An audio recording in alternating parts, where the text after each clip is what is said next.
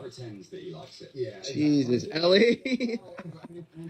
Maybe we should pull the fucking trigger. Pull the trigger.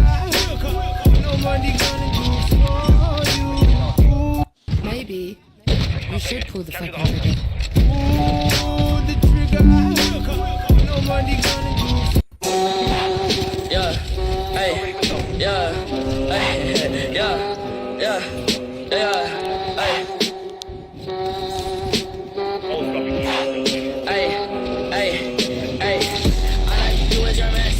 Can't keep my in my pants. My soul on me no. Yeah, hey. Have mercy on my soul. Don't let my heart turn cold. Have mercy on many men. Many men. Wish that for me again. Man, I come from the bottom of the bottom. I shall right up through the fucking ceiling. Hey, everybody lit, can't clear that file. Soon as it pop, bro, pull that file. Yeah. This her first time coming to my house. Yeah. Better go hard, girl, this your child.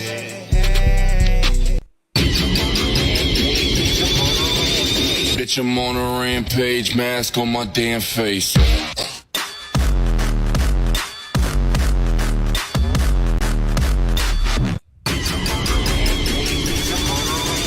Bitch, I'm on a rampage, mask on my... Look, buddy gon' get that, get that, 6 shots, make him get back. All that chit chat, rip rap, my. Riding around the block with a Glock, yo ass fam.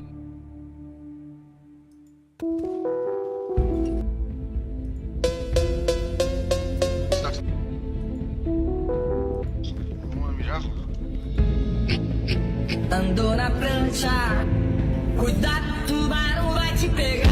Tubarão, te amo, falcão, te amo.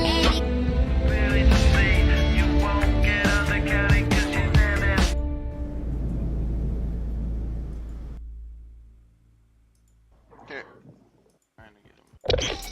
What's poppin'? Brand new whip, just hopped in. I got options, I can pass that bitch like Stockton. Just joshing, I'ma spend this holiday. La wait till I get my money right. I had it. La wait till I get my money right. I had it. La wait till I get my money right. I had it. La wait till I get my money right. I had it. La wait till I get my money right. I had it. La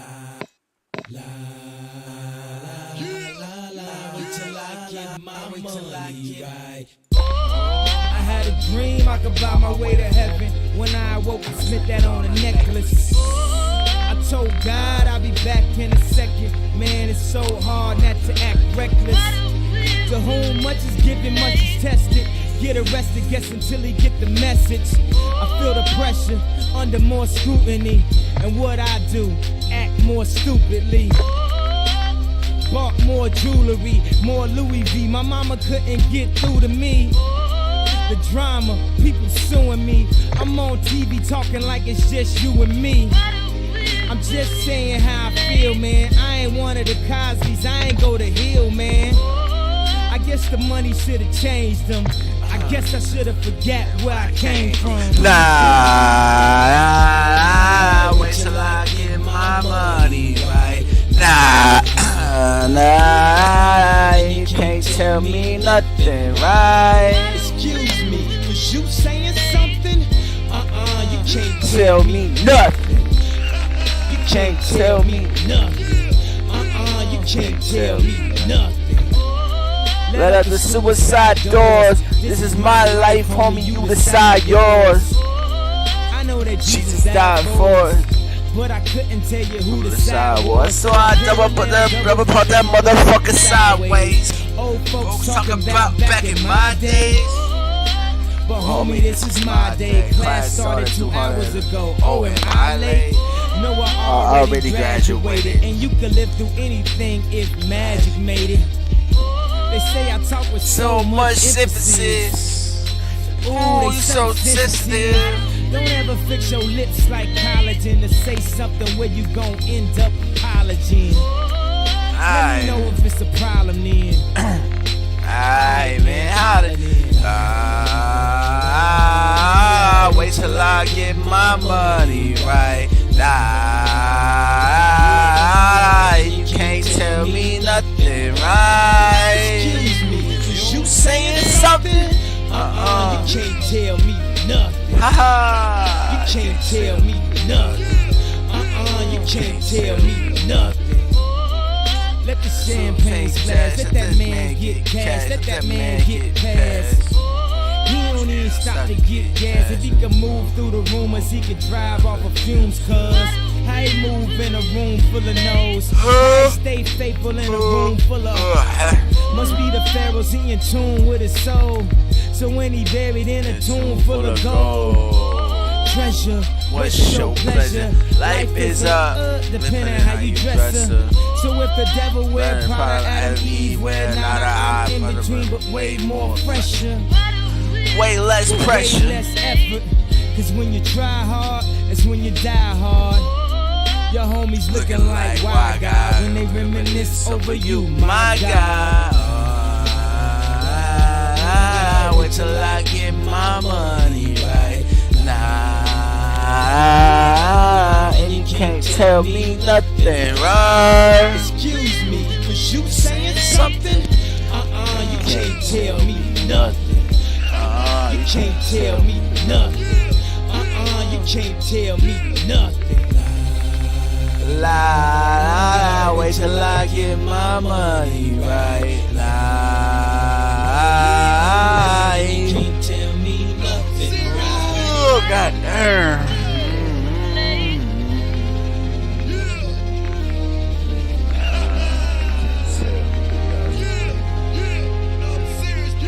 I got money.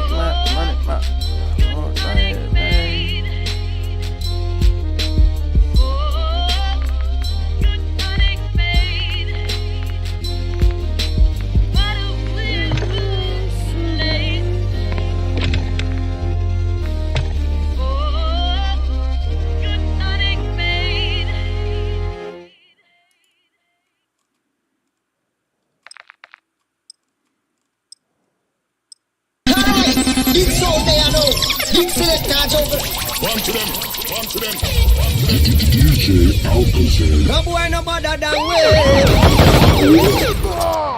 This is Nappy Boy Radio. Deathmatch. Friendly SAE on the way.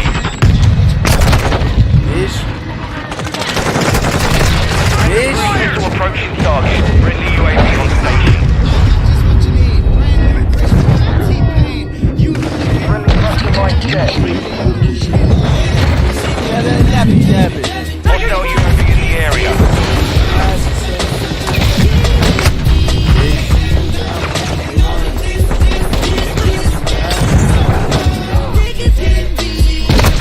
Mission complete. Stay sharp. Friendly cluster mine destroyed. Ready to deploy. Hostile taking your position.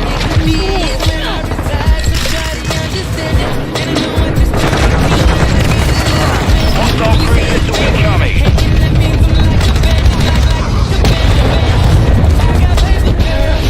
Enemy UAV overhead.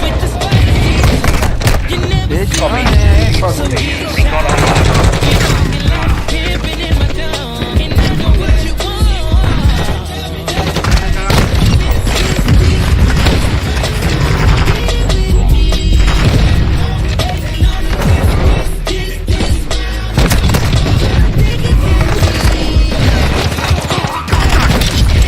UAV is exiting the air. Hostile UAV in the area.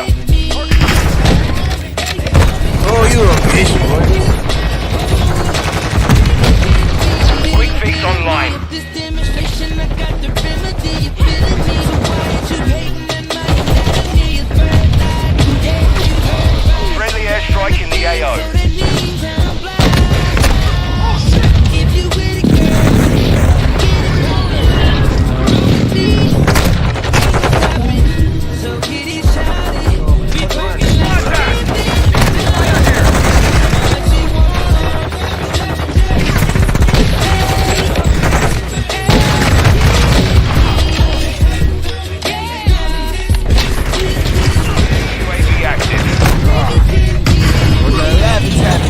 Veo enemigo allá.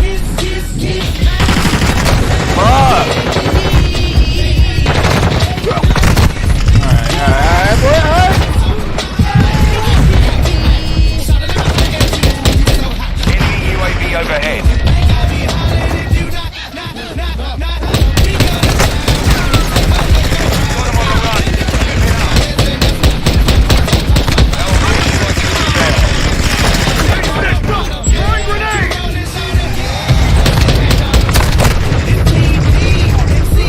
Friendly care package AO.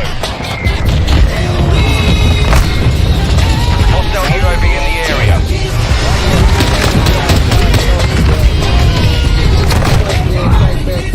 Complete.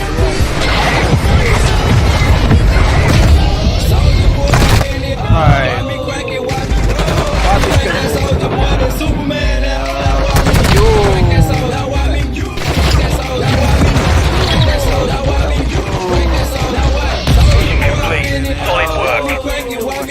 Why me crank that soldier boy than Superman? Now why me crank that soldier? Now why me crank that soldier? Now why me crank that soldier? Now why me crank that soldier? Now why soldier boy up in it? Why me lean that? Why me rock? Superman that?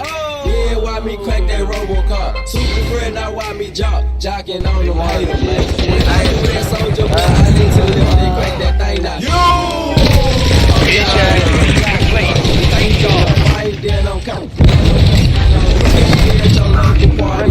Man, yo, you trying to get the dub? Hey, what's up? What's up? What's up? You trying to get the dub, bro? Trying to get some kind of dog. Hey, Watch me, you! Now why me crank that soul? Now why me crank that soul? Now what? Soldier boy up in it. Why me crank it? Why me crank that soldier boy than Superman? Now why me crank that soul? Now why me crank that soul? Now why me crank that soul? Now why me crank that soul? Now what? I'm bouncing on my toes. Why me super so yeah? I'ma pass to A-Rab and he gon' crank it up for sure. Haters wanna beat me, soldier boy. I'm the man. They be looking at my neck, saying it's doing bad, man. Why me do? Deathmatch.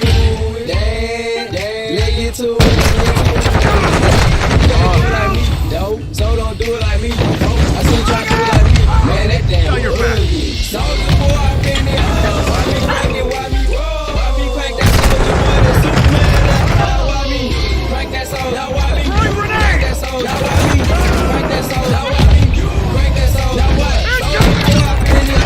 Why me crank it? Why me crank that soldier boy? That Superman. Now why me crank that soldier? Now why me crank that soldier? Now why me crank that soldier? Now why me crank that soldier? Now what? I'm too fresh, I'm in it. Why me crank it? Why me?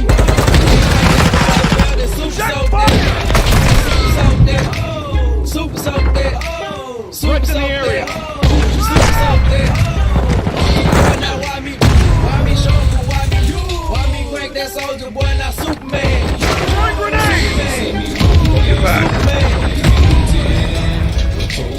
Trying to catch me riding dirty. Trying to catch me riding dirty.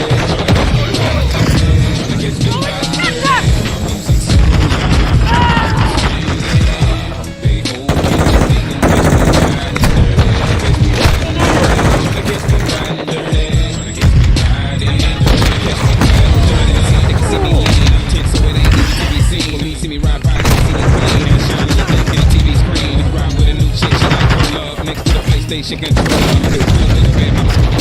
a checker into a home. Girl, you ain't know I'm crazy like crazy. They were just tryna bone, ain't tryna have no babies. Why I clean as hell, so I pull in ladies. They know they hate me. Music turn all the way up into the maximum. Speakers try to jack for some, but we packing something that we have for locked up. I say you proving bold. Me, I get this dough. Behind it, finish. Clean those things, gotta stop pollution. City change, like who's that producing?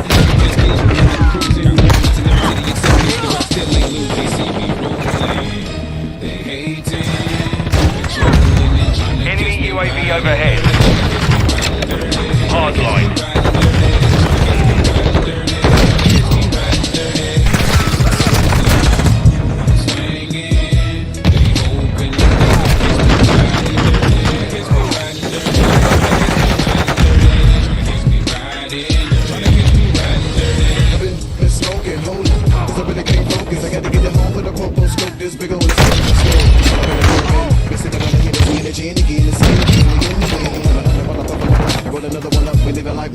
Friendly mortar strike inbound. UAV ready for tasking.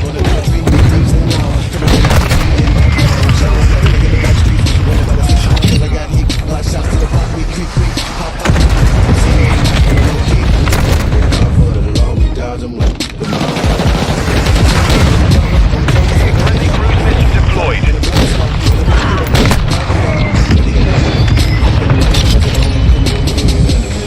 Our UAV is orbiting the area. Hostile airstrike near your location. The enemy's gaining ground. Push them back.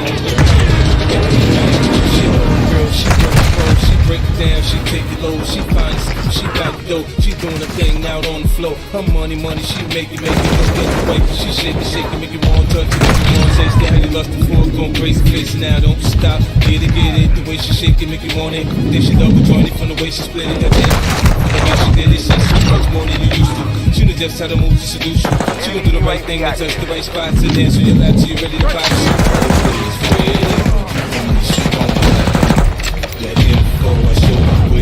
Hostile UAV in the area.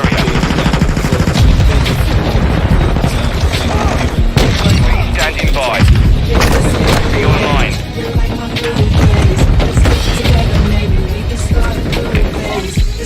Copy.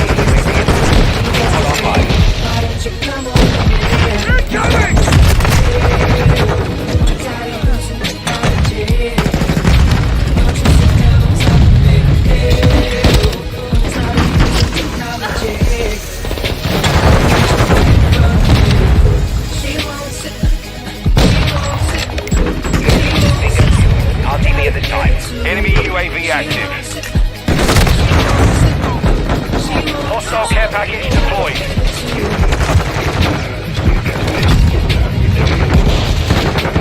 Enemy precision airstrike. Find cover. UAV ready to deploy. Missile inbound. Got a thing for that thing, she got the bitch, make it take the bitch, make it rock, and then the reinforce, just don't stop, I ain't got the UAV fantasy, this fantasy, just how it be, burn me, backstroke, this sweat soaking, all into my set sheet, it's ready to ride, I'm ready to roll, I'll be in this to the glove, watching her do one thing on the floor, now that make this, she be getting low, from side to side,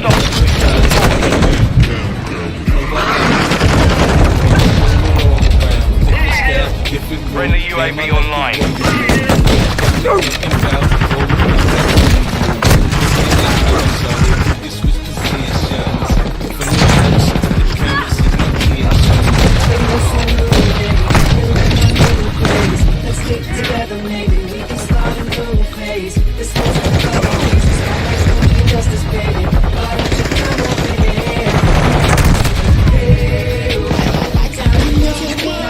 Our UAV is orbiting.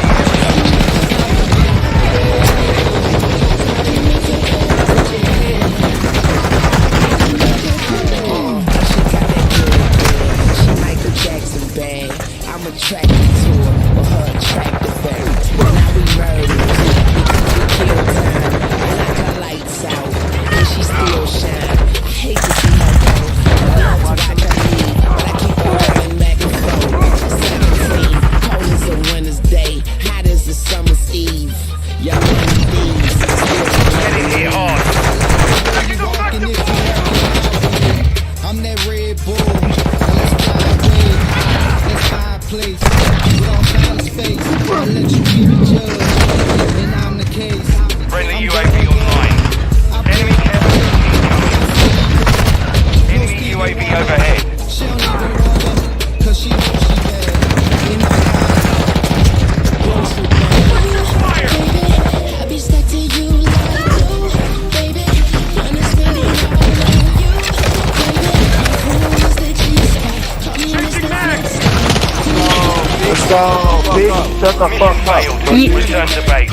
Y'all don't fucking want to lie. Sexy, baby.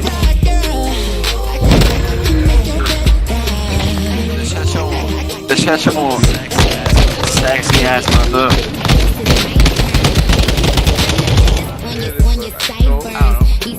Ah, on Twitch? Go follow me on Twitch. Aí, Marcelo.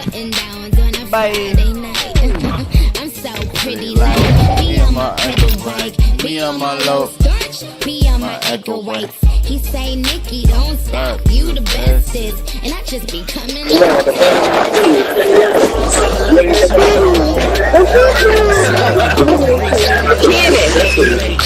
What you doing? Girl, I gotta watch my back, cause I'm not just anybody. I seen him stand in line just to get my Come here. It's when we disappear. GPS to find out. Oh, that was your girl. I thought I recognized. Ooh, baby, I be stuck to you like glue, baby. Wanna spend it all on you, baby. Oh, yeah, what's up, okay? Call me Mr. Flintstone. I can make your bed rock. I can make your bed I can make your bed rock, girl. I can make your bed rock. I can make your bed rock.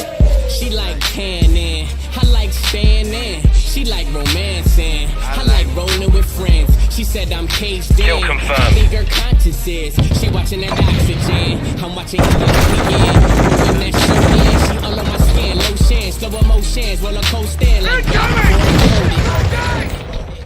she pose like this for posters, and I poke like I'm supposed to. Take this photo if you for me. She said, don't you ever show this. I'm too low and too focused. Reloading. To be losing and be hopeless. When I spoke this, she rejoiced. So your words give me open, so I close it. When it closes, I'm only loving for the moment. She ain't got a man, but she's got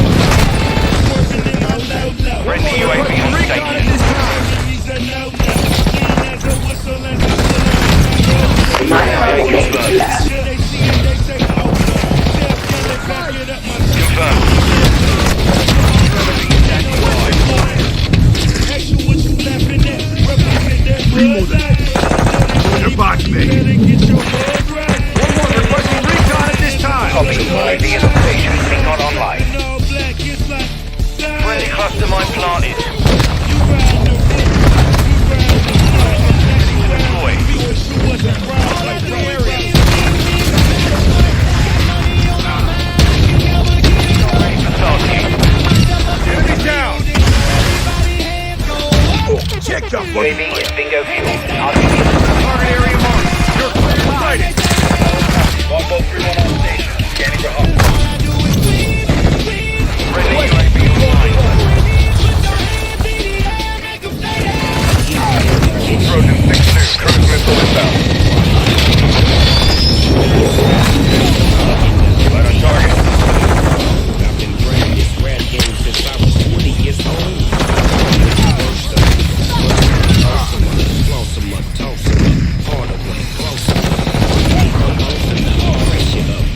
UAV overhead. We need the you in the 80s. That's it.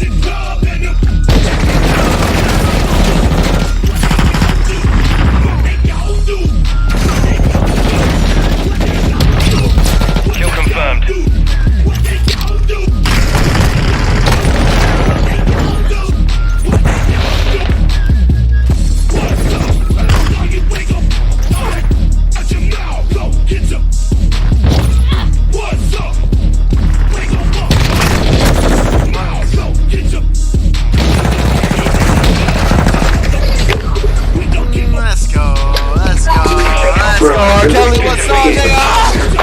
Bro, that bitch was scary. Go on.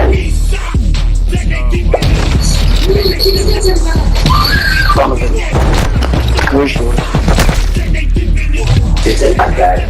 It's not even from shit going up and that shit.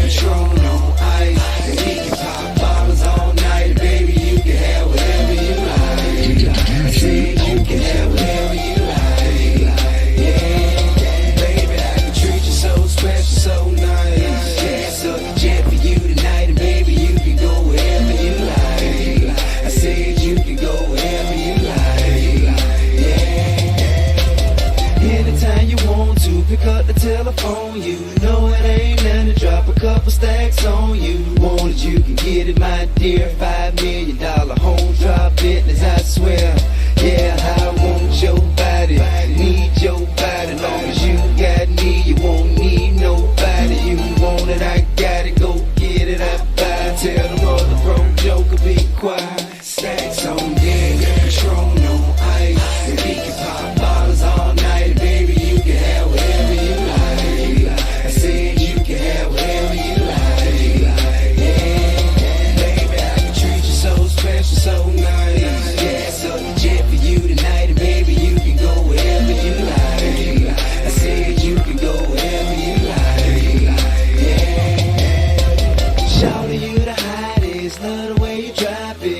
ain't so good, girl, I swore you went to college. 100K deposit, vacations in the tropics. Everybody know it ain't tricking if you got it. But you ain't never ever gotta go in your wallet. Long as I got rubber band banks in my pocket. 5-6 rides with rims and a body kit. You ain't gotta downgrade, you can get what I get. My chick can have what she want, and go and let it store for any bag she want. I know that you ain't never had a man like that to buy you anything your heart desire like that.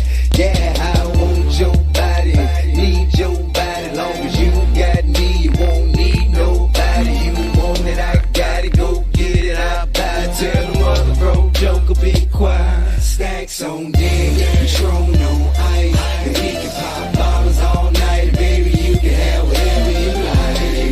I said you can have whatever you like.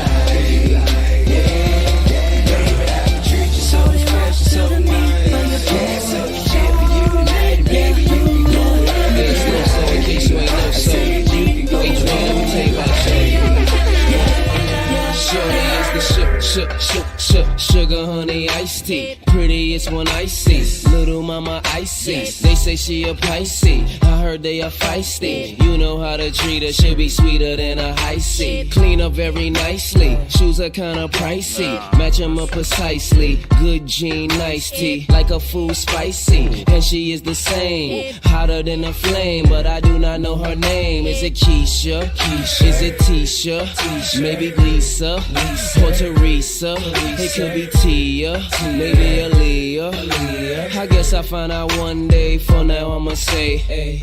Shorty pop it, shorty type it. I should've stayed there all night. See, my days are cold without you. I'm hurting while I'm with you. And my heart can't take no more. I can't keep running back to you. See, my days are cold without you. I'm hurting while I'm with you. And my heart can't take no more. I won't keep running back to you. There's another one.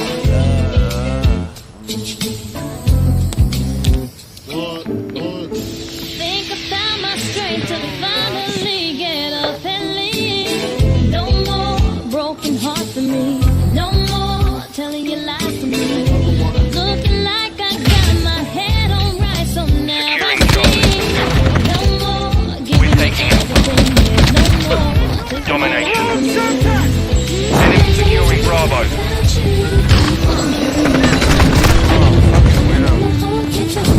We're taking Bravo. What's your fire? We're taking Charlie.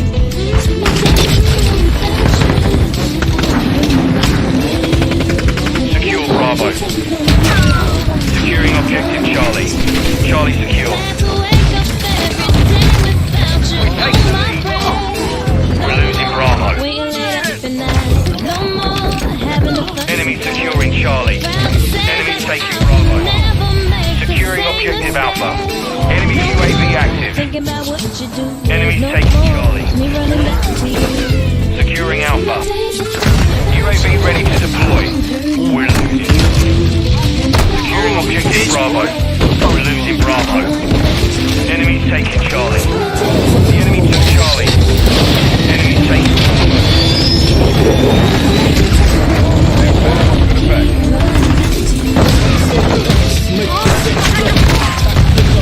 Secure Bravo.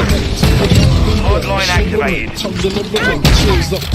Securing objective Bravo. We're taking Bravo.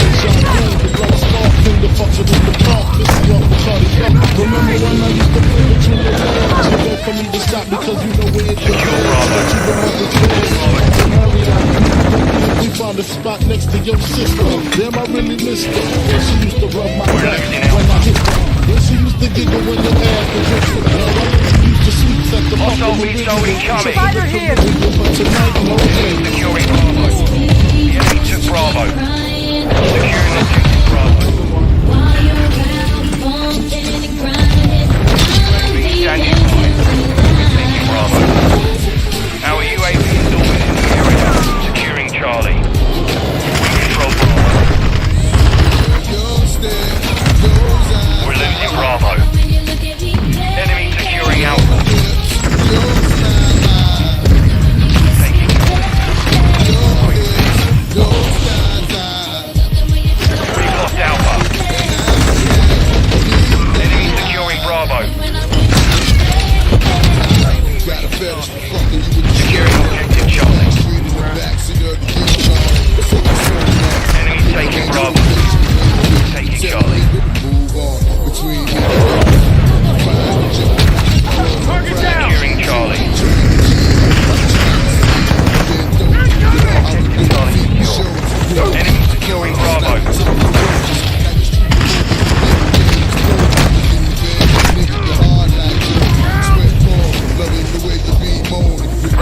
UAV online. Enemies taking Bravo.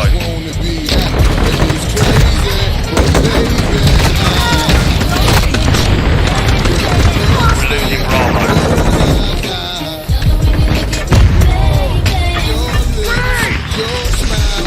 Enemies taking Bravo. We're losing Charlie. No UAV in the area.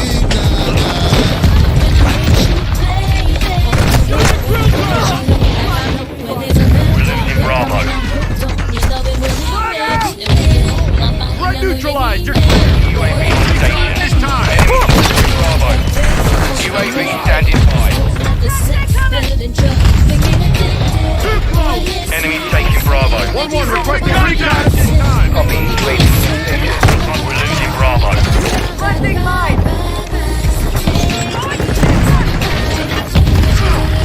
Check fire. Enemy securing Bravo.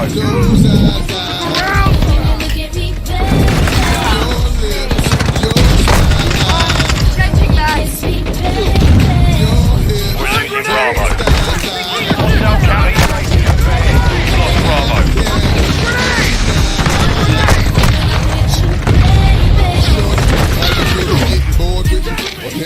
Secure Bravo. Fading here. We're taking Bravo.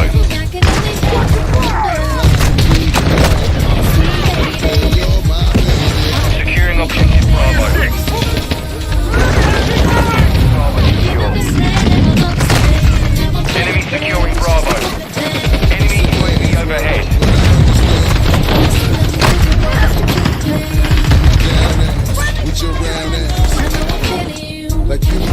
Enemy taking Bravo.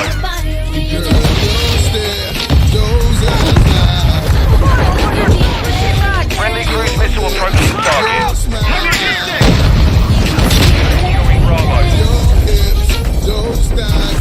Incoming. Bravo is called. Get back. We're taking Bravo.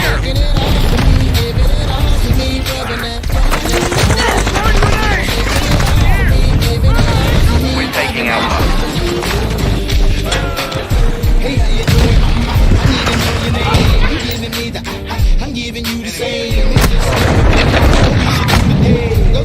Hostile sentry is online. Objectives. Get after it. Hostile UAV in the area. Our UAV is not within the area. Securing objective Alpha. Bravo. We hold the advantage. Take it over. Bravo. 1-1 requesting recon at this time. Copy. Enemy taking Bravo. Enemy counter UAV is active. The enemy took Bravo. Secure Bravo.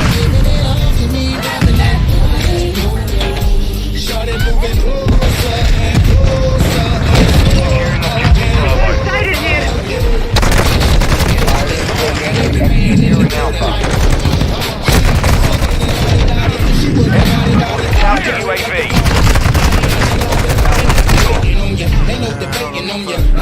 Enemy taking Alpha. Bravo. All objectives. We're losing Charlie. Enemy securing Bravo.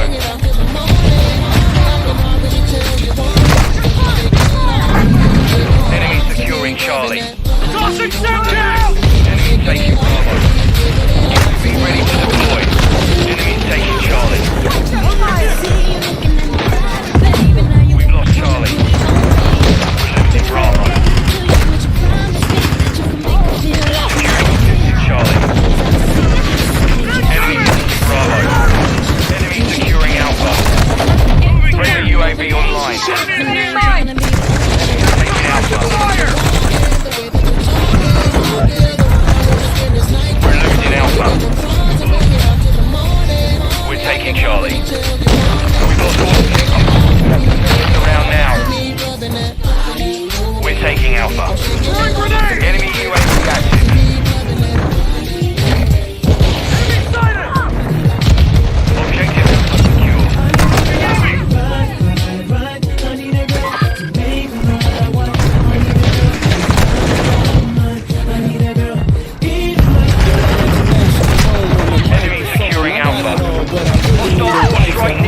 location. really like the zone. Never spend the night alone. I got you would like the bone. We're losing Just Alpha. don't romance me. I'm taking my fancy. Counting UAV Hostiles launched a cruise missile. Enemy taken out. Securing Charlie. Securing objective Bravo. Securing objective. Secure Bravo.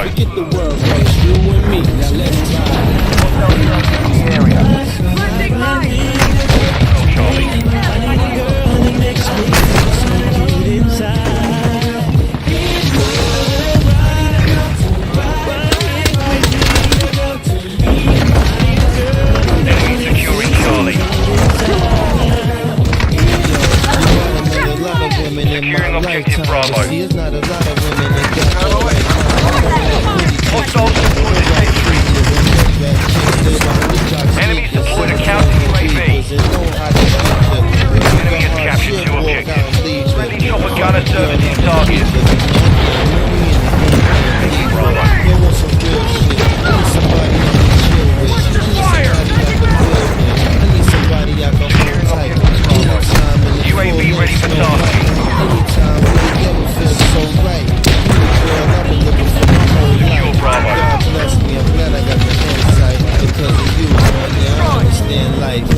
Enemy taking Charlie. Set fire!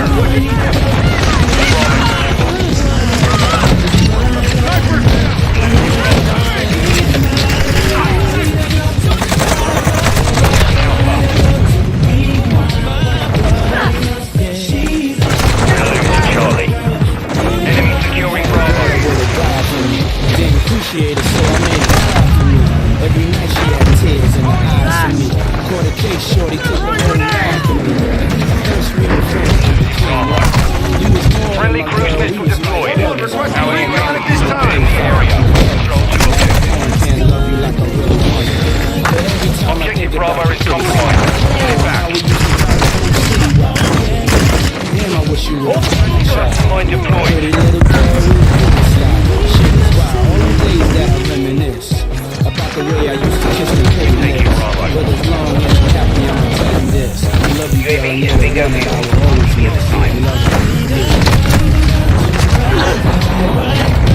Hostile cruise missile launched. Bravo secure.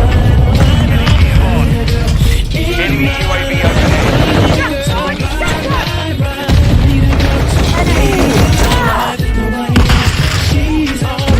Securing Bravo. Friendly UAV on station. Enemy UAV active. Enemy taken. Securing objective Alpha. Enemies taking Charlie. Securing Bravo. We've secured 2 objectives. Charlie. The lead is ours. Waiting overhead. Let's get it, boy. All favor. Mission accomplished. Who partying at the hottest spot tonight? You're gonna find the fellas rolling in the liquor store.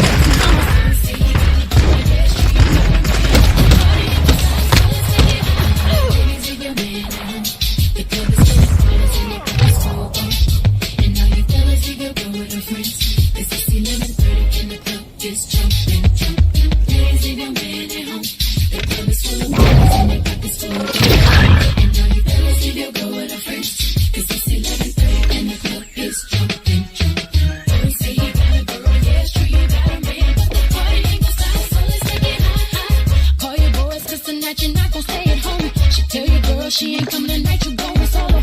Cut her off when she talk some noise, you know you got the right to get your party on. So get your hair cut and your car washed too, looking like a star. You're on mine to suit. You need to look your best 'cause you're turning heads tonight. You're gonna find a sexy chick got us gon' dance all night if you wanna. Say you gotta go, yes, true, you gotta man. The club is full of ballers and their pockets full grown, grown. You better see your girl with her friends 'cause it's 11:30 and your club is jumping, jumping. Oh, yeah. Ballers and their pockets full grown. You better see your girl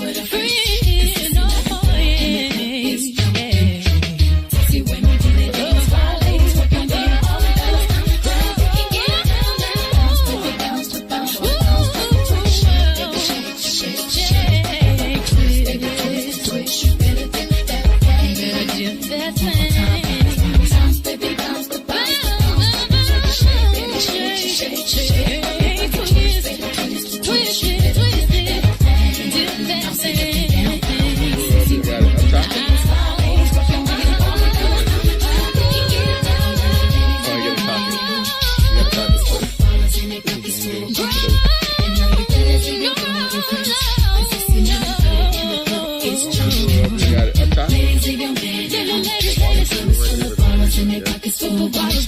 And all you fellas leave your girl with a friend. It's 11:30 and the club is jumping. Ladies, leave your man at home. The club is full of ballers and their pockets full of bottles. And all you fellas leave your girl with a friend. It's 11:30 and the club is jumping. Ladies, leave your man at home. The club is full of ballers and their pockets full of bottles. And all you fellas leave your girl with a friend. It's 11:30 it's jumping. I ain't thinking about it tonight. I ain't worried about my girl. I got it up top. Ladies, leave your man at home. But why would you bring her to Oh, I get a top. Shout out L Magazine. I hold bottles. Look, pimp juice, I keep it running. I got it up top. Oh, now you're bad girl. Oh, I get a top. Players, when you see me, act like you know me. I keep $1 worth of dimes. No pimpin' ain't easy. For all my chicks in the club, who knows how to come up? If you're a bad girl, get me bad girl. Work me, baby. Shake it in the way I like. I'm ready to be bad. I need a bad girl. Get me bad girl. One sexy lady coming over me tonight. I'm ready to be bad. I need a bad girl. Bad, baby, get me bad girl. Now I've seen a lot of bras, you know, all on one accord. Everyone look the same, but take a look at my dame. My dame. Yo, she take that hypnotic Alizé. There ain't much more I can say, but I need a bad girl. Bad girl. Yeah. Bad girl. One thou on the bar now. Chick need a drink on the floor now. Look at them bad girls moving it, making faces while they doing it. I wanna take one to the restroom. So close, I'm smelling like your perfume. If you're a bad girl, get me bad girl. Work me, baby. Shake it in the way I like. I'm ready to be bad. I need a bad girl. Say yeah. Get me bad girl. I come from the bottom, I go right up to the fucking cell. I'm ready to be bad. I need a bad. What's up, guys? Welcome to Fed It. Today we're going to talk about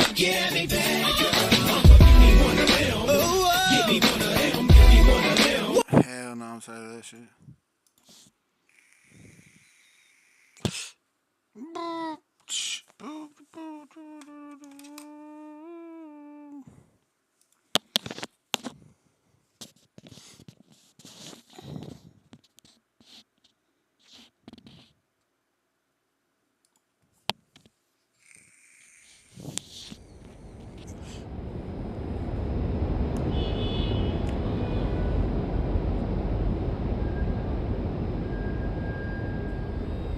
Yeah.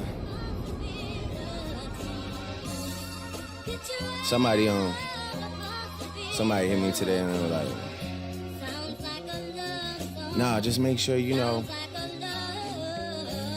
you tell me what to do when I get there, you know. I said I respect it. No problem.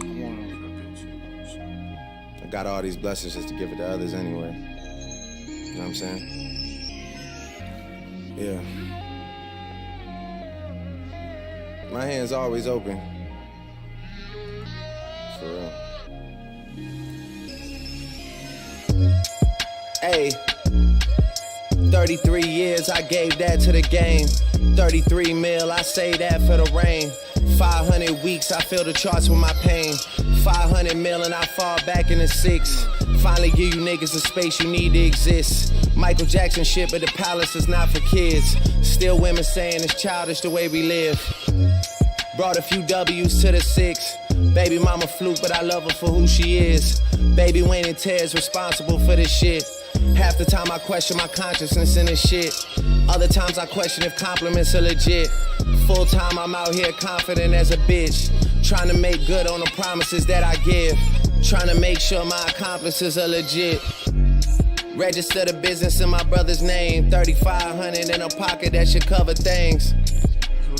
Certified lover man, trapping out the motherland. Always move right, so my watch is on the other hand. She could try and play it down now, but she was a fan. People wanna know what's in my pockets, they don't understand. My assistant always finding Percocet and rubber bands. Know my mom might not wanna hear how I discover plans. Word to Sandra Graham, no one love you like your mother can. I watch Michael Rubin win $1 million off a couple hands. I decide what to see next like it's on demand. I decide what to be next like I'm switching plans. I'ma tell you what you feel next like the weatherman. I will split heads and break necks for my little man. 6 God praying hands like I'm a religious man, but I'm just a sicker man. 2:30, baby, won't you meet me by the beam? Too early, maybe later, you could show me things. You know what it is whenever I visit Windy City, she blowing me kisses, no 30 degrees, way too cold, so hold me tight. Will I see you at the show tonight? Will I see you at the show tonight? Hey. Truck to the plane, to the truck to the hotel lobby. Me, I go through underground garages, presidential suite on deposit, elevator up to the room, shower up and then we hit the club. Touchdown, gotta see what's up. Area code in my phone. What numbers do I still have? Who do I know from the past? Hit one, she say she got a man. Hit another one, it goes green. Must've changed foes on the team. Remember when you let me in between? That was 2017. All good. Chubbs to look around, find one that seem my type. Damn, my dog and he know what I like. He done found me plenty in my life. Problem is I meet a girl tonight, then I go and treat her too nice. Galleria credit card swipes, I don't even know if she a wife. But I do know one thing, no. Women, they come, they go. Saturday through Sunday, Monday through Sunday, yo. Maybe I'll love you one day, maybe we'll someday grow. Till then, I'll sit my drunk ass on that runway, on this one way. 2:30, baby, won't you meet me by the beam? Too early, maybe later, you could show me things. You know what it is whenever I visit Windy City, she blowing me kisses, no 30 degrees, way too cold, so hold me tight. Will I see you at the show tonight? Will I see you at the show tonight?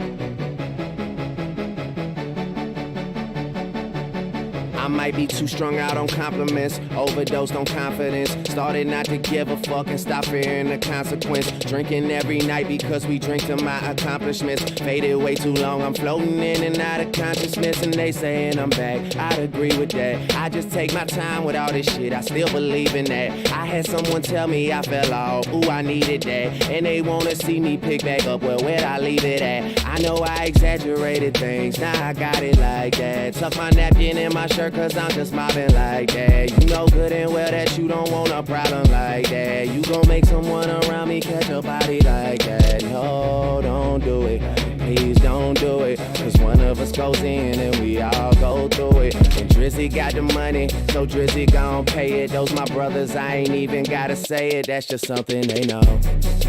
They know, they know, they know. They know, they know, they know. They know, they know, they know. Yeah, they know, yeah. That the real is on the rise. Fuck them other guys. I even gave them a chance to decide. Now it's something they know. They know, they know, they know. Yeah, I be yelling out money over everything. Money on my mind. Then she wanna ask when it got so empty. Tell her I apologize, happened over time. She says they missed the old Drake, girl, don't tempt me. If they don't get it, they'll be over you. That new shit that you got is overdue. You better do what you supposed to do. I'm like, why I gotta be all that? But still I can't deny the fact that it's true. Listen to you expressing all them feelings. Soap opera rappers, all these niggas sound like all my children. And that's who you thinking is about to come and make a killing. I guess it really is just me, myself, and all my millions. You know that they ain't even got it like that. You gon' hype me up and make me catch a body like that. Cause I live for this, it isn't just a hobby like that. When they get my shit and play it, I ain't even gotta say it, they know. They know, they know, they know. They know, they know, they know. They know, they know, they know. Yeah, they know, yeah.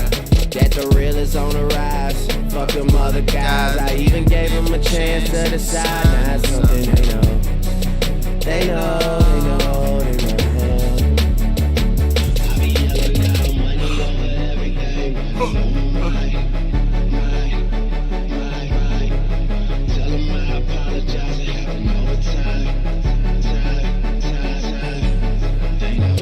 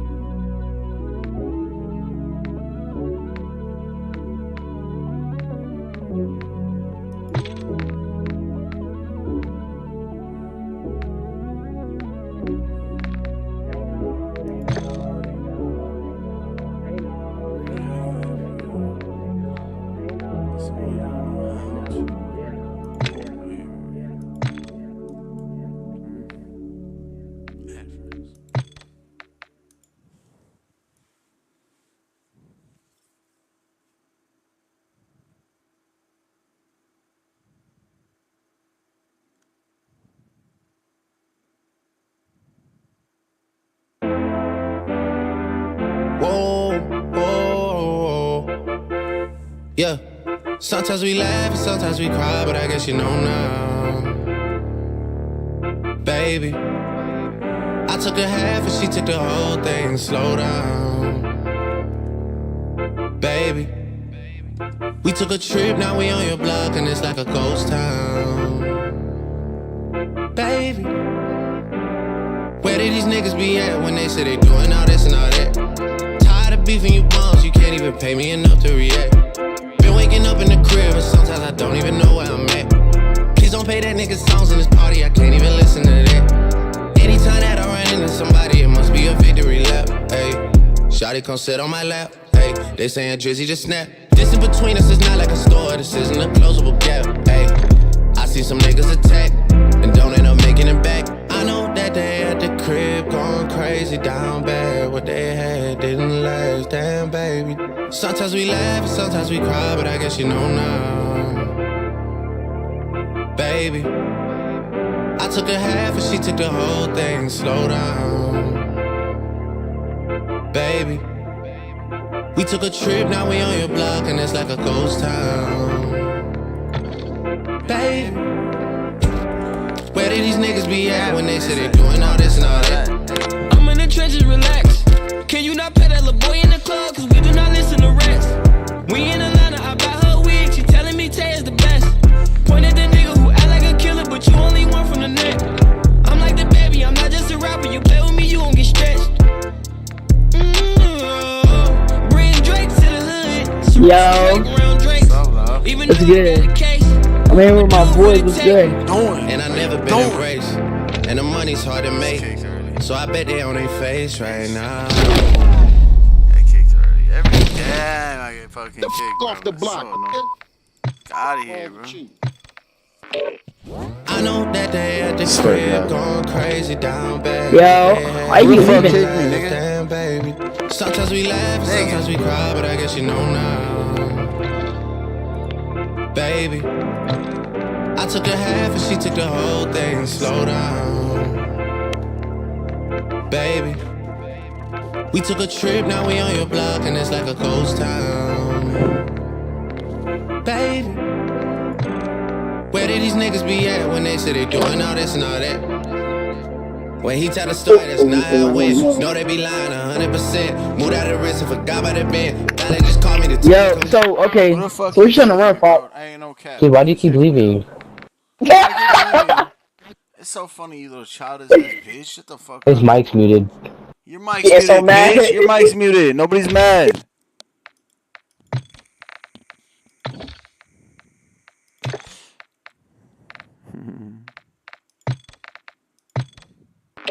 Ain't nobody fucking mad, bitch. I haven't muted. Yo, can I hear this little fucking pussy? Hey, yo, you a little boy.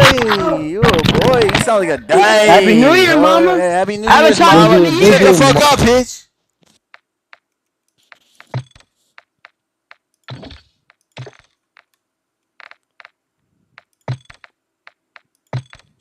Why you acting like these people keep joining, bro, because they. Does she have internet problems or something? Yeah. You can't hear me, huh? You can't hear me, huh? Yeah, this You make dude it fun of my definitely has laptop, internet huh? problems. You got no pussy though, bitch. Shut the fuck up. Hey, why they? Talking to a dyko. You talking to a dyko. That's why you're trying to Yo, talk to a Fox, why they got you in dyko. here as Connor? Go to your operators real quick. Why they got you in here? They got you in here, Connor. Look, Yo, you look like a look your fucking 2K basketball player, bitch. Shut up. Go to your operator, my nigga. You looking like Connor and this motherfucker, nigga. Yes, he is. No, he's not I don't know what's talking. wrong. I might He's not have it talking. muted or Why something. all of a sudden? Okay, I just joined in because you guys are little simps for a dyke. What are you talking about? Get the fuck out of We have mute here. people. Shut the fuck up, nigga. He saying y'all are simps for a dyke. This nigga's weird. I'll tell y'all, this nigga Fox is a strange fella. He's so I'm strange. just trying to figure out how to unmute him. He just sucked my dick. That's how you unmute me. You know? Easy as that. You one weird dude. See, now you can't unmute me, huh? You fucking weirdo. Bitch. I'm not joining back. I'm joining back.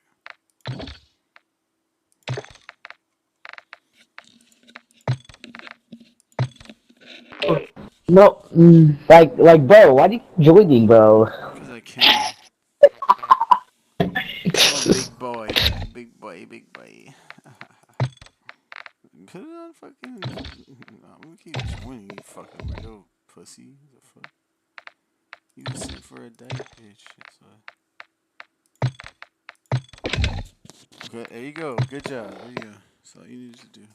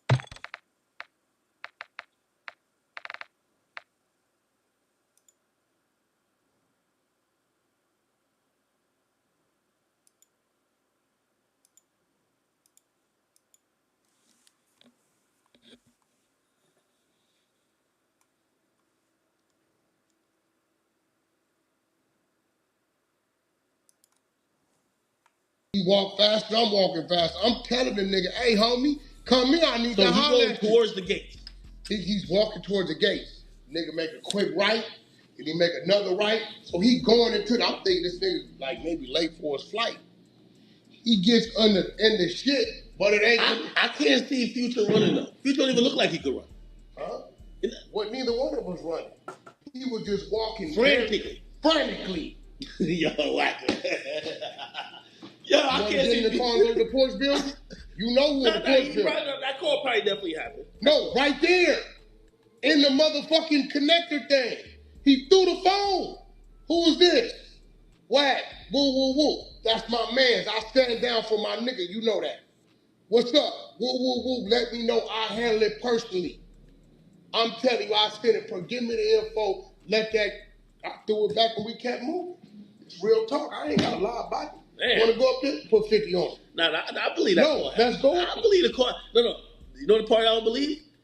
Because it sounded like you chasing him like he's like a wild hyena. I never said I chased him, bro. He was nigga. Look, that nigga was walking 10 steps in one. He was trying to get away, bro. Listen, let me ask you something.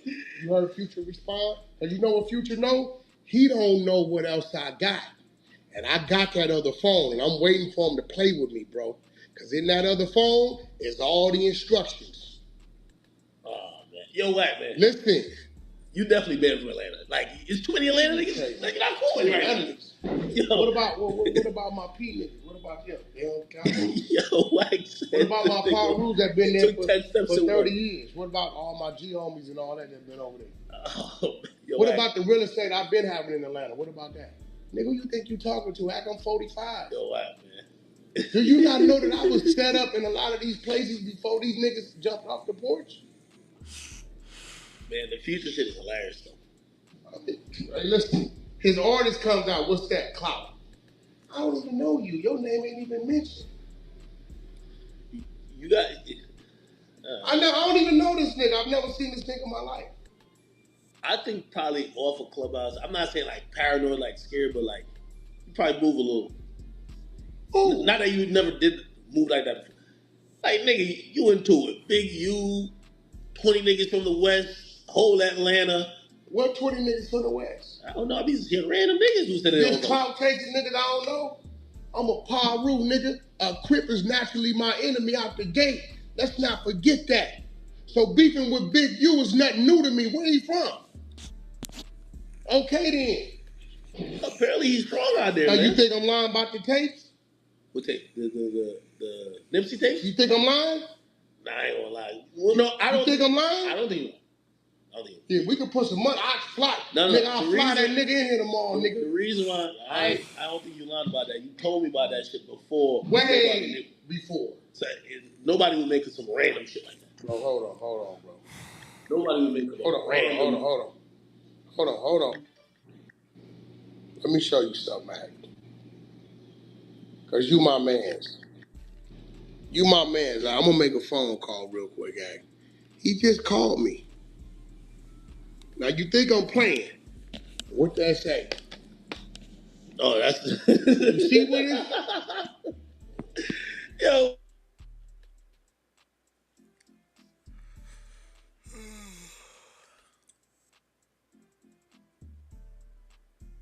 Shit, I don't know. Let's sit and see. Tell me about it now.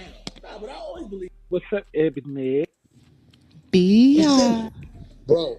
All right. Now ask if you believe me about it now. Nah, but I always believe. Did I make the call? Now you just call the nigga who got it to. Yeah. Y'all heard him, right? All right, listen, bro. Listen. Yo, why got the nigga saved his phone?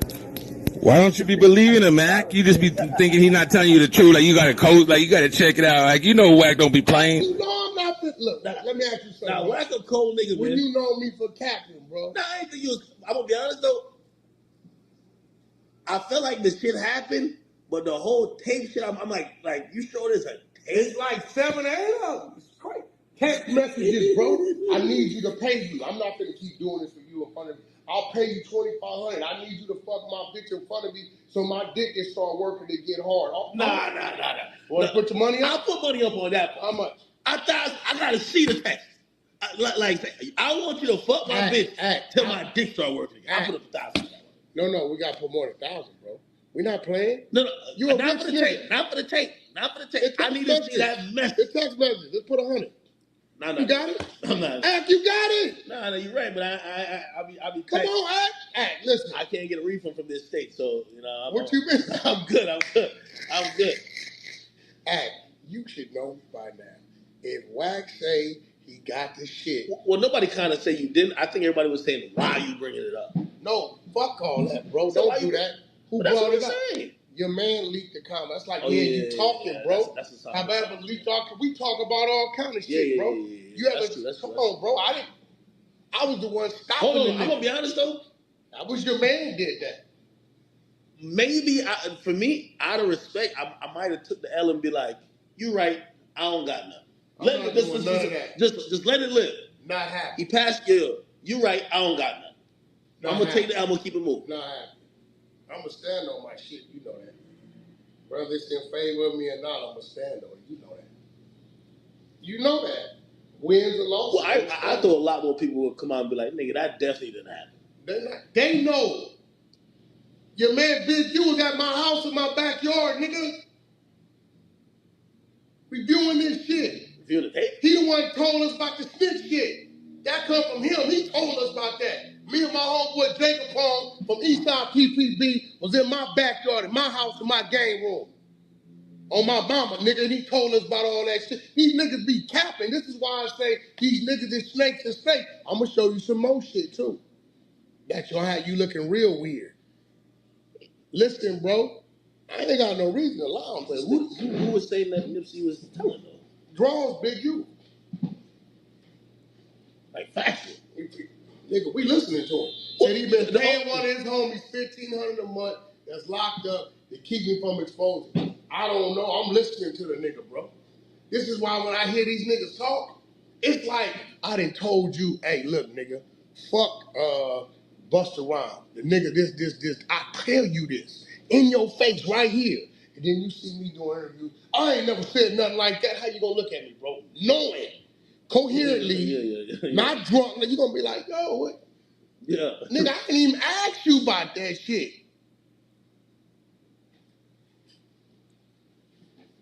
Man.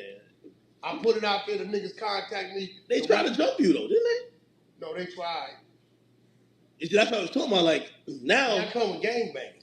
Yeah, but like normally y'all all. Hold on. Were you at the event? Were you at the event gangbanging? No, you weren't. You everywhere I go, I'm a gang member. Yeah, but you weren't gangbanging at the event. Here. Yeah, but you weren't. You were doing business. Look, civilian. Listen, Earth to civilian.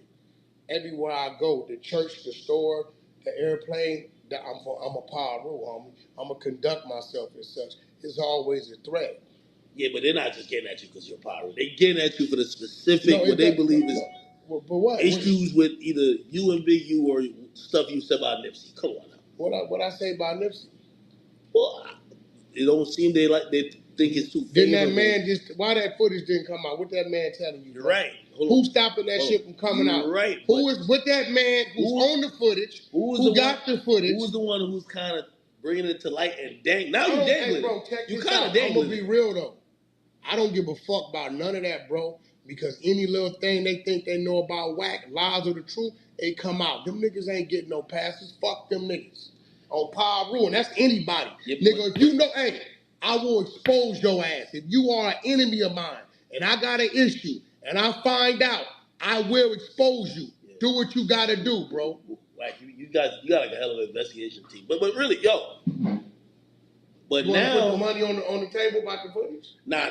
I'm good. Oh, okay. I don't even want to see the footage. I'm hoping the footage don't come out. Hey, listen, I'm the one been stopping. What did you just tell you? I'm hoping it don't come out. What your man just tell? What? Shit might be time to rock. I don't know. I'm hoping it don't come out. I never want. It would have been out if I was tripping. But now, if I was tripping, you think I can't go sell that? Ask Oscar De La Hoya about them fishnet pictures. Boy, you think, nigga, it's a video come with that too, never leaked. You think I can't go move that shit? It's me, nigga. No, this just real shit. How the hell you get how you even find out about this? He brought it to me. Why the hell he bring it to you? That's my nigga. I'm my little man. He ain't even from Cali. He like, Unc, I need to come see you. He pulled up like everybody else do. What's up? Oh shit, the fuck? Got a bunch of them. Look, when I seen that part, nigga, when I tell boy, yeah. I ain't asked him. How would I know to ask him? I don't know. Ask him, nigga. You mad at me because nigga, how many niggas bring you shit at? Yeah, yeah. That you don't even ask for. Hold on, but no. Put like this. I won't mention it. I didn't put that out. I won't mention it. I put that out, bro. I've been knew about it, Big. You been knew about it, and we all knew about confirmed it. No, if a nigga asks me the truth, it's the truth, bro. But I'm a liar. I'm not gonna have my name fucked up behind protecting some nigga. Nigga, if your ass is on some weird shit, if Wack is on some weird shit, expose it. Nigga, the fuck, that's on me. Because anything I do weird, I'm gonna stand on anyway. I should get to a quick because that whole shit that happened at the concert, that could have went left. The whole shit where they claim one of them claimed they slapped you, the other one's like, oh, we was chasing to a parking lot. So listen, let me ask you something. It's a nigga on the floor right now that watched the whole thing. It's 20 niggas and I ain't touched. What you think stop niggas from touching me? You not a bozo. I'm in Miami. You see the way I am? Now I'm in LA. What you think? You really ain't that slow. Yeah, no, Two of my homies was in the parking lot in the flank. They came out. Well, like that. Said, what? What's up? I told him, man, I'm gonna knock him first. Yeah. They don't want it. That's why I told him, put the video out, nigga. Please put it out. I look like Superman. Put it out. I look like Superman. 20 on 1? What happened? You know what happened. But it could have went.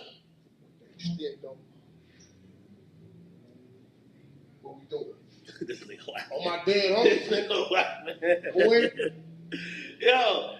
Hey, let me tell you this, man. For everybody in Clubhouse, man, I want to tell y'all get an absolute treat to be talking to Wack for like pretty much most of the day, every day, because this nigga is flat out entertainment, nigga. You know when I get up, I just search Wack 100 Clubhouse every day. Yo, we know that shit. I hit the we nigga. Definitely know that. Look, I hit the nigga act. Where you at? He say I'm right here. I say I'm 5 minutes from you. I'm about to pull up.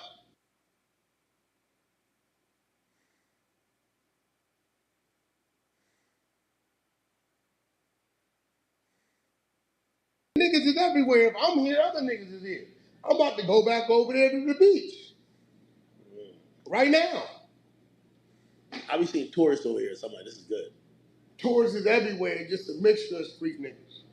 Go get some barbecue from Trick Daddy's spot. Tourists sound like when niggas like know the shit too. But this the thing, right? A lot of these niggas that be talking, they talk for clout to get a clip, right? These niggas ain't doing what they meant. Dude got a restaurant. I'll go order some food at the nigga restaurant. Nah, I don't think that's smart, Wack. Keep it. You think you said I won't go order no food at his restaurant? I will go sit in that motherfucking order food. You could do it, but bet? It would be probably not your best health if he finds out you there, my nigga. What's gonna happen? It's a bang out. Wack. That's it, bro. What? The same way I think when people go to where you from, hold on. If people come around where you from, right? It don't mean that you got to run the whole place, but people are probably cognizant. This is your surroundings. You know it more intimately. You get what I mean? Like, but when I'm gonna go, I want to go. Dude ain't finna, bro. Dude over there with lupus fucked up, dying, bro. He don't want them problems, bro. That nigga of age, bro. Man. If I was him, I wouldn't want them problems, bro. With a firecracker, nigga. I'm not Soldier Boy. Okay, let me ask you something. Right now, if I go to that lobby and run into something, viral. You think it's not gonna be immediate violence? Viral. If that's what's presented to you. No, I believe that. I'm not. But also, you don't. Yo, watch this. This nigga Wack. Listen. Remind me when you came to the interview with Hassan and 6ix9ine. This nigga Wack came 2 hours before, checking stairwells. There you go. What you mean? Hell no. This nigga checking stairwells, back exits. This nigga walking around the spot. He said, "What's back here?" Just opening Stop door. trying to play Wack. Yeah, he Wack act like he's some kind of punk or something like that. Supposed to do. The nigga came. Nah, remember he told us he did that though. He told us he did that. Every day did that and a was I couple by times myself? in all the interviews. What you mean? That's Yeah. how I It's know. like Wax How said else you he supposed to scope. move? Yeah, that Wax nigga had scope a out plan everywhere, that so said he know something what's happened. going on. I know this could be a spot where I could get out of here quick. This gonna be where I could put my back against. Like, yeah, now he was doing all that. 2 a.m. today. What they say? Yeah. Do you need the? You need a homie. Yeah. Do you need the homies? Now I flew in on American. I didn't come in through Opalaka. You see, I'm straight. Listen, I don't know what they think. I've been having teams in these areas before these niggas was rappers. So what happened when you bump into them? Like, they be trolling you or some shit? Like, who? They don't, bro. They know I'm here, bro. They know I didn't see niggas on the corner. I know what I tell them? I'm gonna be in there about an hour, my nigga. Not the corner boys. so you see people who probably know. I know they do. Because they do the double look. They start. You see the phone come out real quick. All that. I try to be in an hour. Yo, you be in there in 5 minutes though. You got it, right?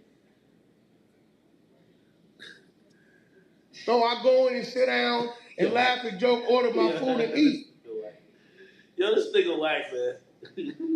See, here go the problem. You so used. I'm not a rapper. Nigga, I know, but you know no man is gonna touch it. Nigga, they hit Kennedy. Exactly. That's my point. So what makes you think that they got that type of stronghold on? Don't no one nigga control no city, bro. But that's why you want to put some precautions in between. Like, just going out to go sit in a restaurant when... I'm going to do what the fuck I want to do. And when you come playing, you will be played with. That's it. Just understand this is not a video game. Ain't no talking. It's immediate violence. So if it's worth that to you, and whatever you mad about is worth that to you, and you ready to risk and throw away whatever you got going on, nigga, we get to it. Hey, yo, be honest with me. What? YSL is probably the greatest definition of, like, telling you see the modern times. You've never seen a rap crew or organization. Oh no, yeah, as far as when it comes to, because they're the only ones been attacked. Like, well, Irv Gotti and them got attacked, but it wasn't like that. I didn't see much telling there. No, they didn't tell. They didn't have to tell. No, that's what I'm saying, but it wasn't 28 motherfuckers picked up. Yeah, but they picked up Casanova people. Well, come on, bro. Come on, now you doing it. Casanova was just a dude really starting to get his shit going. He really was bigger local than... Yeah. But what I'm saying is, like... But that was a real street gang, though. They didn't come at his label, whatever. Whatever he from, that's a gang. They coming at YFN, too. Huh? They coming at YFN. You know, he from Sex Money Murder, bro. Who? Thug. Thug is a blood from Sex Money Murder. He got a gang he's from. You don't hear that. That shit originated in New York. Shout out them Blazers. Yeah, he from Sex Money Murder. So the YSL part of it... That's just a label. That's what Gunna fucked it up. He documented Sex Money Murder. He could have stepped in there and said, all that shit you talking about Sex Money Murder business. I'm just a foot soldier. You know I ain't the leader of that. So when motherfucking Gunna came in there and said, yes, it's a game, it fucked this whole shit up. You didn't know Thug was from Sex Money Murder? Well, I knew it was kind of like underneath the thing. I thought it was his own section of Sex Money Murder, whatever was what do you call it, YSL? No, YSL is his label. That got nothing to do with no gangster. Nothing to do with Sex Money Murder. It That's was how I two totally different things. Have nothing to do with each other. It was Sex Money Murder before he knew what a corporation was. That's a fact. YSL corporation. Hey, you know what's so funny? Why we never seen no RICO cases like this get dropped in like LA? We know they do the gang injunctions and shit, but they rarely come with the sneaks. Because we not bozos. Y'all be banging this shit very overtly with colors. No, listen, cat. You don't hear TDE. You don't hear gang shit, my shit. You don't hear Blueface blatant with the crippin', bro. Yeah, but he don't have a label. He signed to a label. You don't hear none of us pushing our label like a gang. They young with this shit. We already made them mistakes in the 80s and 90s. Death Row, we seen what happened. right? We don't hear. You heard TDE pushing nigga. That's a G homie. Niggas can guard Bounty Hunter Watts for real. One of the most notorious projects in Southern California. You don't see TDE being pushed as a gang? Yeah, I know there was gang associated with it, really. What? Where you think J-Rock from? Bounty Hunters, Top Dog, them G homies. But TDE is their business. They don't cross that shit with their neighborhood. You don't see them niggas running around with 100 Bloods doing all kind of shit. We don't do that fugazi bozo shit out there, bro. And hats off to P. You don't see P doing that. You see QC doing that? Fuck no. So Thugs is fucked up then. Niggas was doing some bozo shit. The whole shit started from the dude getting murdered, Quan's manager. I don't know. They said they going back 2012, bro. Yeah, there was always shit. It got ramped up for that 2015 shit. I don't know, bro. I never knew nothing about that. I just knew Thug on music. I never did no game, nothing. You see that nigga Young Scooter say he getting out by summer? Who is Scooter just talk? Who is he, an artist? He's an artist, right? You said that nigga getting out by summer. He's an artist, right? Yeah. Okay. Well, I seen Trade the Truth with him in court, though. Now watch this. He's an artist. You see what he said? Who we got repeating it? That's big. Academics is now repeating what Young Scooter's saying. Maybe this is wishful. How much you think Thug is getting? Realistic. I think they're trying to give Thug life. They're trying to take that man's life. They're trying to give him nothing under 50. Every other sentence they gave out for the police, hella soft though. They gave him up to 15 years, but it's probation type shit. Somebody gonna have to do the years. Listen. I'm wondering if Thug could escape out of that shit. They're trying to give Thug nothing under 50 years. They're trying to take that man's life. They're trying to make an example out of Thug. I don't want to see it. I got love for Thug. Thug always been good to me, respected me, all that. I've never seen this shit that they talking about. Every time I did business with Thug or met with Thug, it was business.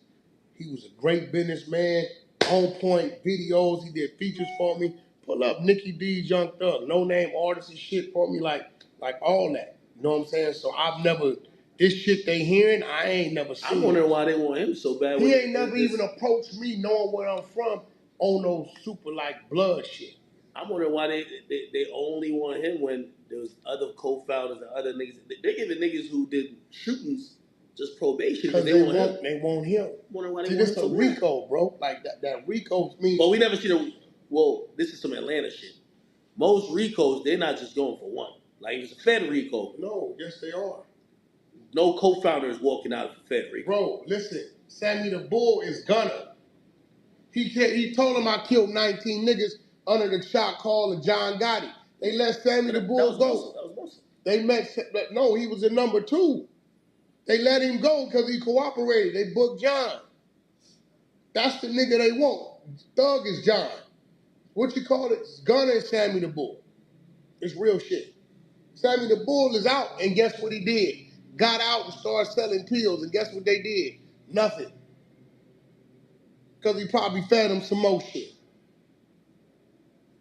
He got caught in Arizona in witness protection selling fucking what's them fake dick hard pills? Ecstasy. Yo, if Thug get over 20, I wouldn't be surprised, but like. No, they're not doing all this for 20 years, bro. And listen, I hope he come home. They put him in a box, though. One of these niggas, he said he saw the car after the murder came back into McDonald's. Did you hear that nigga say, yes, YSL, that's one of our drug spot locations? Yeah, they like 3 gas stations, yeah. They establishing this is a criminal empire. He's John Gotti. Yeah, well, they're going to need somebody to point to say he the one who told us to sell drugs there. They already did that. That's going to come when they get on the stand.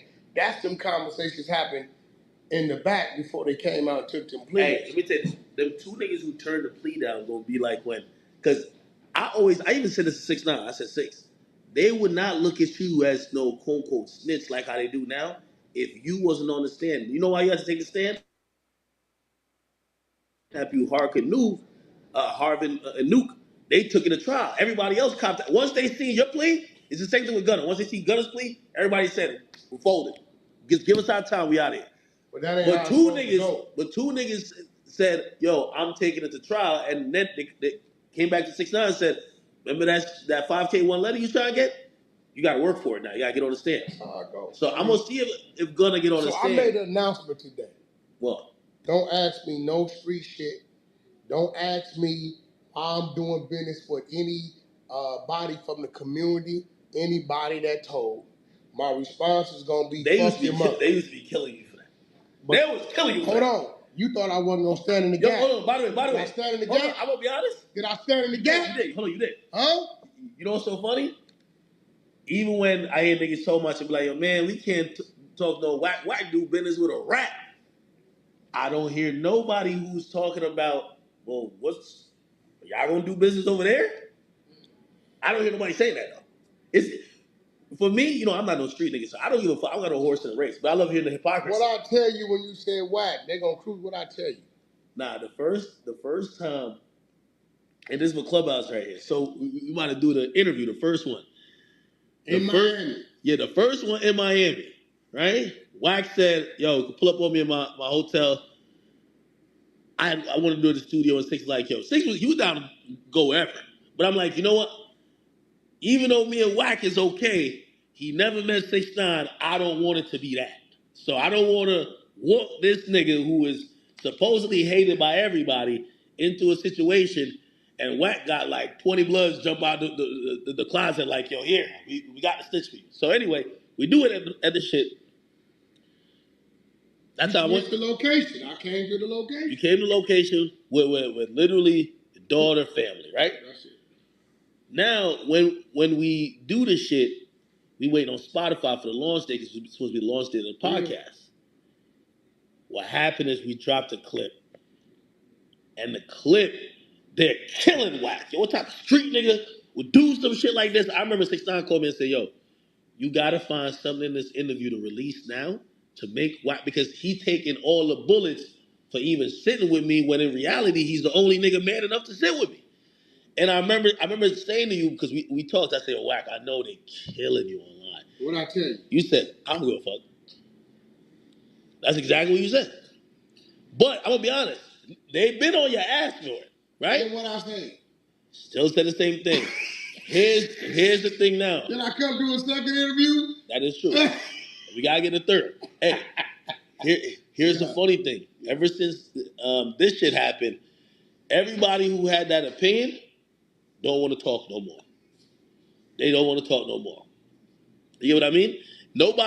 Nobody's saying the same type of shit they said to you. Like, yo, are y'all niggas gonna do business with rats? Like, nobody's having those conversations. Saying that. You seen your man Busta Rhymes? What do you say? Welcome home, King. Oh, nah. I flamed his ass up. Nah, he probably don't know though. He don't know. Nah, yo. Busta's Jamaican, you know. He moved. Come on. You telling me Busta don't know what's going on in Thug Case? Nah, I don't think he know. Yo, hold on. You know who around Busta? Wait. Also, here's the thing too. You gotta remember, Busta is known for not cooperating when something happened or some shit with his peoples. When the bodyguard got hit, and then the mama was like, "Yo, we need justice." He said, "Nah, I'm not." No, he ain't never cooperated, but I mean, you know. So you know how he sees Busta shit. want that feature. Nah, yo, you got He want that gunner feature. Stop it, man. He want the feature, all right? Nah, stop it, man. But let me tell you what I need, though. Even Meek, who tweeted out, he deleted. Meek what? Meek tweeted out, you know what I mean? Welcome home, Gunner. You should have been locked up anyway. They deleted it. I don't know why he deleted it. He said he deleted it. He deleted the tweet. Oh, yeah, of course he deleted the tweet. They got on his ass. I mean, selective politicking. You think I'm gonna let these bozos tell me what to do? These niggas is rappers, bro. Well, now I don't believe them, Act. Well, you know what everybody's saying now? We have to wait till Thug to confirm. You can't say nothing yet. Gotta wait. Thug gotta be the one to stamp like the snitch pass. We just watched you snitch. We heard you. Whoever had that camera was a godsend, and you know it. Because he'd have been spinning. Yeah, that's true. And then you know what happened? Now the camera crews, because they try to do that in secret. Before they told the press when the hearing was, somebody recorded it. Now that's why we see all the new plea hearings. We hearing everything, mic'd up and everything. Everything. Yes, ma'am. Yes, ma'am. Hey, did you see?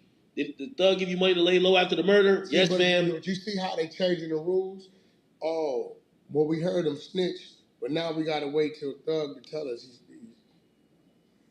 But it's gonna be like that. That's what I'm saying. Nah, that ain't how it go. That's some new wave shit. But that's nigga, if I'm sitting in the cell and niggas tell on my shit, my niggas know what to do. Get to it. I don't have to tell you a nigga snitched and you heard him snitch. Some people feel like Gunna had no choice, man. Choice? Did them two young men? Hold on. Did them two young men just have a choice? The judge said, "I'm gonna give you 50, 100 years of life." I'm only playing. Did they have a choice? Did those two young men have a choice? They did, but I'm gonna play. I'm playing that. Did they take the plea? No, but I'm playing devil's advocate. You know what they're gonna say? Well, Gunna don't really be into nothing. He just be rapping about fly shit. He not like a street nigga like that. No, he claimed rolling 60s. I didn't know it till he told me. I was like, huh? He told you. The Blueface Gunna video. He pulled up and I shot it in my neighborhood. All my homies was there. I wasn't, He like, yo, Whack, everything straight? I'm like, yeah, what you mean? Like, man, you know I'm from 6-0. You from what?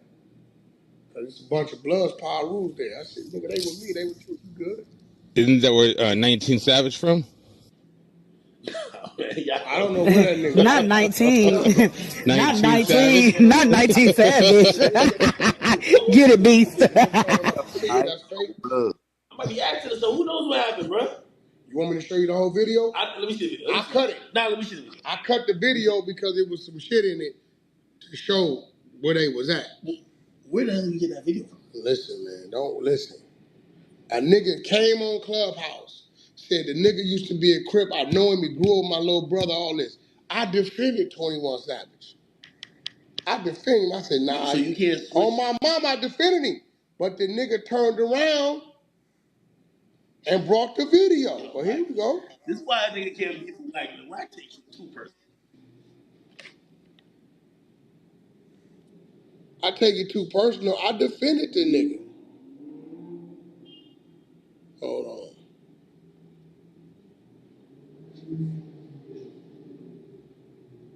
Oh, 6ix9ine didn't show it to you? I sent it to him. Hold on. Man. Look. Man. Now I'm gonna let you see the whole video. Look, that's neighborhood Crip. Now look, I cut it right there. I'm gonna show you why I cut it. Because it shows how real it looks. See what I'm saying? It shows all kind of other shit. So I didn't want all that to come out. What these look. So this ain't no motherfucking What nigga. year is this? I don't give a fuck what year it's in, nigga. I don't give What's that right there? It's neighborhood. Crip. That's what you see Big U throw up all the time. Neighborhood. Maybe with his man, that's what they do. I don't know. Nigga, I don't know. Let me ask you something, Mike. If a nigga seen Whack doing that, what they gonna do? They seen something of me 20 years ago, 15 years ago doing that. What they gonna do? Keep it real, Whack. All right, I get you. No, what they gonna do, Whack? All right, they're gonna be mad. They gonna say what? Oh, nigga, you used to be. So why when another nigga do it, it's a... Oh, hold on. Finally, I got a good response. They said that Game used to be... Where it's at? They said Game was like the other Game. Show it to me. That's what they said online. I'm pretty sure I can Google it. I'm gonna Google it. Pull it up. Show me some footage where you seen Game crippin' blue rag and you got some footage? You ain't got no footage of that. His brother Crip, but that's his brother. It's like a picture with him like a blue rag. Never like seen it. I'm pretty sure they exist. Since then, he didn't tie red and blue rags together. He had a blue rag CD and a red rag CD. Because Game is he in the world. He don't give a fuck about this shit like that. But maybe when he was younger, he was trying to figure it out. Bro, his brother's right there with him. Maybe he was trying to go through like a trial period type shit. I mean, show me, bro. Like I showed you 21 Savage. Show me the content. And let's say that is true. What that got to do with you saying 21? What you saying? I mean, maybe he was trying to figure it out right at that point. He was trying to figure out. This is why I don't fuck with them niggas. You know what I've been since 12? Power rule, no cut. Yo, no cut. Bro. I can call niggas on this phone I've been knowing from other neighborhoods, and we was gang banging in juvenile hall. Yeah, but why? You come from like Oh, and this is my bigger point to everything. Right? A lot of what you say, because I think you're more traditional. You come from like, it is what it is, and it ain't what it ain't. A lot of the points you're making make sense, right? Now, then everything, especially when it comes to an artist, it boils down into like people like me. Do I care? I don't give a fuck. No, you don't give a fuck. You ain't supposed. Nigga, I defend you with that. Well, but that's what I'm trying to say. Even with an artist like this, but you still understand though. I understand it. It's just that I'm like, man, I think he a solid dude. Like the dude, real dude. Like, bruh. And also, I'm a little biased too. He brought me through his hood when I went to Atlanta. I ain't gonna lie, nigga looks super official. What that mean? I'm just saying. I can have a known snitch take you through his neighborhood. Come on, just stop. You know why? Because these days, whoever got the bag and give him a gold chain and get him in the VIP is the man. The streets is fucked up. Before the artist followed the nigga in the block. Now the nigga on the block. You don't believe Savage soft though. I don't think you believe. Yeah, I believe you soft. Before rapping was running around Atlanta robbing niggas. Like, because you robbing kicking the doors. That make you hard. I'm not saying that make you hard, but that's the life. Just because he rapped about it don't mean he did. That's how he got shot. He told you he was kicking in doors? That's what his life was. That's what he told you? Go. I did a whole interview with him in his hood. That nigga 119 pounds. How many doors he kicked in? Yo, whack, man. I'm being real, act. Yo, whack, man. Act. Bro. I feel like you trying to tear down anything about him that could be real. I'm not trying to tear it down. I'm just keeping it 100. Don't tell me you 119 pounds and you walked the penitentiary yard with monsters and giants and you was running. He ain't never say that. Don't tell me. He ain't never say. Don't tell me you ran them Atlanta streets and it's some real savage country crazy niggas. I don't think he ever said he ran the Atlanta, but I think he definitely said he did his thing. Like as a street nigga, he did his thing. You know what I mean? Which means everything he rapped about. Blood? Which one? Man, I don't know what you talking about. Yo, what's wrong with you, man? All I know is that man deserves citizenship in the United States of America, man. That's all I know. Nah, bro, we got too much crime out here. I want you to let he up. He needs to go back to England. No, I want you to see what his dad did? Nah, I want you to let up over him. You know why I ain't gonna let up over him? Because you don't do what you're supposed to do for me, eh? Nah, you gotta let up over my mans, man. Like, I want, like, you making this situation hot. They told you not to fuck with me? No. But you making the situation. Listen, I was an immigrant, so I know how immigrant shit go. And what I mean by immigrant shit is like when. Where you was born at? I was born in Jamaica. Okay. My mom. If you got an ass, they can send you back. Nah. If you committed a felony. Nope. I'm a naturalized citizen. Okay, so he ain't that though. So he over here fucking up our country, act.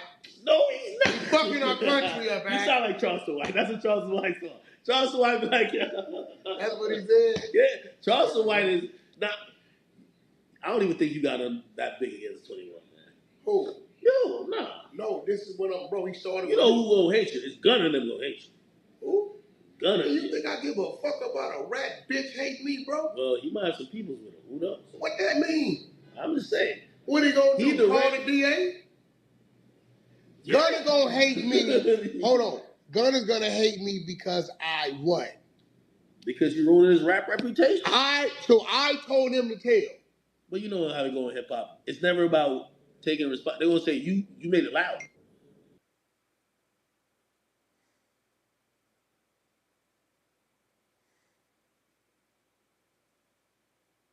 We know this could have not, it was only right when determining who could come up with a top 10 podcast list that we get the opinion of Jim Jones. Okay, so Jim Jones dropped the top 10 podcast list.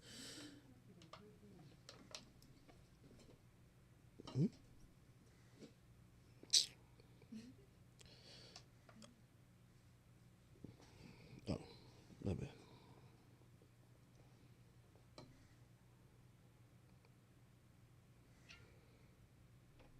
Who the fuck?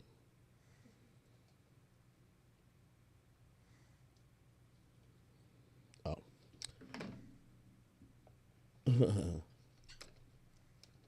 All right.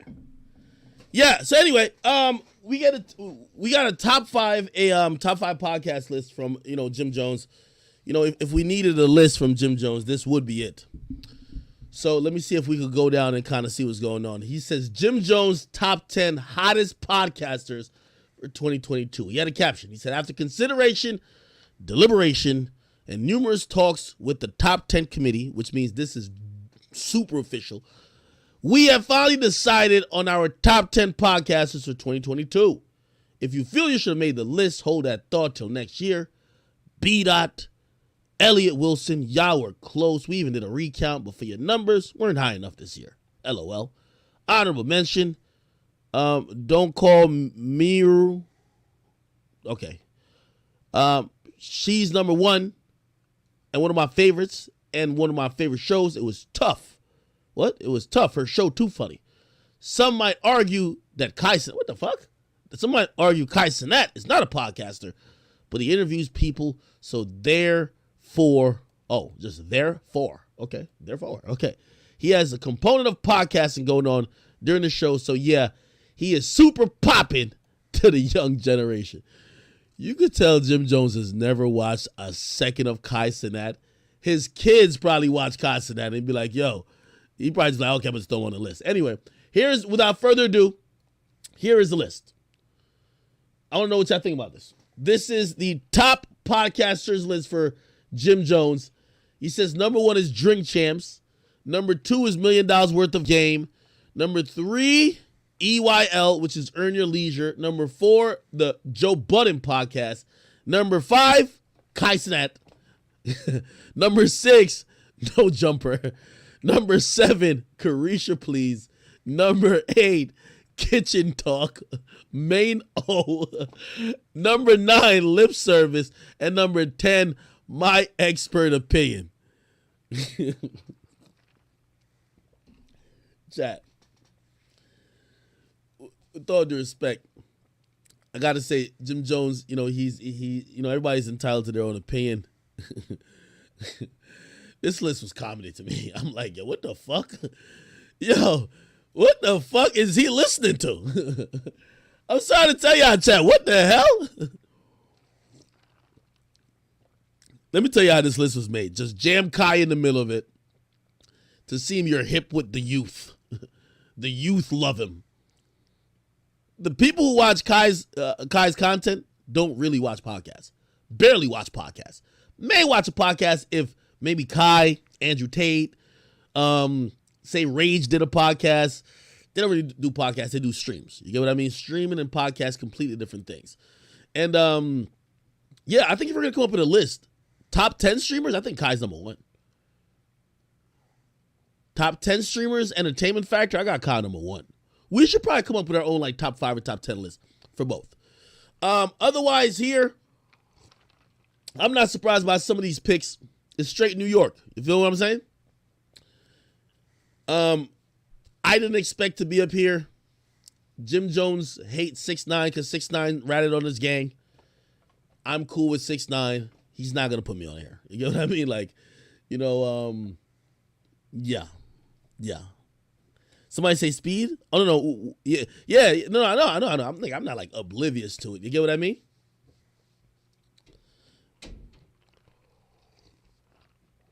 I'm not oblivious to it. I don't know why people keep calling Carisha Please a podcast, though. It's not a podcast, if you ask me. Carisha Please is not a podcast. Drink Champs, I like Drink Champs. Do you want me to come up with my top 10 list? Like, come on now. Like, with all due respect, whose list y'all want to see? Jim Jones or Big Axe list? Y'all want Big Axe list? We can do Big Axe list right now. We could do Big Axe list of top 10 podcasters right now. We got to get it lit. Okay. How do I open up a note thingy like this, like Jim Jones? We're going to do it the same way. iPhone notepad or notes. See if we can write in the shit. Nah, come on. I want to write in some shit, some notes. How can we? I need to bring up a notepad. Okay, how about I just use the regular notepad on the computer? Notepad. All right, bet we got it right here. Oh, hold up, chat. Y'all gonna have to help me make this list. Big Ack is making his list. Cool. Top Big Act top 10 podcasts for 2022 list. Best list ever. Good. This is all these niggas do. Like, these niggas write in their notepad and think they're, listen, Big Act is the biggest personality, okay? By the way, let me tell y'all this now. Don't even put me, hey, I make this motherfucking declaration. Don't include me on any of y'all personality or any type of list if I ain't number one. I'm sorry. I done killed the game this year. If I ain't one, if you put me 2, delete me. I don't want to be on it, period. Just delete me. I'm not 2, not 3, not 4, 5, 6, 7, 8, 9, 10. If I'm not one, delete me. I don't want to be on your list. Your list is trash anyway, okay? If I'm not one, fuck your list, okay?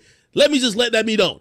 If when it comes to personalities in hip hop this year, I love watching people's opinions and, like, you know, kind of see what they're thinking. But if you have me on your list, period, clearly we have a conflict of interest here. Jim Jones' brother Mel Murder was snitched on by 6ix9ine, who happens to be a guy who I call a friend. Okay, did I co-sign 6ix9ine snitching on him? No, but I get it. Like, I wouldn't put me on if I'm Jim Jones, I'm not on his list anyway. Okay, however. Somebody feel themselves? Nah, I don't feel myself. My nigga's Big Act, nigga. Name a hotter nigga in a hotter personality than me, nigga. Name one. Name one. Name one. Who y'all talking about? Name one. 2022? Name one. Nigga's the prize, bruh. Fuck is that talking about? I'm gonna be objective. Name one. Let me see what y'all gonna name. We're not talking about Joe Rogan, okay? We're talking in the hip hop bubble. Ooh, y'all just mentioned something that was good. Nah. I had a better year than Joe this year. I'm sorry. This year, just as a personality wise, Joe kept it calm. I've been shooting from the hip since January, my nigga. I've been hip firing, my nigga, since January. I'm sorry. Joe just started responding to a couple scallywags who called him out. Nigga, I've been shooting from the hip since January. I'm sorry. Charleston White? I'm glad y'all mentioned that because I got to throw Charleston White in my list now. Okay. Are we doing podcasters or personalities? We're going to do top 10 podcasts first. Top 10 podcasts first. Let's do top 10 podcasts first.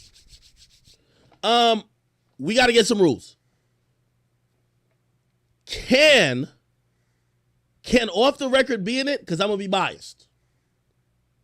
Can off the record be in it, or should I keep it out of it for the sake of my list? If I'm going to keep it out, I'm going to put a disclaimer. I am not considering my own podcast to rank it. You tell me where.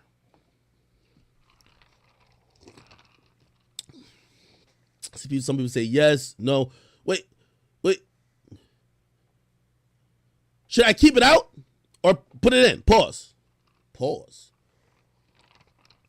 You said keep it out first? Okay, let's keep it out. Let's go. By the way, after this list is made, we give no fucks about none of y'all other lists, okay? This is the only list that matters. We're going to go, chat, for number 1. Maybe I should get in Discord. Should I do it by myself or get in Discord? Chat, I'm shooting from the hip here.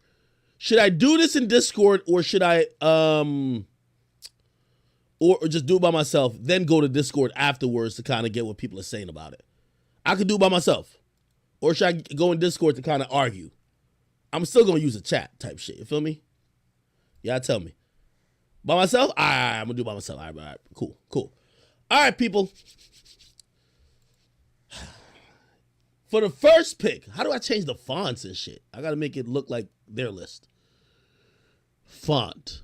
We got to get it. You got to put this in bold right here. Let's go like this. Bang. Big Act, top 10 podcasts of 22 list. Best, you got to make it on some, format font. This would look,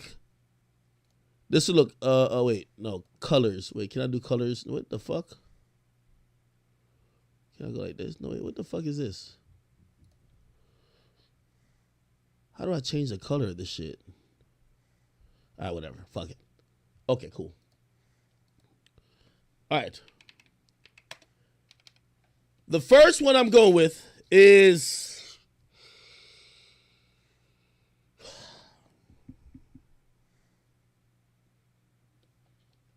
I'm going to be honest. Drink Champs. Reasons? Nah, I'll give the reasons later, but Drink Champs number one.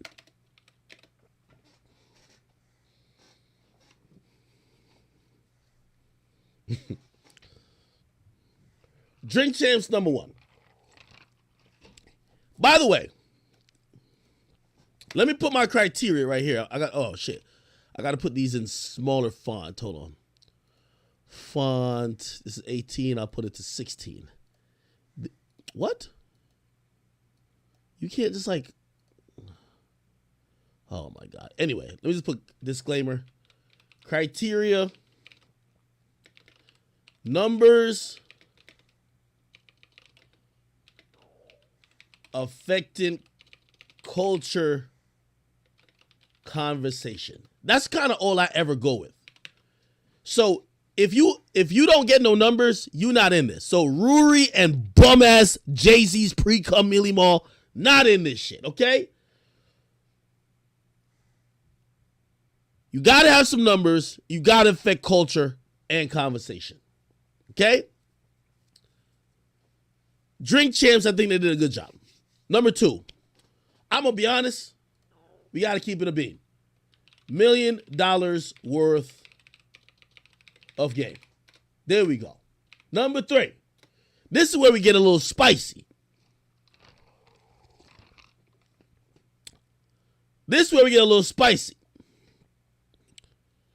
By the way, if I'm going to argue and I'm going to get in Discord to hear our opinion, I'm giving Drink Champs number one because I remember I was number one on Spotify for so long, and the moment they said we got Kanye coming on, nigga, they was damn near number one for like 5 days out the next week, nigga. And they don't really promote their Spotify like that, but it's people, like, that started the Kanye spiral. Did they do 2 Kanyes in a year, or was it one? Kanye West, Drink Champs. What was the first one? So we know we got October. Hold on, make sure I can see it. So we got October 20th, right? What was the first one? Oh, the first one was in November last year. It almost feels like 1 year though, but cool. This shit started the Kanye spiral. And also it cost, like, Drink Champs, y'all gotta be number one because y'all lost Kanye $4 billion. If a podcast could lose you $4 billion, that's the number one podcast. That's not backhanded compliment. I'm just saying that moment was so huge. Okay, salute to Nori. But come on, man. All right, so I got Drink Champs $1 million worth of game. Who's number three? Who's number motherfucking 3? And their biggest interview they even deleted, and the shit was still doing numbers. Okay, I'm glad. Way up, you just mentioned something important. If we're gonna have this conversation, should we put in quasi hip hop podcast? Let me explain. Drink Champs $1 million worth of game. By the way, these are hosted by rappers who are, been in the game for a while. Even if they talk politics, it's still hip hop. You get what I mean? Now, Joe Rogan isn't hip hop. I wouldn't put in Joe Rogan. She wouldn't be qualifying for this category. Okay? So, of course, Joe Rogan has a huge podcast. I listen to it a lot, but he wouldn't qualify for this category. However, he's just clearly other. What about, though, podcasts like Full Send, who interview rappers, Fresh and Fit, that talk about things that people in the urban community care about, Full Send, Fresh and Fit, and what about Andrew Schultz, Flagrant 2? Do they matter in this? If it's a yes, it might be monkey wrenches. I'm not just trying to throw a Kai Cenat in there, and when I mean throw Kai Cenat in there like how Jim Jones did, he just threw that nigga in there to try to look hip. You know what I mean? I'm seeing a lot of no's. No. Okay. Next question. Does 85 South Show, do they qualify as hip hop Or is it like an Andrew Schultz that is mostly comedy, but there's a hip hop element? Obviously, more than Flagrant 2, there's a hip hop element because it's 3 black dudes. But do we consider 85 South Show? You gotta tell me if they're eligible. Run a poll on that real quick. I need a poll on that real quick. Come on now. By the way, let me shout out to my gifters real quick. Yo, the Beat Goat 951, thank you for the 5 gifted. Jinx 910, thank you for the 5 gifted. And of course, Playful Anxiety, thank you so much. Playful Anxiety is so dope. Like, I think she might be one of the leaders in gifted subs. One of our beautiful chat queens, you know what I mean? Baller for Life, he says, yo, Ak, I fuck with the content. I appreciate you. Okay, cool. Yo, we're running a poll right now. It's on Twitch. Come on, man. I'm going to give y'all a minute to vote. Let me put up the poll on the screen.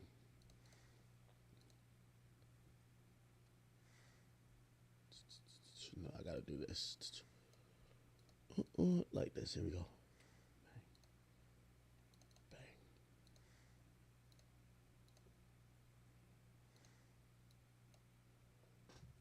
Okay, here we go. Twitch, the academics. I'm going to show you what the poll is saying in real time. This is the poll. Again, we're putting out the official list. By the way, fuck every list before mine and fuck every list after mine, okay? This is the only list that matters. We're talking to the people. Some people say it should matter. Hey, we're going to give it 2 more minutes. Right now, 58% says yes, 42 says no. Okay, we're hanging in there. YouTube, I know y'all trying to do y'all own poll shit as well. Y'all can do y'all poll. Damn, on YouTube it says 67 says 85 South Show has to be on the list. By the way, Kevin Williams, thank you for the donation, and also Victor, appreciate you. All right, I'm gonna give it a little bit more. But it appears that we got to put in 85 South Show. Good. We're coming up with criteria. We're coming to a great list, chat. Don't worry. Don't you motherfucking worry about it, okay? We're just going to say yes. We're going to say yes, all right? Cool. I'll put it on the side for now, unless y'all think 85 South Show should be third. Do y'all think 85 South Show should be third? What do y'all think? Some people say that shit ain't hip hop. I mean, well, think about it. Like, when you say this shit ain't hip hop, it's like, bro, most podcasts, like, they have a hip hop overtone, and then they're doing whatever. Like, Joe Budden doesn't only talk about hip hop music, bro. He talk about shade room drama. He talk about some shit he might see in politics or sports. You know what I mean? Like, again, we're just talking about cultural hip hop shit. What's number 3? What's number 3, people? What's number 3? I'm seeing a bunch of people say, some people say, nah, throw Off the Record at number 3. Hey, we're keeping my podcast Off the Record, which is exclusively on Spotify. We're keeping that off right now. We're keeping it off. Okay? We could argue afterwards if I was going to be on the list where it would be. By the way, put it like this. These lists don't matter to me. I'm getting more money than rappers. I don't give 2 fucks about these lists, okay? At this point, I could print up the trophies myself and just give it to myself. I don't need a validation. I just do this. This is some great content. I ain't gonna lie to you. So, and when it comes to personalities, I'm one. I keep telling you, I'm one. I don't give 2 fucks what niggas say. This year, I did it. I'm my biggest fan. I ain't gonna lie to you. Okay, y'all say Vlad? Some people say Vlad. Okay. Some people say Vlad. Some people say Joe Budden podcast. Hold on, I gotta go to. Well, that's Twitch. Let me go to YouTube. Some people say Vlad. Some people saying Joe Budden podcast. Hey, for the purpose of this, we're not gonna put Say Cheese on it. I see some people say Cheese. We're talking about podcasts, so you have to have a podcast series or something of the sort. Which I might be a little bit hypocritical because I might count Vlad. But if I count Vlad, I should count Say Cheese, right? All right. Yeah, Vlad, okay. Somebody said Vlad's not a podcast. Okay, I'll make this rule. Vlad is ineligible for this. Okay, we're gonna have another list. Vlad, myself, No Jumper is a platform. They're gonna you can name an individual No Jumper. No Jumper has like 25 podcasts. You can name an individual podcast. You can't name the platform. You get what I mean? So Vlad, platform. We're gonna do a list where it's best platforms, which is gonna include me, Say Cheese, this and third. But we're gonna do that. But right now, you gotta have a podcast name. So even with me, y'all might be like, Ak, yo, you the man. We're only talking about what Ak has done on Off the Record. What Gilly has done on $1 Million Worth of Game. What Nori has done on Drink Champ. It has to be a podcast. We're gonna come up with other shit for that, okay? Joe Budden. I think Joe Budden is in third. Joe Budden? I think Joe Budden podcast comes in third. Yes. That's a JBP. Featuring Ish and Ice. There we go. We cooking now, chat. We got the best list in the world. Perfect. Okay. Let me throw some more names into the hat. We got Math Hoffa. I think his podcast is called Expert Opinion. Expert Opinion. Remember, you still have so you got Math Hoffa in a cut. Stop mentioning Rory and Mealy Mall like, bro, them niggas is in a casket dead. Skeletons.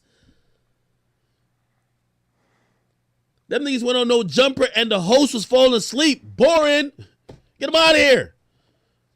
Full Send is not in this chat. I know I love Full Send too, but not in this. Now, we're not considering Mike Tyson. Like his podcast isn't really around hip hop. He's in a different world. Breakfast Club does count. Breakfast Club does count. Big Facts does count. Breakfast Club, I'm throwing out names that we haven't already gotten. Breakfast Club, Big Facts, Math Hoffa's podcast, 85 South Show. Bro, could y'all create a poll? Y'all helping me. I'm on the overall pick, but y'all help me. No. The reason why Breakfast Club is going to count is because there's no more radio categories. So we're going to look at I mean, obviously there's probably like some entity that cares about radio. No, there's not enough competition for radio shows, so we have to put Breakfast Club in the podcast category. By the way, they do put out podcasts, and if you look at any podcast list, they're usually decently high up because people still do listen to the Breakfast Club, okay?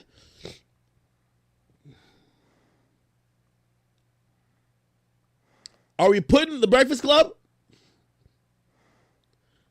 Well, somebody says, well, if we go by that thing, somebody says Ebro in the morning. Please stop, nigga. Please stop. Nigga, please.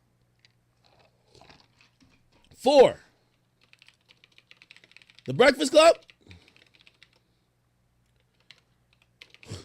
I'm going to put it in parentheses with Angela Yee. She just quit. With Angela Yee. Okay, we're coming to it. 5, 85 South Show. My bad. We could do some shuffling. Don't worry.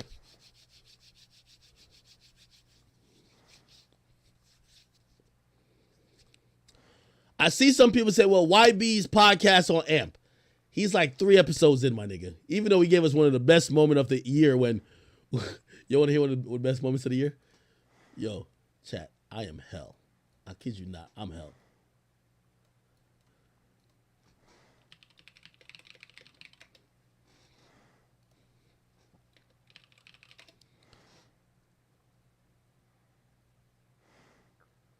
Hold on. Young Boy's podcast is new.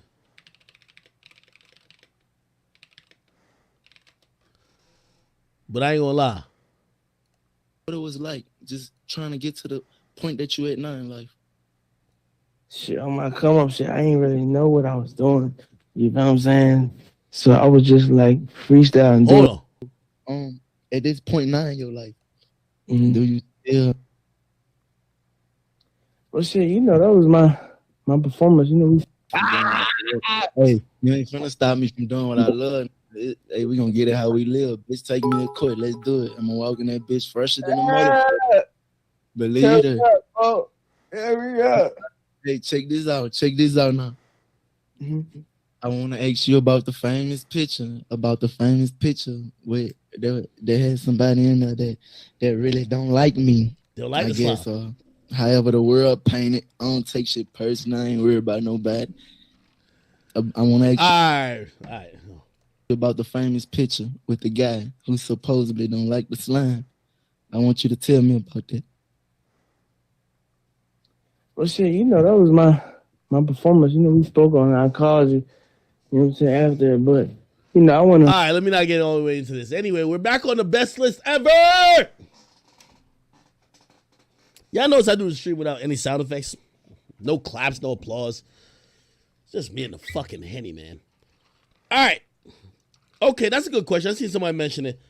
Could podcasts like The Pivot qualify?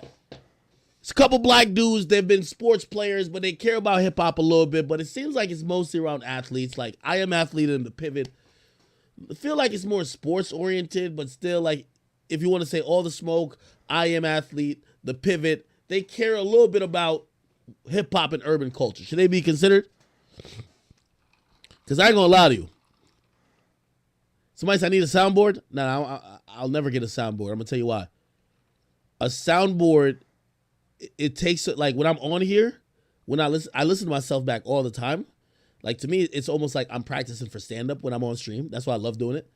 And I'm going to do stand-up soon. I ain't going to lie to you. I'm going to try. Hopefully I don't bomb. But when I'm on here, the reason why I don't like using sound effects is if I use sound effects, it's a bailout. It's like, you know, I don't have a punchline. I don't have something that y'all could just crack up at. I just hit a punchline. I use the sound effects to coddle it. You know what I mean? I want, if y'all gonna laugh at some shit, y'all gotta laugh at what I say. Because if you're ever on a stage or you gotta be funny, you can't just hit a button and niggas laugh. You know what I mean? All right. Okay. We're at number 6. Actually.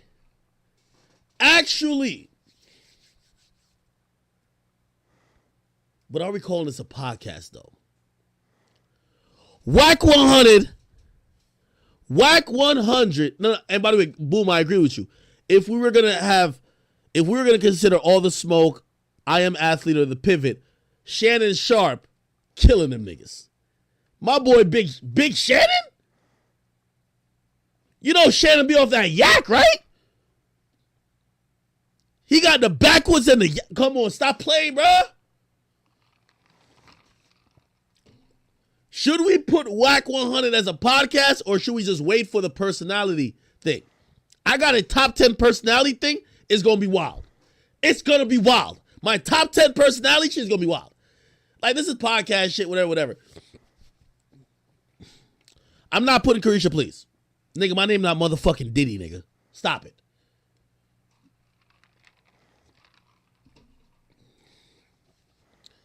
And let me tell you why I won't put Carisha, please. I'm not no hater. I do like the content she's putting out. Bro, you only got 7 episodes. You got 7 episodes. Niggas been grinding all the way from January, bro. Some niggas just put out 100 episodes. Some niggas been entertaining people week in and week out. 2 times a week, 3 times a week. I'll give you your credit, Carisha, but put some more work in. I'm sorry to say. She does do some numbers. But 7 episodes is like me spitting at people who've been day in and day out doing this shit. You feel me? Big facts, I think we got to put it in. I like big facts. I ain't going to lie to you. Okay, all right. Let me start putting on some people on the list. Math Hoffa of Big Facts. Math Hoffa of Big Facts. Talk to me. Math Hoffa of Big Facts. Lip service not going above these podcasts. And I would consider lip service, but it's not going above these podcasts.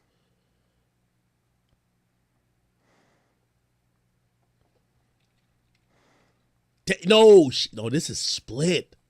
We could reshuffle later. Yo, chat, YouTube and Twitch, we need a poll. Math Hoffa, my expert opinion, versus Big Facts Podcast. Oh, shit. We getting it lit. Oh, nah. Man, we not considering the shop, man. Stop it, bro.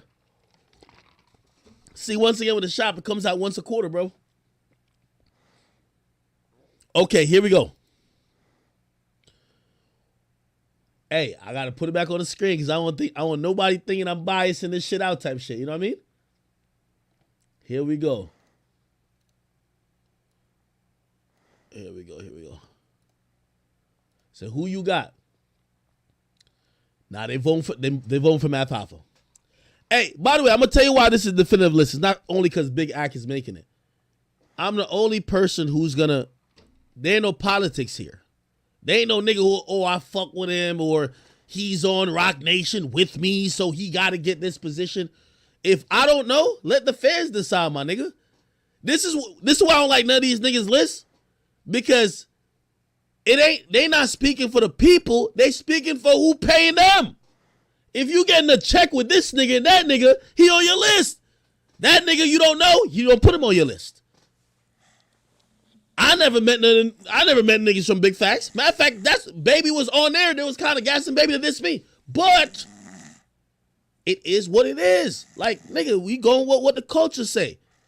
If the culture says it's it. I bet we gonna put Math Hoffa. And by the way, I do think Math Hoffa had a good run this year. Good run, Math Hoffa. Good run. I'm getting this podcast name right? Is it Math Hoffa or Matt Hoffa? Let me just Google it. Math Hoffa, okay, I got it. It's math. Okay. Math Hoffa, my expert opinion. Cool.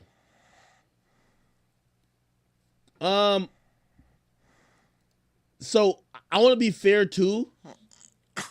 Are we putting, so if I see some people say Funny Marco. I think if Funny Marco we're going to consider Funny Marco, you got to consider Carisha Please. I don't look at that as traditionally a podcast. I look at that as like a digital show. You get what I mean? Where you don't expect it as frequently as a podcast, but you know what I mean? It's like episodic. Okay. Number seven. Yo, King Benny, stop the fucking trolling, nigga. Talking about red table talk. Yeah, man, that shit gave Will Smith PTSD, nigga. Somebody says, y'all tell me. Some people throwing in Fresh and Fit. Hey, we're considering everything.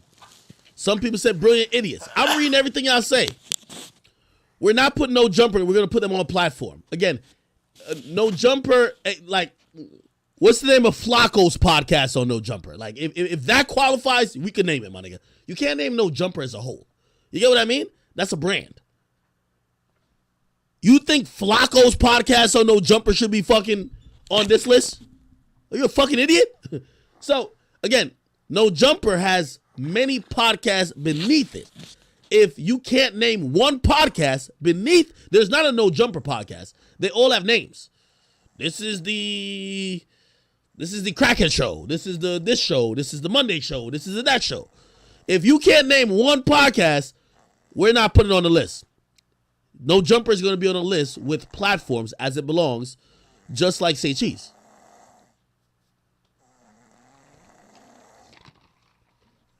Stop saying Pat McAfee. What's up with y'all, man?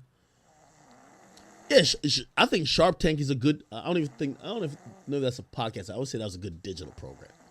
That's a good digital program. I like that. Okay. A lot of people saying, well, not a lot of people. I see two people say Brilliant Idiots. Could have been records. No, we're gonna have Drewski possibly for best hip hop personality. We're gonna have a best hip hop personality list. Or maybe we should do best comedic hip hop personality. This is our damn, we gotta do awards and shit now. Holy shit. Perfect. Alright, cool. Brilliant Idiots. Name some more hip hop podcasts, please. Brilliant Idiots.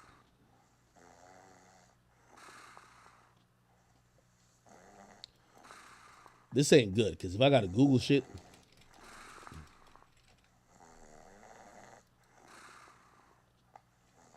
If I gotta Google shit, it's probably not that popular.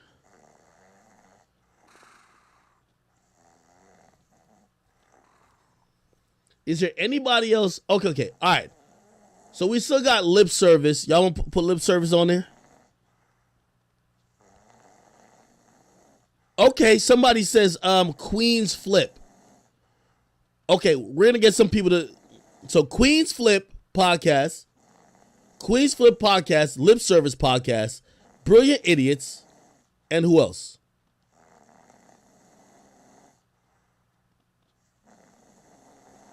Bro, we can't mention like. I feel like if we mention Flagrant 2, bro, like we almost fuck up the whole shit. If we mention Flagrant 2 or a full sentence, we fuck up the whole shit.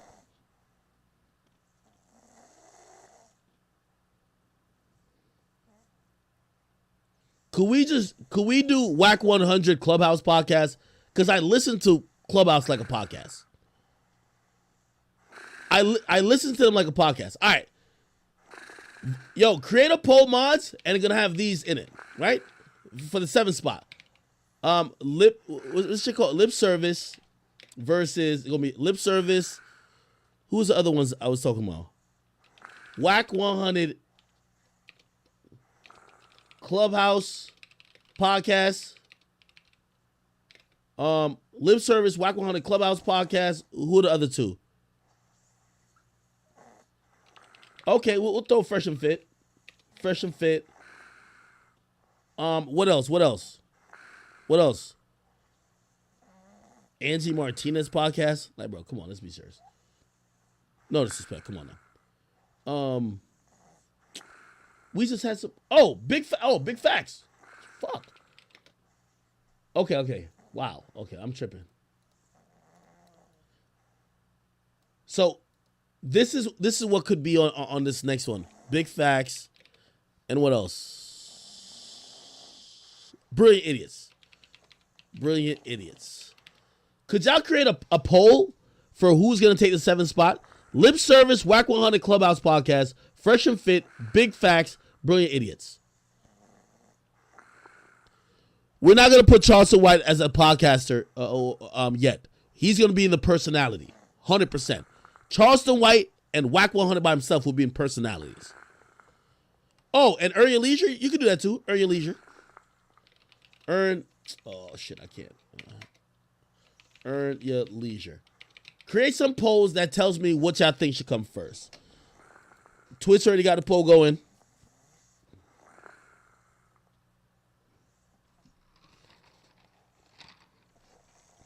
So we're trying to consider who would take the 7th spot.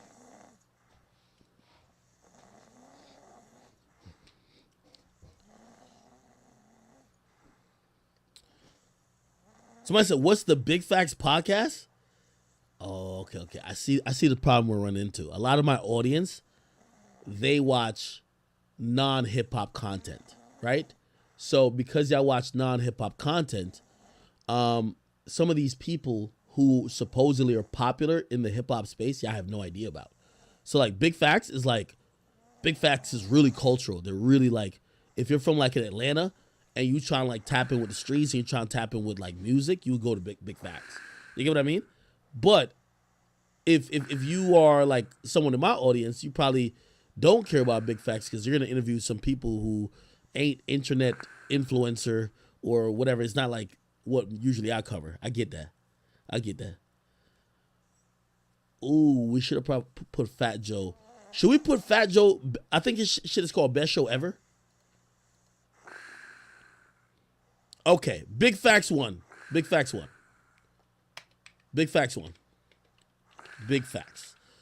Okay. Big Facts 1. Number 8, I'm going to go with, honestly,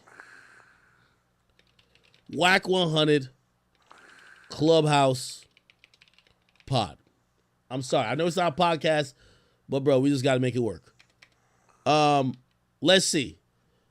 So if we're taking this out,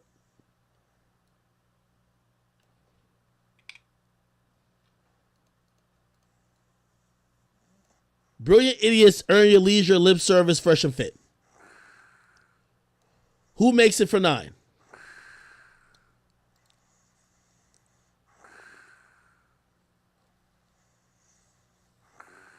Drink Champs is on there already, my nigga. Like, y'all don't see? No, we're not putting full send on it.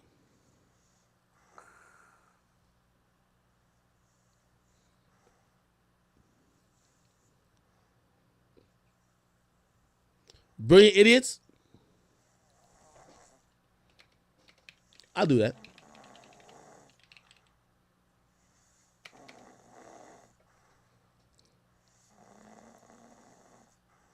Number 10.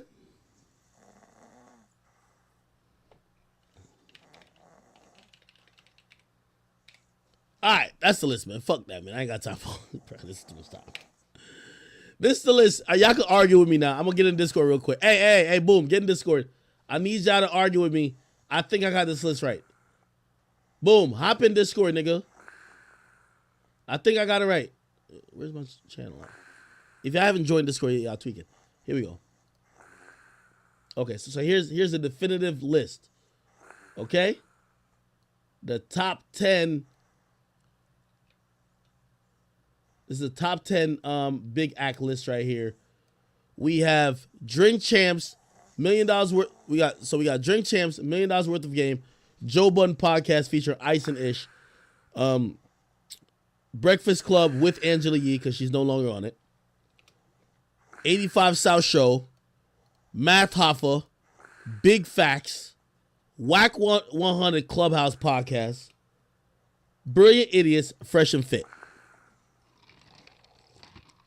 Some people say take Fresh and Fit out. Who should replace? Hey, listen, this is y'all list. This is the people's list. This ain't just my list. I mean, this is the biggest list, the big act list, but like this is the people's list. Who should we replace instead of Fresh and Fit? We can replace them. Who should we How about I got a good one. No, I'm about to put this at 9 though. Fat Joe, I think it's biggest show ever. And then put Brilliant Idiots at 10. Brilliant Idiots right here. What about this?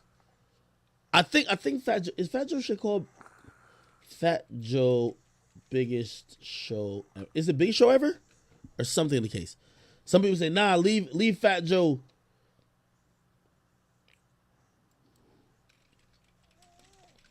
What's this IG live show called? It's called the Big Show. Okay. I'll do that.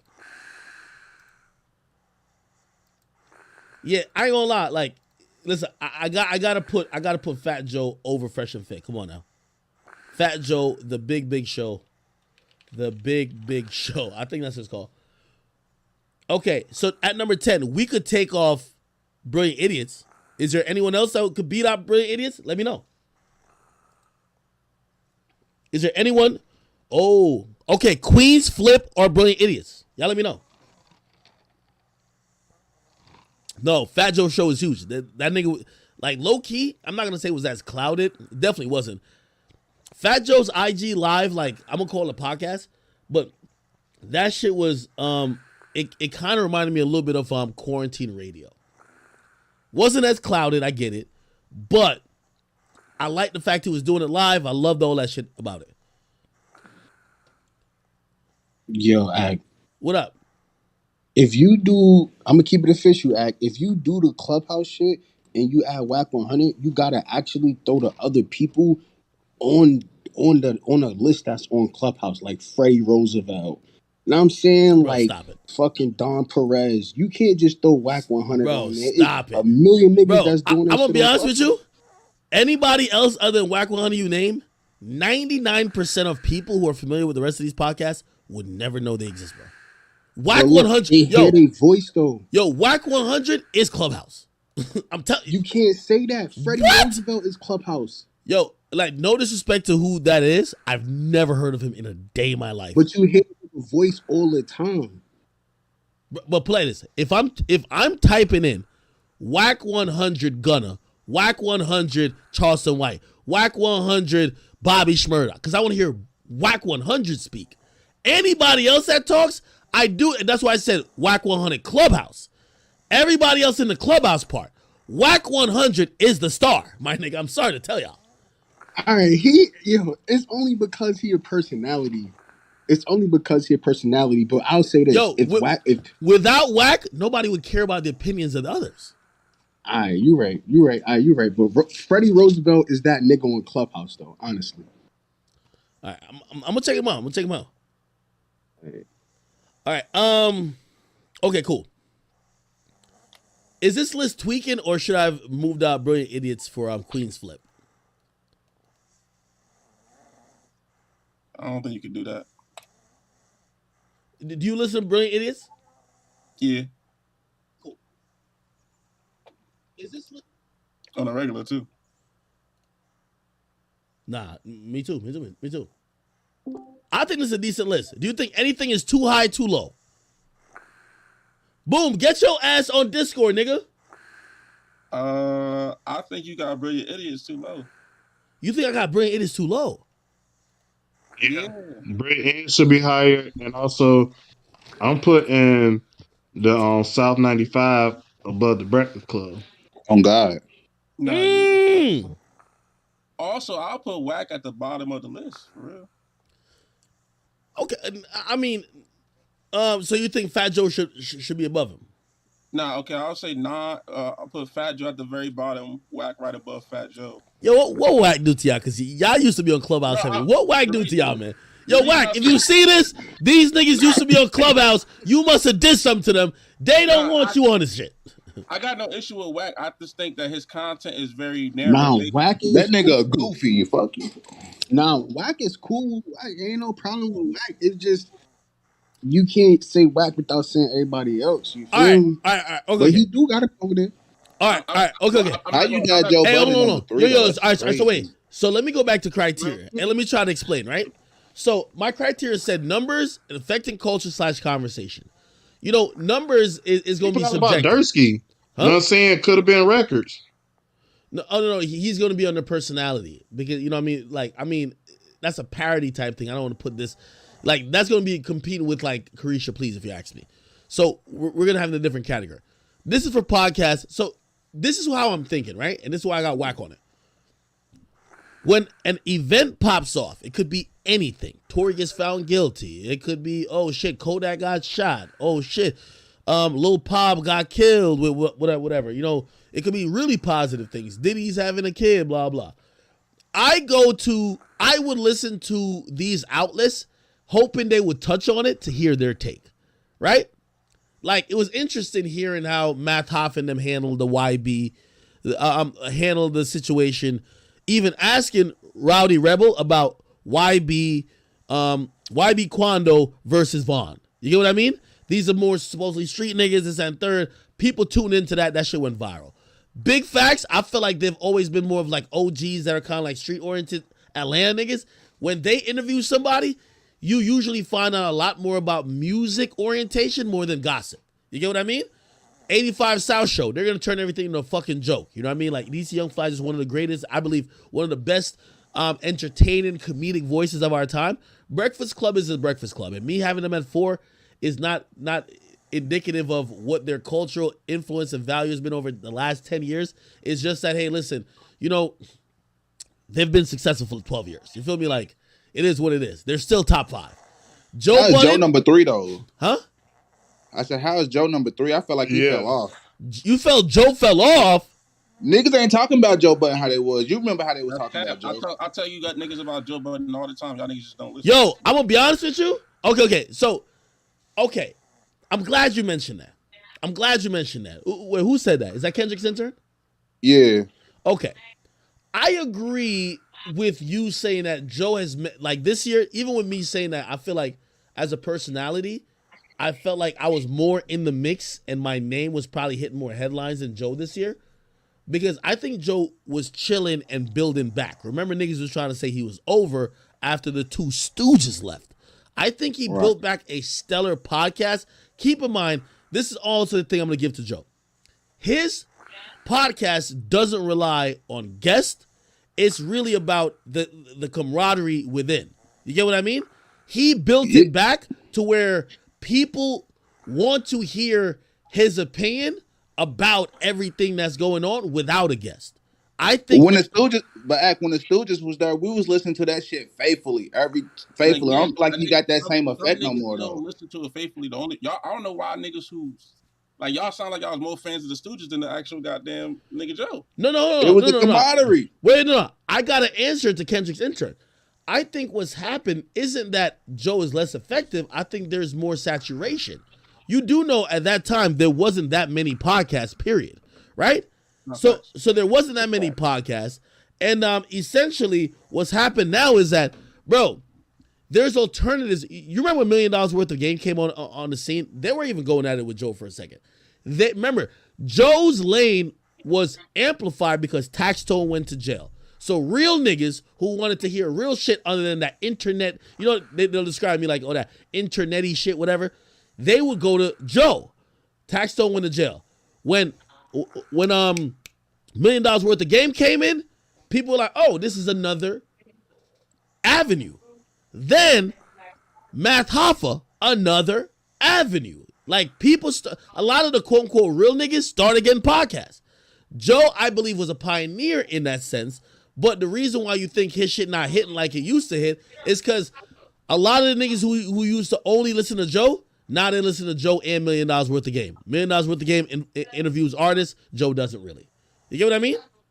Does that make sense? Yeah, it makes sense. Would you consider the Star Report as a personality or a podcast? Both. Let's keep it on the list, bro. It's on the list. Now don't bring up stuff. I'm saying I'm surprised that's not on the list because he Star is consistent. No. Every other day on YouTube. To be honest, I put Big Facts over Joe. To be honest, hold on. Yeah. Vlad also had those one-off specials where he'd take those two iconic people and just give them top. And by the way, let me address Wale first. You know, Star is gonna forever be a legend in the culture, and the only reason why he's not on my list, by the way, if we're not going by talent here. I think you put Star with anybody on the mic, Star demolishes and eats everybody up. And to be honest, if me and we did Everyday Show for a small period of time, but if me and Star was going to be face to face or like we were going to do a show at this point, I would know that it's same with Joe. Like if me and Joe was going to do a show, I got to be on my best game every day. I got to be ready to drop 40 because he coming with 40. So Star's one of the most talented motherfuckers. The only reason why he wouldn't be on this list, I believe, is that I think if he gives a hot take, and this matters, if he gives a hot take about something, the culture doesn't react to it and change because of it. Right? Like, I have no idea what his thoughts is on I guarantee he probably talks about. I don't know what his opinion is on Tory and Meg. When I say something about Tory and Meg or Joe or if the Breakfast Club or shit, if Drink Champs had interviewed somebody that said something or even Wack said something, Wack had gave a theory that people were running for months. So that's a little bit different. You get what I mean? Does that make sense? Why you ain't got Say Cheese on here though? Say Cheese going to be on the platform. Under platforms, it's going to be there. Yo, this is one of many lists, brother. Yo, after this, we're going to 2 lists. We're going to top 5 personality, right? So we're going to do top 5 personality, or maybe we could do 10. So top 5 personality, and then we're going to go to top 5 platforms, or top 10 platforms. Yeah, now real quick, though, about the Wack shit, though. Wack don't even need to be on this list, because one, Wack is not a podcast. And also, when it comes to affecting culture, he only affects one small, minute facet of the culture, which is street shit that does not transcend everywhere.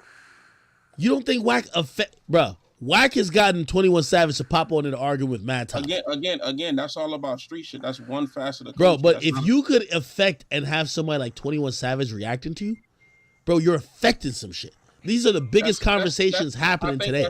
I think that's a bias on your end. That's not really, that's not a pod. Okay, that's one case basis. Okay, and it does not affect. He doesn't comment on culture all around. He just paperwork parties.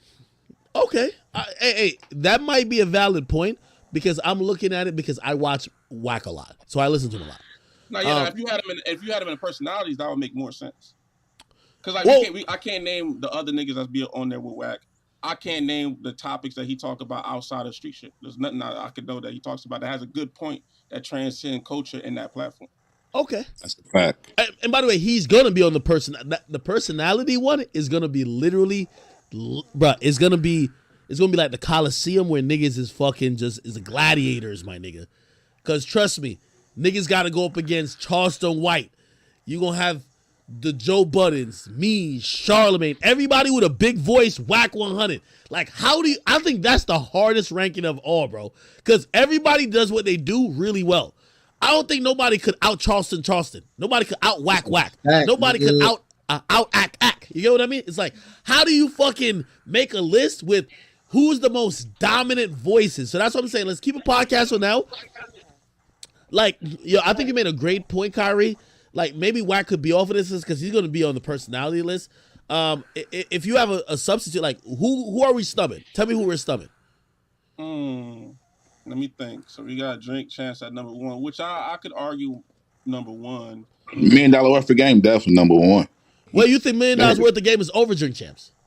Yeah, I feel like they snub off this list is the LeBron James podcast. They literally had everybody. Yeah, besides LeBron James podcast.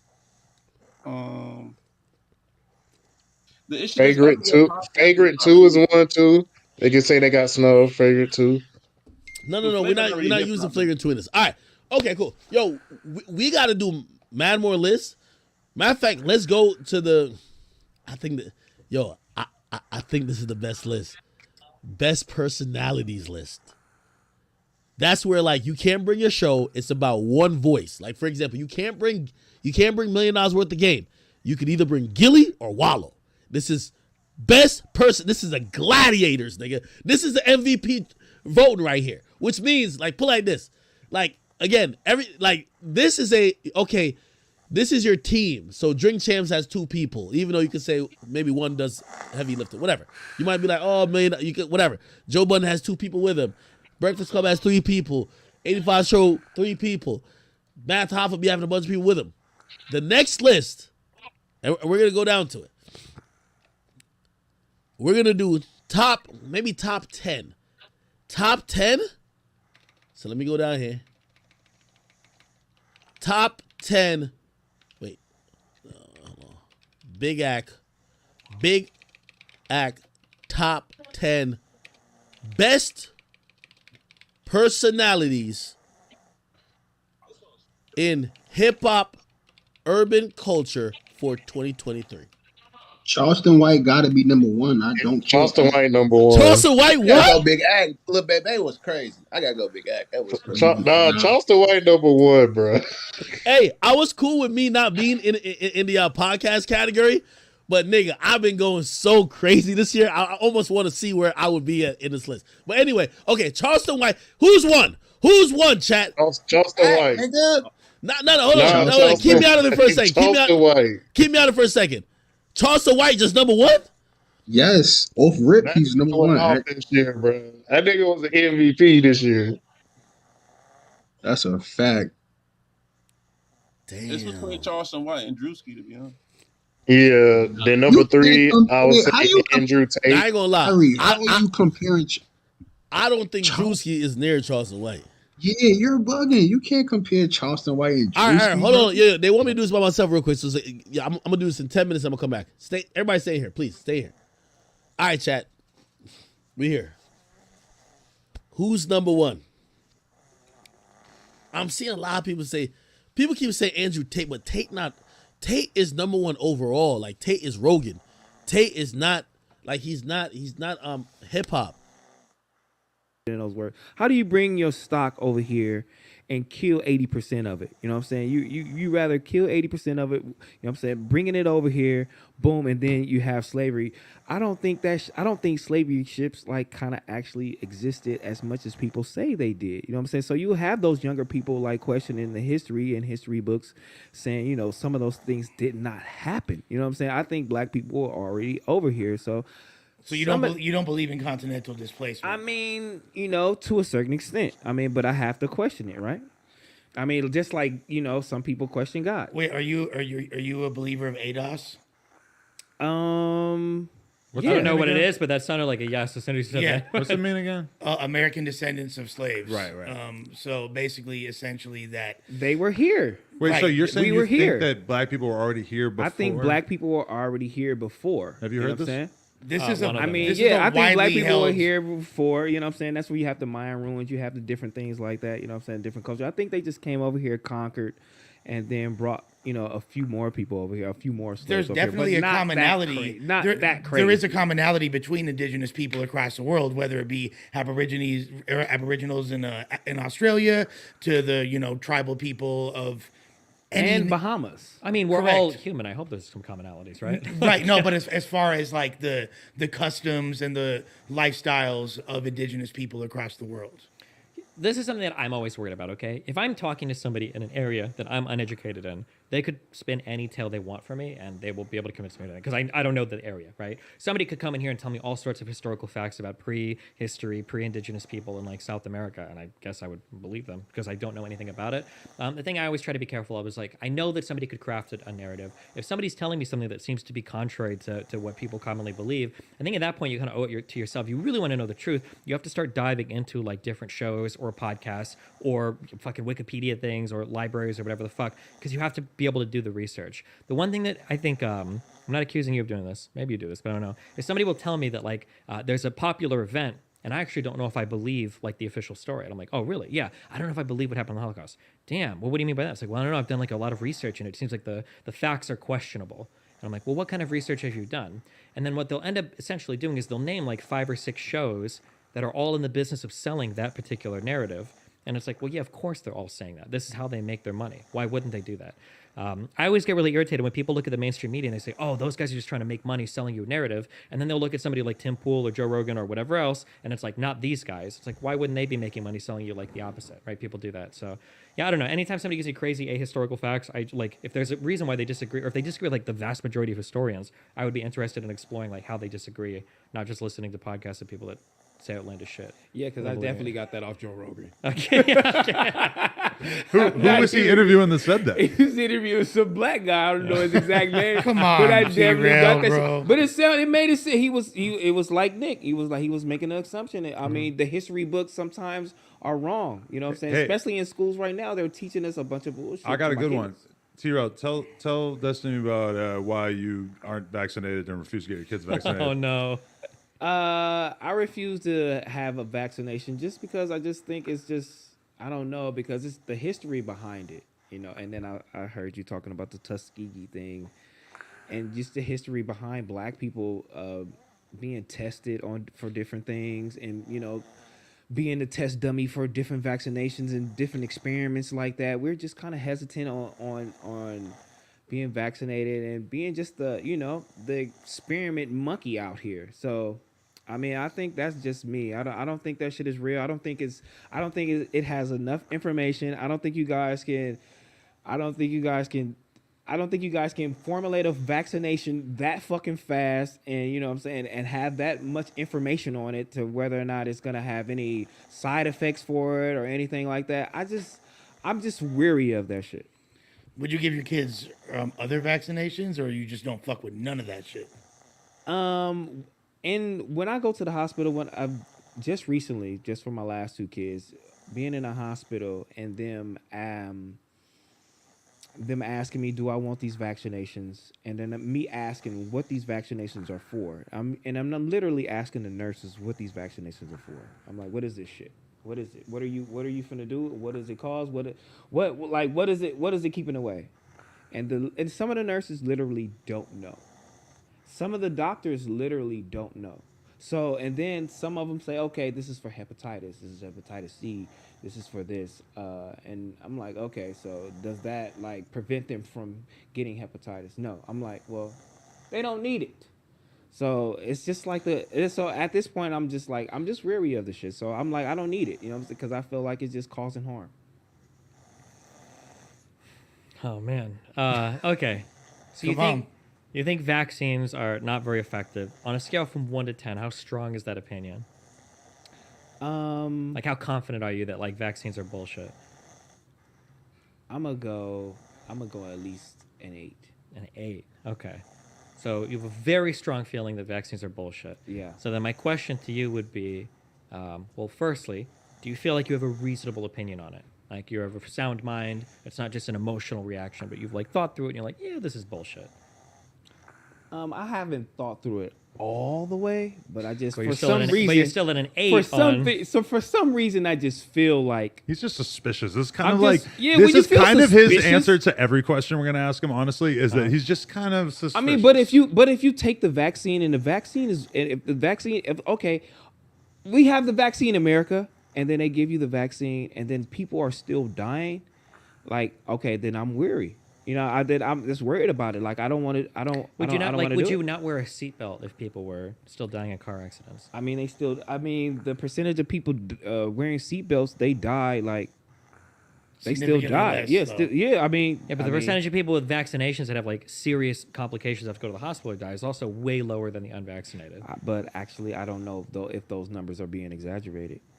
And that Well- goes back to what I was saying earlier about us not knowing what to trust in the media, and there's just like this. Sure, but then so then here's like the next question that I have then, if we want to go that deep, right? So if you don't trust the media, why do you trust the people that show up on Joe Rogan? I don't, but I questioned it though. Yeah, but so you guys are all entrepreneurs, right? So the there's a lie that people don't know until they get into the business world, right? Inaction or indecision is an action or is a decision, right? So when it comes to making a statement on something, you can't really be on the fence. For vaccinations, you either are or you aren't, right? So you've made a decision to be against it, right? So I feel like you can't just go through life being like, I'm undecided on all these things, because you have to make a decision, right? You can't be undecided on whether or not you want to wear a seatbelt or not. You either wear it or you don't. I feel like you have to do the same for like vaccines. But hasn't yeah. facts come out that the vaccination or vaccines, they're proven not to help? You know what I'm saying? And there weren't like studies that were proven to like help our community. You know what I'm saying? But here's the thing: it's kind of like what he said earlier. You could find data to support that theory, and you could find data to support the contrary. So that makes. What's the best argument for why getting vaccinated is a good idea for people who have this like suspicious attitude about it? Well, because go hard, I Destiny. feel like I have kind of maybe at certain points even like radicalized them more by being kind of a dick when we were having the Yeah, I mean, you argument shouldn't about be a dick, vaccines right? early on, which I regret. I wish that I had been a little bit more open to their concerns or whatever, and I never really know where exactly to go in terms of making the argument. Well, the question comes from where the belief comes from, right? So, like, the belief comes from. So now that we've talked a little bit, right? If a belief comes from a distrust of the institutions, if I sit here and I'm like, well, this study says that, and that study says that, and Fauci said, like, they're not going to care because they mistrust the institutions, right? Right. So, but then the question that I always have for people that have a distrust in the institutions is, well, then who do you trust and why, right? Because if I look at like, here's like a little game that I can play kind of. This is a game that I play. When competing interests are recommending me the same thing, I usually think like, that's probably a really good idea because people that are totally different are recommending this, right? But when somebody's recommending something and then everybody else is like recommending against it, or I see like where the motivations are, it's like, okay, I can kind of understand, you know, what's going on. Like ExxonMobil, for instance, I believe they acknowledge anthropogenic climate change. So they believe that climate change is happening and it's human driven. And that's a fossil fuel company, ExxonMobil. If they're saying it, it's probably true. Because right? it goes fundamentally against. Yeah, their I'm like, holy business shit. model. As a black man, I do not trust the white man for any information at all. And this Well, but who test, is- and this, See, and this is a big hump to get past. This is true for 600, 700 years. I do not trust you guys to give me any information for anything that you think is right for my community at all. Yeah, but the Like, guy that got you sold on the anti-vax talking points on Joe Rogan, was it a white man or a black man? It was a black guy. It was both. No, white. I mean, Because Joe I think usually Rogan, but the Joe anti-vaxxers are Rogan, white. but I mean, but Joe Rogan was kind of Really? like agreeing with him, and then and he was, the points were it was black and white. But Okay. if a white man comes to me and sells me something and tells me this is good for me, and comes to our community, and you guys are 4 white men, we like hell no, and it's been like that for so fucking long. Like, you can give me a list of facts of what you think is great for me. Like, well, you fucking take it. I'm not taking it. You know what I'm saying? You guys test it out first, because you the test dummy. Because you don't have me in shackles now. I don't have to be the test I had dummy. it, like, You be the test dummy. the week it came out. But that's the thing. Yeah, the vaccine. You had it the week you came out and your ass got sick. Yeah, I got COVID, but I'm actually a great example because my girl got COVID when I had COVID. She wasn't vaccinated because she was breastfeeding or pregnant or whatever. And my COVID was like very minimal in comparison to her, where she still like has a hard time tasting food. Like I had a similar experience. I actually know some people that got the vaccine and died. Well, yeah, I know multiple people that got the vaccine and died. Were they like old people in poor health, or are these? Okay, so here we go with the old people. I'm asking. Well, here, no. This is the easiest. That's the easiest one in the world. Were they? Well, yes. I mean, yes, they were. Okay. I don't know if they were in poor health, but they were older. Okay, so if this vaccine has been given out billions of times. That's a big number, right? We don't deal with in the billions very often when it comes to people. Very rarely. Usually it's thousands, tens of thousands, hundreds, maybe millions or hundreds of millions for large countries. But billions of people have gotten this vaccine. If it was causing people to drop dead, you wouldn't have to go to www.esotericvaccineinformation.com to find out. That shit would be headlining every fucking major story everywhere. And more importantly, what I said about the incentives earlier, if those vaccines were fucking people over, China and Russia, right, enemies of the United States, they'd be screaming that from the rooftops, right? They'd be talking about how the evil Americans have created these horrible vaccines that are killing people, but they aren't saying shit about it, right? When so many people in society, academia, government institutions, private company, other countries have come together and like, yeah, these vaccines are probably okay. I just can't imagine that information being...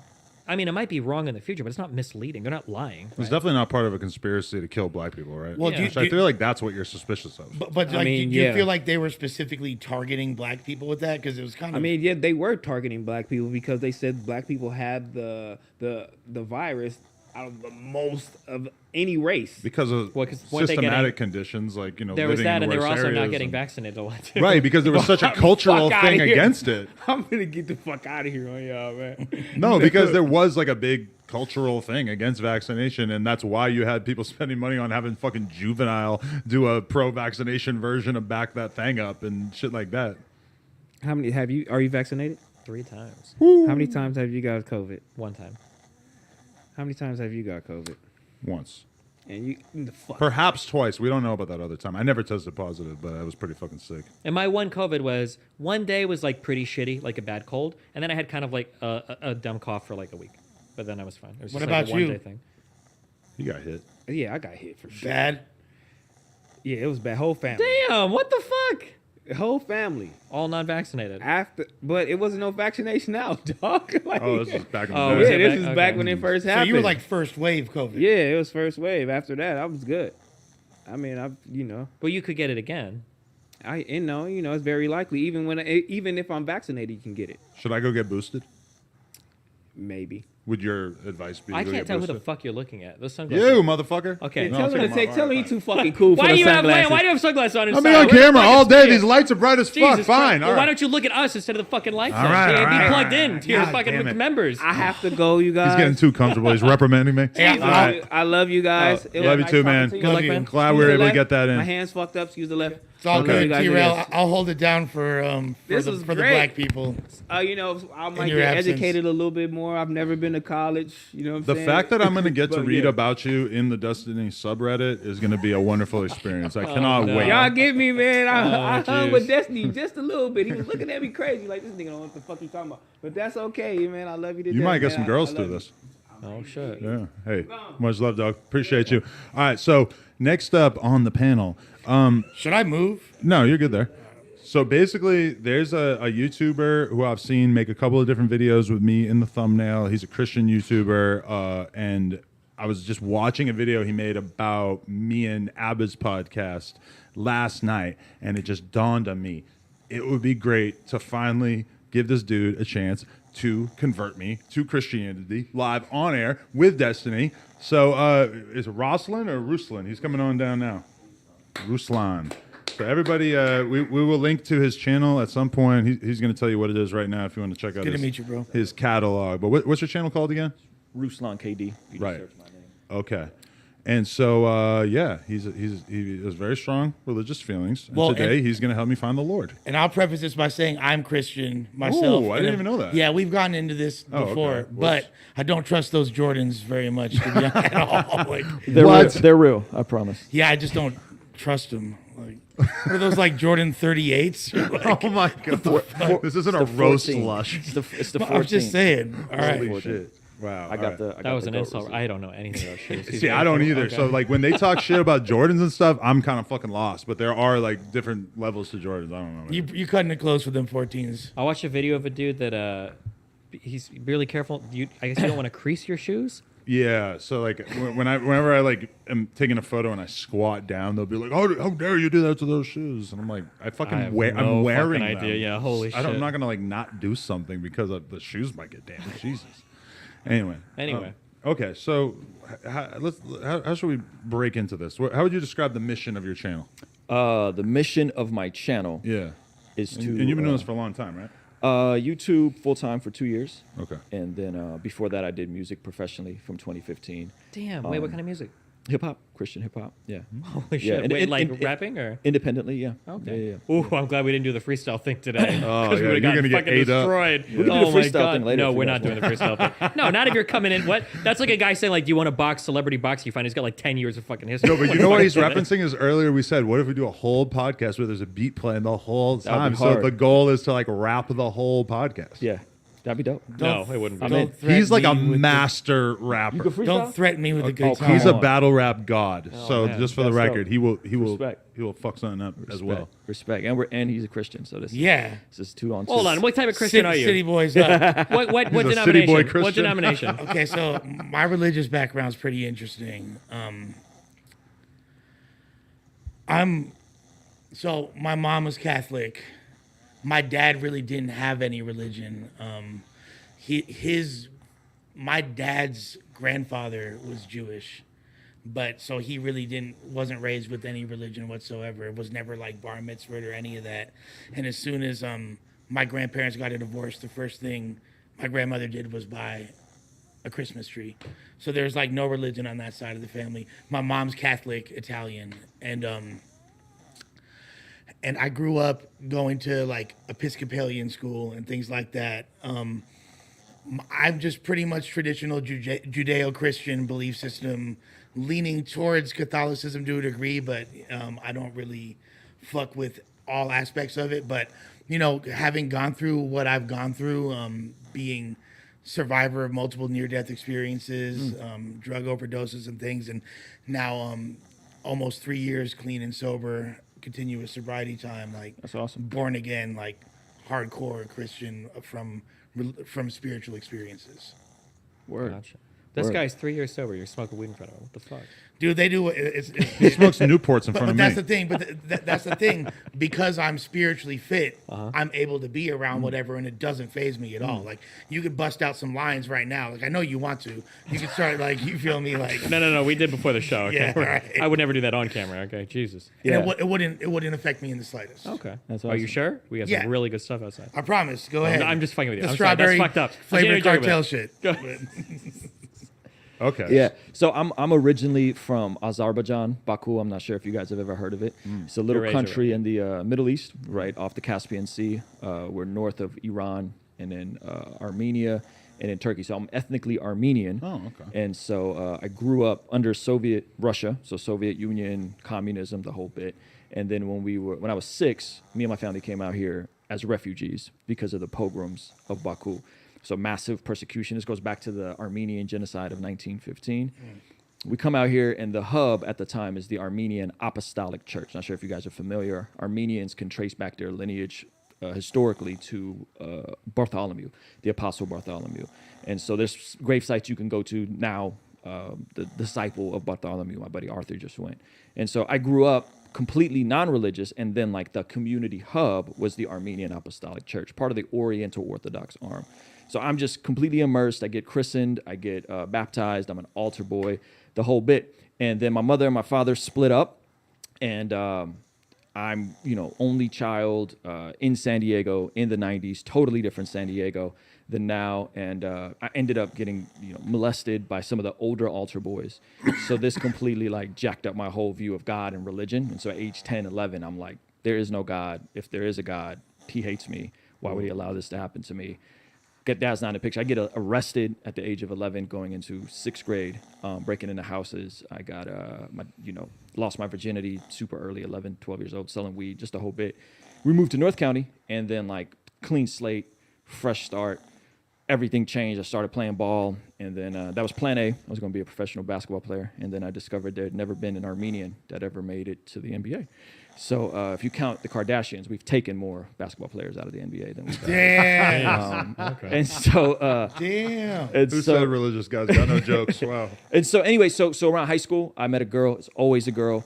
Again, atheist. There's no God. But I'm on the straight and narrow now. I'm not smoking weed no more. I'm not partying. I'm just like basketball. And she was going to like an evangelical, seeker-friendly church, and went and skeptical for 2 years straight. 2 years straight. I got Muslim friends. I got Jehovah's Witness friends. I got Mormon friends. And I'm talking to this girl. And I was working at a Pizza Hut, and everybody around me was a Christian. And I was like, all right, I think I'm with this Jesus thing, but he's not God. And they recommended a book called The New Evidence That Demands a Verdict by Josh McDowell. So I kind of stepped into the faith through the side door of apologetics. It wasn't necessarily an emotional experience. It was more of like, man, if I look at the history and I look at what this means for me. And so I gave my life to Jesus, going into my senior year of high school, fully surrendered. Got plugged into a church, been at the same church for 20 years, been married for, it'll be 15 years this July. We got 2 kids, 8-year-old and a 2-year-old. She's 19 months old. And yeah, in 2015, I did music professionally, doing Christian hip hop, and did a little bit of stuff with, some different labels. Let me throw this out there, is that, so I've read a bunch about like the sort of Christian metalcore world, and I've kind of heard various accounts of that scene, basically saying that the vast majority of people in that world, that at certain points in time, it's just been like all marketing. They're not Christian in any like real way, and that they're basically, it was just, a selling point. And I feel like a large percentage of people kind of left that community sort of disillusioned. Did you have anything like that through spending all this time around people who are like basically making money through marketing Christianity and music together? Yeah. Have you heard of As I Lay Dying? Yeah. So I went to high school with Phil, actually. Oh, So okay. they're from the area that I'm from. I went to high school together, where the guy Tim got arrested at that Barnes and Noble. That's 10 minutes from my house. For trying to hatch a plot to have his wife killed. Wife whacked, yeah. Insanity. Crazy. Yeah, That's a movie, dude. and that, I watched a YouTube video about it the other day, but that is a good example of like something that might disillusion you to Christian music, I guess. Yeah. So in my experience, I mean, it's called deconstruction right now. Currently, it's very hot. A lot of folks are doing it. Just kind of picking apart their faith, what parts they think make sense for them, what parts they don't. It's a lot of it is with creatives, people who are like professional Christians, if you will, where your income is attached to your faith. Because that's got to create a lot of pressure to not definitely change your viewpoint or not question it, Yeah, right? yeah, absolutely, definitely. And so thankfully, I mean, I was older when I, little bit of platform that I have now on my main channel, 240,000 subscribers, not super massive, Whoops. but like I said 50 earlier. Sorry. that's the second channel. You saw the second okay, channel. okay. That's the podcast channel. But Got yeah, it. so like thankfully that didn't come from me till way later. The decade married at the same church, like so I didn't explode in my 20s as some like professional Christian expert. Like this is all later. I'm 38, so I'm about to be 38 on New Year's Eve. So a little different than me, but yeah, it is. It's called deconstruction, deconversion. It's happening, definitely. Okay. So what would be your best argument for Destiny about how he should confront his atheism and switch it up? the best are. How are we going to crack this off? I watched a debate with you and a presuppositional guy that was pushing presuppositional apologetics. Very cringe. I don't adhere to that. I watched you debate. What's the definition of that, presuppositional? It's like any grounds of logical arguments you're making, you can't, because you're standing on God's ability to give you logic and reason. Okay. And so it's like, it's kind of complicated. I probably butchered. That's going to be tough in a debate space, yeah, right? Yeah. And so they were going in circles, kind of. I don't know if you remember this, Destiny, it's a couple years ago. And so I hold to pointing people to the resurrection. I think the resurrection is the best argument for the Christian faith. I think the resurrection is a historical event that split history in two. I think the secular historians would agree on a couple of points: that Jesus was crucified under Pilate, that the tomb was empty, that the women found the tomb empty, that they told the disciples, they were convinced, and the brother of Jesus, James, became a Christian. You don't believe in Latter-day Saints, though, do you? No. So I think the resurrection, the historical event of the resurrection, to me, I look at that through the lens, and I say, if the resurrection happened, then what Jesus said is reliable and true. And then I say, okay, let's look at church history. Again, I'm Armenian apostolic, so I didn't grow up as that. So like, we could trace our lineage back to guys who were martyred for the faith. Some people may die for something they don't know is a lie. It's very crazy to like know this guy, quote unquote, faked it and be willing to die for a lie. I think that's a very dumb reason for anybody to know Jesus wasn't really who he claimed he was, but I'm going to allow myself to be martyred. It doesn't make any sense logically. So I think those things, Bart Ehrman, most New Testament scholars agree on those facets. The tomb was empty. The disciples were convinced that he rose to the point where they were all willing to be martyred. And then it sparked this international, multi-ethnic movement that is still around today across more continents than any other religion, the biggest religion. And people can testify to miracles and all kinds of stuff. And my life, to me, is really a miracle, not in a raw sense. But I would say the resurrection of Jesus, I think, is in my opinion, the most strong argument. Destiny, thoughts? I feel like I've inhaled a little bit too much of your fucking smoke. I feel like a lot of it's trying to. That'll help. The Lord preserved the contact high for me, so I didn't catch it. What if we were in the year 50,000? Would you still feel the same? Yes. What if it was the year 500,000? I would still feel the same. Okay, I feel like it's been a long time since Jesus died. Yeah, it's been a long time, 2,000 years. I feel like people thought he was going to come back a little quicker. His disciples definitely thought it was going to happen quicker. Yeah, that's fair. What if the sun blows up? What if? And he's still not here? What if? I feel like trying to base my whole life around a contested historical event 2,000 years ago is not the way to go. I mean, you got to define contested. Like, how do you contest it? As in, there's not widespread agreement that there was a resurrection that took place. I'm not even sure if there's 100% agreement on the tomb being empty or not. But I mean, we can think of a lot of reasons why a tomb would be empty. It doesn't involve a guy coming back from the dead. But so what would they do with the body? Damn, I don't know. They could have done a lot of things. You'd have to ask the guys that hid it. So they hid the body, and then all his blood brother all of a sudden starts believing is God. I don't know. Were they doing DNA tests back then? I don't know what blood. I mean, James is the brother of Jesus. He was one of the early apostles. He's one of the early guys that was around. He was not a follower and a disciple during his lifetime. We can talk about Paul if you want to talk about Paul. Paul is a guy that was all I'm saying is that, like, I understand that, like, we have like these historical figures, but I'm just saying that, like, I'm referencing secular history, by the way. I haven't even cited the New I'm just Testament. saying it's been a long time. Sure. I don't see God doing much today. I know miracles were a lot more common before, like, the iPhone came out and people could start recording shit. And I wouldn't feel compelled that, like, I'm going to live my life an entire way because of an event that happened 2,000 years ago. It's just a long time. There's just nothing that's happened that's very compelling. Have you heard of Dr. Craig Keener? No. He just did a whole book about modern miracles, like documenting modern miracles.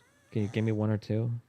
People walking that couldn't walk. I got a friend who had a rare form of leukemia. Our worship pastor, Pastor Travis, he's out in Texas now. Had a rare form of leukemia, mutated, and it changed into a form of leukemia that's non-lethal. He takes a pill for the rest of his life. He's fine. He's had more kids. He hasn't lost. He's not impotent. He's chilling.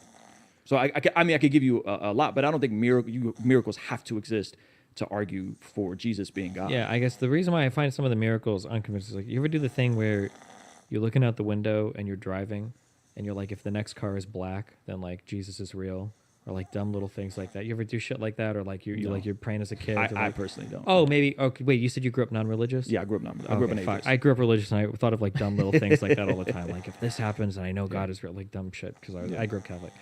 I mean, I'm talking about physical healings, though. Like, yeah, but that's I mean, some like, gnarly stuff where you there's know a lot someone of but that's what I'm saying. We don't know. There's a lot of, like, people that wake up from comas, people whose cancer becomes non-lethal, people, like, a lot of these things happen. What do you say when doctors say this is a miracle? I don't know if doctors are qualified to say it's a miracle, but I mean, the doctor could be religious. But if it's not a religious doctor? The problem is that, like, there's going to be rare events that happen in life. Why would I ascribe all of those to God when I have no way of knowing? Yeah, I don't think it's about knowing. Like knowing is a form of certainty. The faith is a confidence spectrum. Yeah, so but it's confidence in what? Like, let's say a guy has cancer and then the cancer disappears. Why the fuck would I attribute that to God? If they prayed for it to disappear in the name of Jesus, and then what if I could show you that?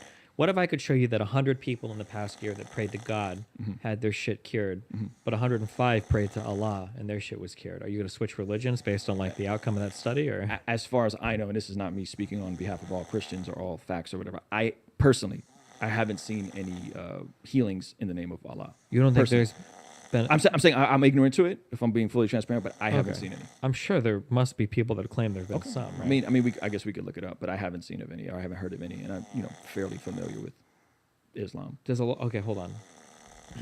Does Allah do miracles? I'm not actually sure. I think He has the capacity in that world to do miracles. Well, because God is that's like one of His like bullet points. Sure. Like does miracles. I don't know if Allah does miracles. Like if they even expect that. Yeah, Okay. like that might be like a thing that He just doesn't fuck with.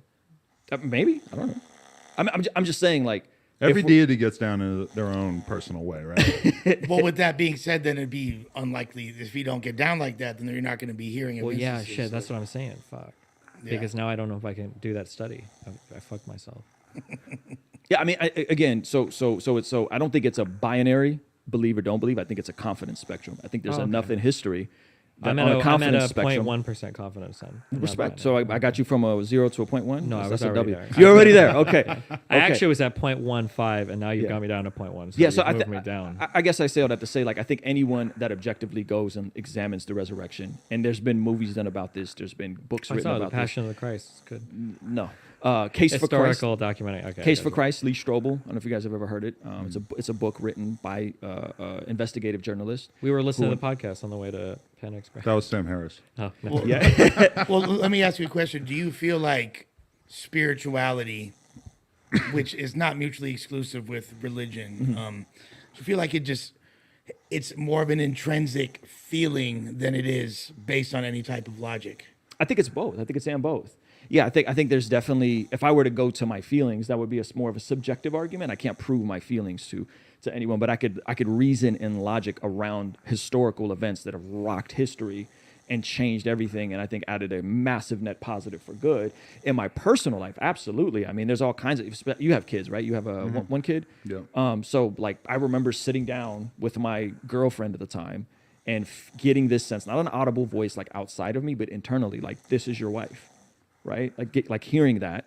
And now 15 years later, we have 2 kids, and humans were created in this bizarre like butterfly effect, right? That when you look at a birth, when you look at other humans coming into existence, like that to me is a miraculous moment, having kids. Wait, but on the back of sensing, and again, I'm not speaking in absolutes, but in the back of sensing this is your wife, whether it was me or God or I don't know, but she's now my wife 15 years later. Yeah, but like maybe later. like, And we live a pretty awesome but like life.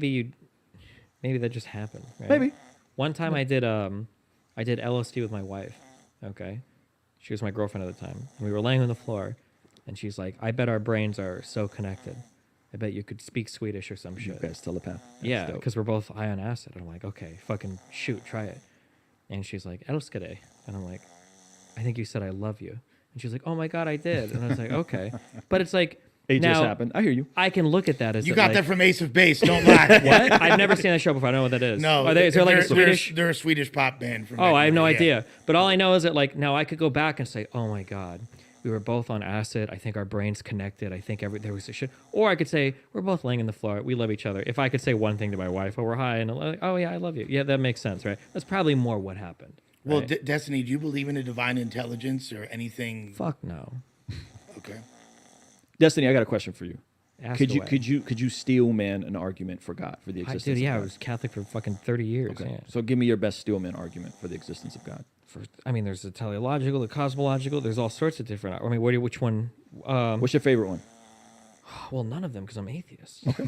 But if you had to say, man, this is a good argument for the existence of God, what would it be? What do you think? This is what you're here for, man. I'm not ready for this shit. Have you? It's a bullshit analogy, but it's very compelling. Have you ever heard of the clockmaker analogy? If you find a clock in the middle of the woods. Let's say I show you a stopwatch, okay, a pocket watch. It's a very finely tuned pocket watch. Okay, I twist it, it works, keeps track of time, got a quartz mechanism inside. Let's say that I put this watch in a bag, okay, tie the bag up, and I get a hammer and I break the fuck out of it, okay? And I ask you, how many times can I shake this bag to get a fucking watch out of it? And a reasonable person will say, well, you're never going to shake the bag and get a watch out of it. And I go, okay, well, then how the fuck did the Big Bang produce everything that you see in front of you today? You can't shake the bag and get even a watch out. How could you shake up the universe and get fucking humanity?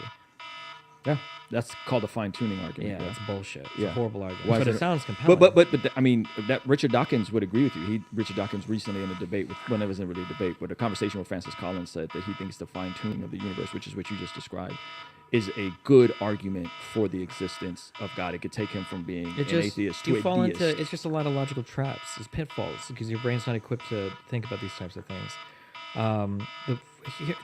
Here's like the most apt analogy. Okay. There's two huge issues. Is that one, the stopwatch, maybe it was always there. So intelligently designed things like the human body, the human eye, DNA. It doesn't have to be. A design doesn't have to be intelligence. It could just be a thing that appears because it's the only thing that could be there, right? Is there anything like that in the universe that's just there? Like, can you point to anything that's just there? I could say that, like, for instance, there are math analogies that escape me right now. But if you look at like a lightning strike, it's like when you look at a lightning strike, would you say that the lightning carved a very particular path out in the sky, or would you say it followed like the next charge down and it took the only path that it could have taken, right?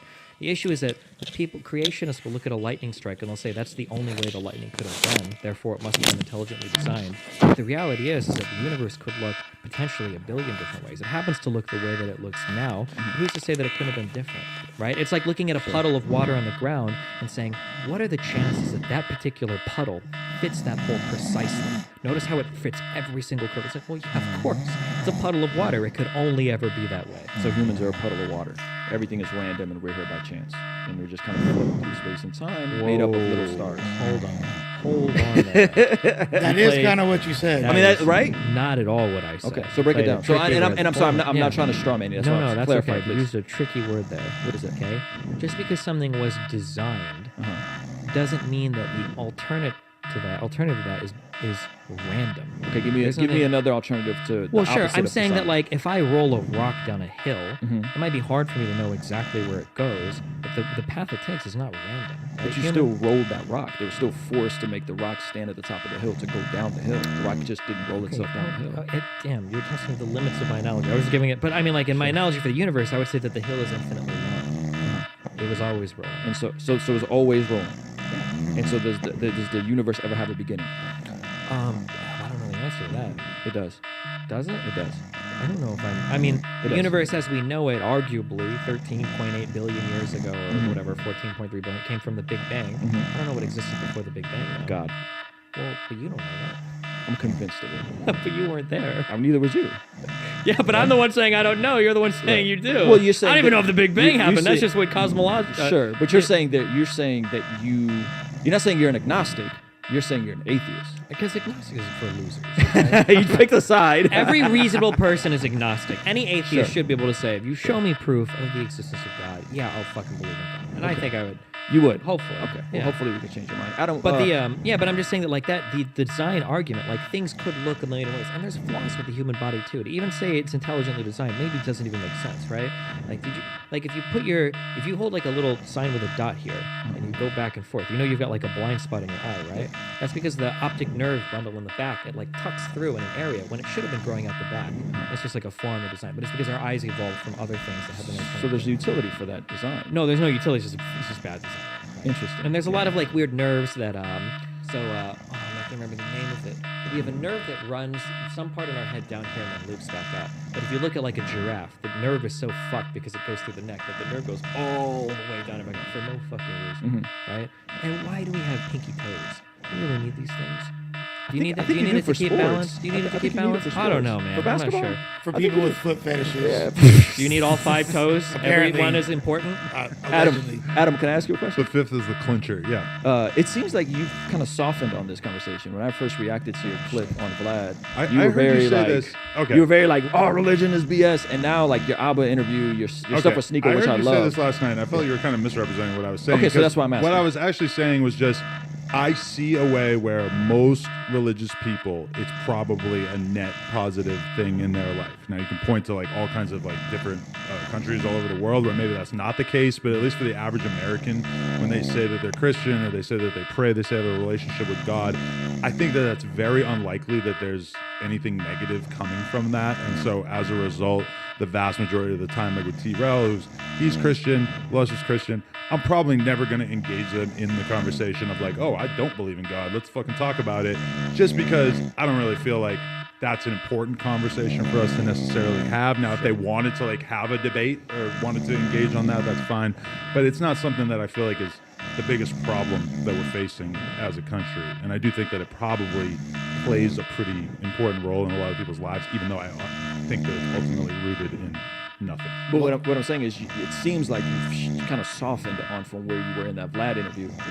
But what did I say on that? You said religion is BS, and that was the part that is how I feel. But the thing is, look, obviously there's no empirical evidence either way. We could just go around in circles for hours, and we're not going to come to any logical conclusion. But for me, it's not necessarily about that. Like, I'm engaging in suspension of disbelief at the end of the day, and I know that's like kind of an odd phrase when talking about belief systems.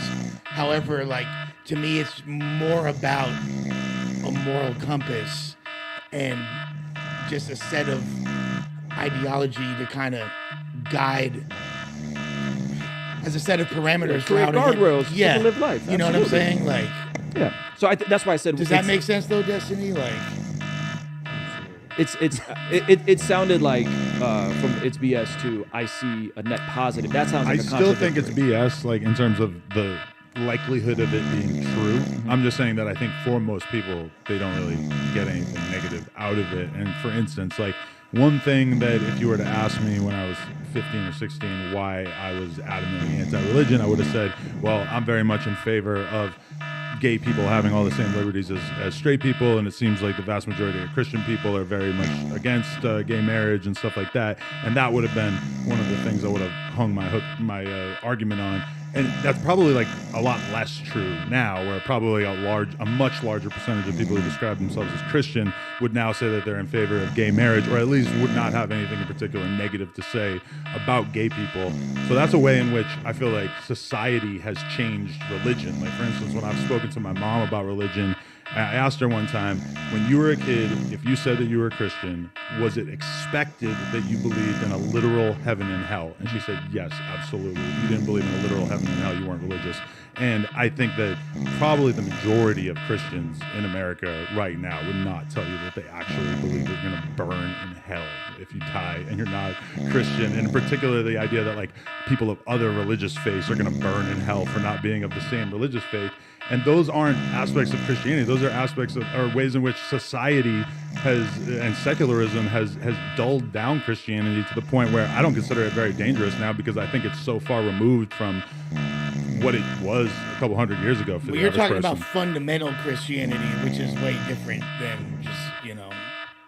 Yeah, because all respect due, I feel like your version of Christianity is very much like, yeah, be good to everybody and everything will be all right. You have this like very analytical approach to it, where you like have all these different examples and you're very much invested in the details of it. Where it was with Lush, I feel like you're kind of like more like AD, where it's like, I believe in God, I have a relationship with God, it feels good, but you're not like actively like investigating it and learning and about it. I hope the same all way, that shit's real. Like, I hope. Yeah, I don't, you know what I mean? Very like, optimistic Christianity. Yeah. Well, to his point, like you said, if Faith. Nico, which is how it started this, you said, which I 100% agreed with.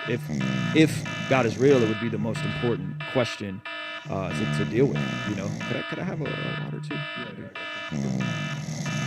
Amen. Thank you. So I think you're right, you know, and I think the Christian community was like, yeah, Adam's onto something with regards to that. I think if we're talking about the net positive, I think it's fair to say that if people lived the way Jesus prescribes in the New Testament, it would be a massive net positive to society across the board. The majority of our social issues would be solved. The majority of fatherlessness would be solved. The majority of STDs and STIs would be solved if people lived in the prescription of the New Testament and the book of Proverbs and all these different things. And so I think, am I tracking along? Is that kind of what you're getting at in terms of like, this is a good, because when I examine the words of Jesus, it's actually good. I mean, if just like an overall sense that you shouldn't do bad things, because then when you die, something very, very bad is going to happen to you. If everybody was just sort of like living life by that notion, which that in itself is like just this one tiny part of what I think it is to be a Christian, then yeah, of course that would be a good thing. And so I'm just not likely to like really engage people on that because I don't really think that there's that much benefit to gain from questioning a bunch of people's religious beliefs. In particular, when, you know, I'm in this group chat with Lush and AD and T-Relics, a large percentage of them will claim that they're Christians. It never comes up. We never talk about it. So it's like we talk about it now, though. Yeah, but it doesn't really come up. So it's like I would have to kind of really go out of my way to be arguing with AD about religion because as much as he says he's religious, it just doesn't really come up. And like the thing is, like it's difficult for me to speak intelligently about something that I feel on an emotional level and believe like intrinsically, and there's no real. It defies all logic and reason that I had previous. But I also, in my heart of hearts, know that I'm not here due to just happenstance, and there's no reason I should be here. And there's obviously greater forces at work, or else I wouldn't be. And that's what I feel intrinsically. Now, there's probably a million arguments of why that's illogical, of why that, you know, make me not intelligent or this or that. But I still believe it with every fiber of my being. My whole thing is that, like, not that I claim to know anything, though. You feel me? The last 6 years of my life have been a pretty improbable success story, and I just feel absolutely no desire to ascribe that to any sort of like supernatural thing. I feel like it was, you know, a lot of hard work, good luck, but ultimately, like, even that, I don't believe in free will. I don't believe that I can like take credit for even the greatest things that I've accomplished. Really, I'm like very lucky that I guess I was born the kind of person who would be able to do some of those things. But the idea that I would like be giving credit to this God who has never revealed himself to any way. I mean, it's just like a real stretch for me to like be expected to have that kind of assumption about. Have you ever asked God or Jesus to reveal himself to you? Like, hey, God, if you're real, please reveal yourself to me. I mean, maybe when I was like much younger, to be honest with you, like I always just kind of like assumed I was religious my whole life up until I was like 12 or 13. And then I met a kid and he handed me the Satanic Bible and he said, God is not real. And I read that shit and ultimately don't agree with all that much in it. But, you know, the ultimate thing of like the idea that like, oh, there are other people out here who just believe that there is no God, that was really important to me. And then that set me off on a journey of just like reading every other atheist text I could find. And, you know, that just sort of ultimately like cemented me further and further into it. All right. I think I would encourage you to re-examine the resurrection and be open to it. I mean, if you're really open, we talk about being open-minded. You know, I would say, hey, what do you have to lose to say, hey, Jesus, if you're real, reveal yourself to me and look at. What would that look like? How would that happen? Because I feel like I am the kind of person where if anything seemingly supernatural were to happen, I mean, I definitely consider myself open-minded in that sense. But I mean, where is it? It's just not really. And if 5 times in a row it lands on heads, I think ask God to guide every single flip. I think what you're describing earlier is Aquinas, St. Thomas Aquinas would call it natural law or common grace, meaning that like God's created a universe where someone like Adam 22 could see a need in the marketplace, create product and value, and build this incredible empire you have as no jumper, right? That's building on something that I think, whether it's destiny, adding a value, which by the way, I love your takes on politics, you know, I think it's brilliant. Like that's outside of their God needing to miraculously give you material blessings. Like if you put in work and you solve problems and you provide a value to people like you do, you're going to reap rewards with building a massive successful YouTube channel. That's different than having an encounter in a relationship with Jesus and saying, I'm going to place my faith, a confidence spectrum in Jesus that he is who he says he is. What about that he's built a lot of his stuff off of immorality? What about a cultural, parasitic leech on some of the more toxic aspects Yeah, of First John he says... has a podcast where he fucks people that goes on. We interviewed I've heard that of it. I bet Jesus would hate that. Yeah. Destiny fans, only plug talk. So, you sure Jesus would hate that? Yeah, absolutely. So Jesus said, you know, if you lust at a woman lustfully, if you look at a woman lustfully, you've committed adultery in your heart, right? So what if you and your wife are looking at it? I'm not just doing it in my heart. I'm actually doing it. Right, he's actually doing it. But check this out. But the interesting thing is that it's not just him physically doing it. If anyone's lusting If it says if you hate your brother, you've committed murder. If you let nothing unwholesome come out of your mouth, the standards of Jesus is substantially higher than well, he's an adulterer. Like everyone's guilty.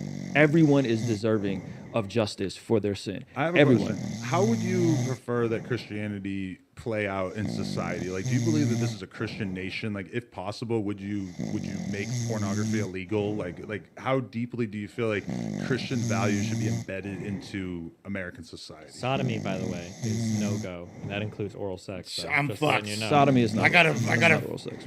Wait, are you sure? I'm almost. I thought sodomy was non-penetrative, non-vaginal sex. No, it's anal sex. Are you sure? Yeah, that's definitely getting Jamie, this video hey, demonetized. can I get a fact check on that? I need a fact check on that. No shot. Where's Jamie? Who's the Jamie here? Josh would technically be the Josh. or actually Riley right now. Riley. Is Riley in our ears right now? I don't want to necessarily put that pressure I've definitely on put it in some girls' butts before too. Like to keep it a stack. Like, Okay, well, you're fucked regardless, okay? So your question was, how should Christianity engage? Well, Yeah, there's like, a two-part question. Is this a Christian nation, and to what extent should like Christian values be embedded into our government and our legal system and whatnot? I think it's influenced by Christian principles. I don't think we're in an exclusively Christian nation. I don't think it's a theocracy.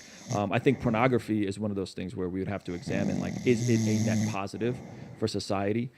Even in the modern OnlyFans version of it, right? Like, what's it doing to people's brains? You're not going to find a lot of psychologists, therapists saying, "Hey, this is good for young men's brain to watch Adam 22 smash girls." We got to do more research, right? No. I mean, You haven't done enough research yet. I feel like porn is a very beneficial relationship in my life. I don't in your life, but Yeah. like from a macro standpoint, I don't think you're going to find any empirical evidence to suggest that porn is a net positive for young men's brains. If anything, it's the opposite. I think a lot of young men cheat significantly less as a result of porn. I think it's the opposite. I think young it's the young opposite. people in general watching porn is a big problem that society should probably address at some point. I think it's the kind of thing that at some point probably needs to happen, in the sense of just like having more regulation about how difficult it is to access porn online. Although actually, when I think about how that might work logistically, I all of a sudden question it, because I don't know if it could actually happen in some practical way.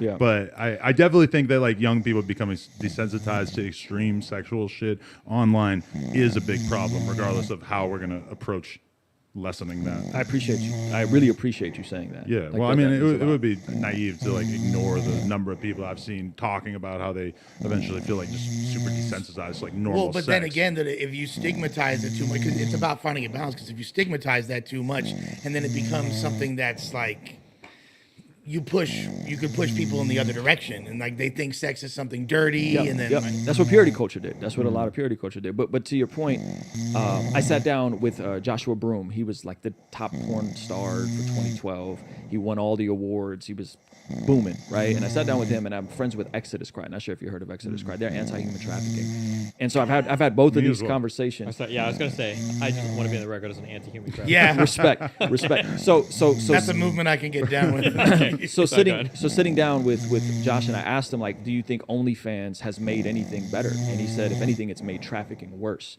And so the people on the ground, whether it's Exodus Cry, working with folks in this community, are saying, no, porn is directly correlating to what it's doing in regards to trafficking. You got OnlyFans managers now. I mean, this is not something that is without consequence in the vacuum, right? And so the leading experts in those anti-trafficking movements are saying, no, it's not a net positive.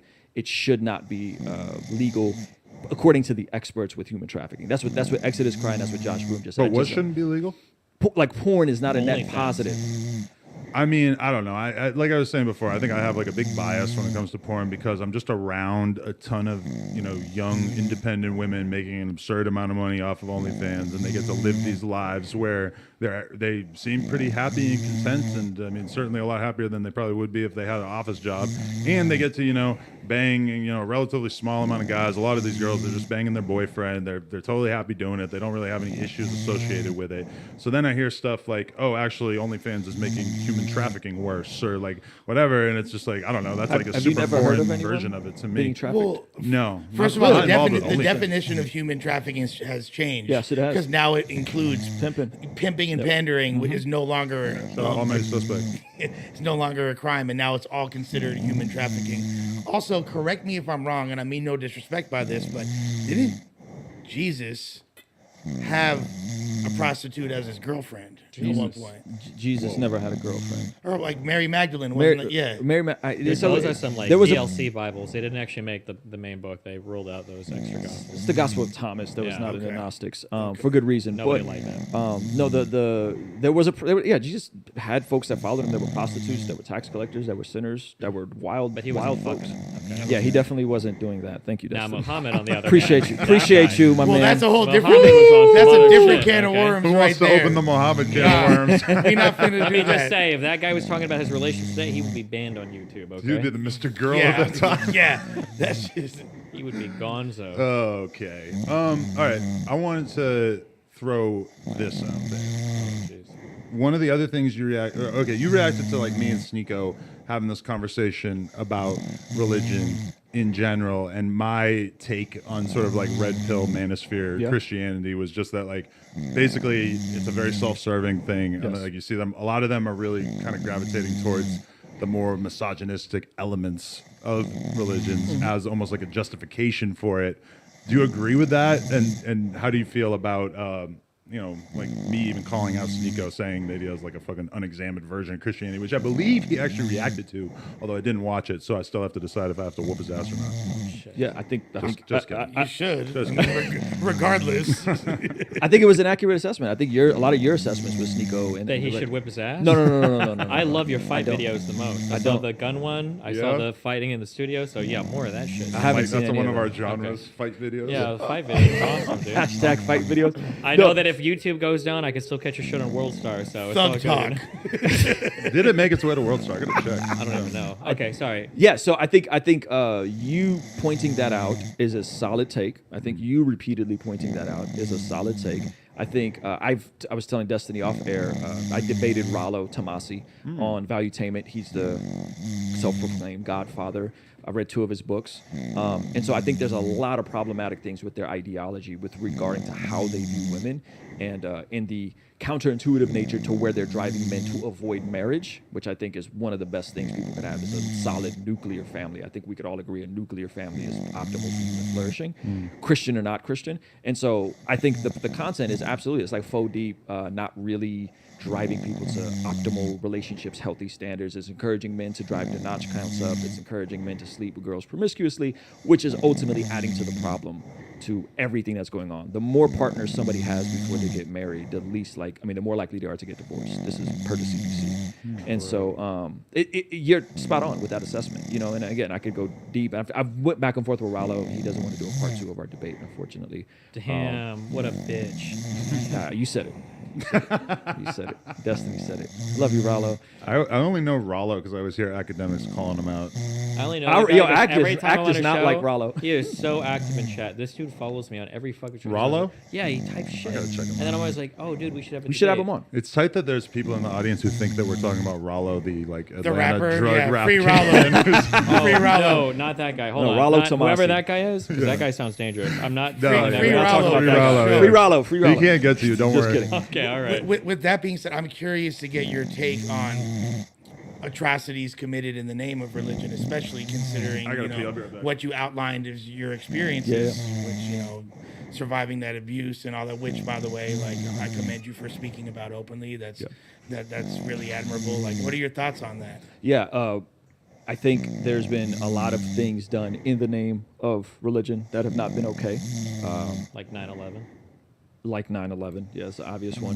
I think. Por ejemplo? Yeah. Yeah. I think I was just in Israel, and so I was like, they are experiencing the tension between the Palestinians and the Israel, and it's a lot, man. It's deep, and so I'm here as a byproduct of a form of religious persecution. That's why I came out here as a refugee. So I think using might as a way to display what is right is counterintuitive and unhelpful. So whether it was the spread of Islam over Jerusalem, and then it was the response of the Crusaders, and then it was them going back and getting it. Like, most of these things were not done by literate Jesus following people who were reading the scriptures. We didn't have the ink press until 1500, and then that was a controversy in terms of the church not wanting for people to get their Bibles. So I think once people got the New Testament and read it, they were like, Yeah, like we can't be burning people at the stake who we deem as heretics. We can't be going out here and just beating people up in the name of Jesus. Like you can't do that sort of stuff. And I think it's because of literacy and Christianity becoming literate, and specifically with the Reformation of Martin Luther. Damn, shouldn't Jesus have like brought like the fucking alphabet then? Well, funny enough, our Armenians, my nation where I'm from, we didn't have a written language until we wanted to make the Bible in our own language. So we actually developed a whole written language and an alphabet to get the scriptures in our native tongue, which is kind of a trip to think about. Well, I'm just saying that for like, because if we're going by intelligently designing everything, it seems to be a bit of an oversight if it took 1,500 years for people to figure out how to actually like put together and follow all the shit. Well, you got to remember that the church that Jesus left behind and planted wasn't built on the top of prosperity for Christians. It was built under massive persecution. So some of these folks obviously were literate because they were writing Greek and then they were reciting the Torah in ancient Hebrew. But for them to translate and get it out to as many people, you're talking about handwritten, copied manuscripts. You know, that was very difficult to do 2,000 years ago under mass persecution. Yeah, I understand. I'm not saying it's. But they had a written language. It's not like they couldn't speak the language of the day. If Jesus would have like paired up with Gutenberg at the year zero, the timing, like we would have had like that shit. It seems like it would have been a better way to do things. But far be it for me to, judge God's process. I think combining it in today's context is ultimately we have the scriptures. There is literacy. Why was God seemed so heavy-handed in the Old Testament? Yeah, like it seemed like he was more active. Yeah. I feel like if the Crusades were happening in the Old Testament, God would have been there to like smack some shit into him. Yeah. Well, then it seems like he got a lot lazier when the record keeping became a little bit more stringent. No, you don't think so? No, I think God is the same yesterday, today. I think God's really serious about sin. I think things we minimize that are just like, man, I just told a lie, or man, I just stole something. I think God takes that stuff very seriously, and I think He is holy, He is different, He is set apart. And so I think you see a cohesive picture of a God that is serious about sin, yet graceful and merciful to come and deal with the consequences. Yeah, I'm just saying, like, why doesn't He give us like locusts or floods and shit today? Today? I mean, there's stuff still happens sometimes, but I think wait, hold on. Bad stuff still happens. Do you think like Hurricane Katrina and shit? Do you think that's like God? I don't know. I can't speak on that. What about like AIDS? I can't speak because that was like targeting gay people. That was people. pretty bad. Yeah, I can't speak on that. And my mom thought that. Your mom thought that? Adam, we were just talking about how AIDS was made by God for gay people. What do you think about that? Well, hold on. You were talking about that. Okay. Hell yeah. We're not. Now that's what I'm talking about. Now we're podding. Okay. Now we're podding. Wait, really? I was listening to it, but I didn't catch up to that part Here's my yet. question is, it seems like in the Old Testament, God is like a main character.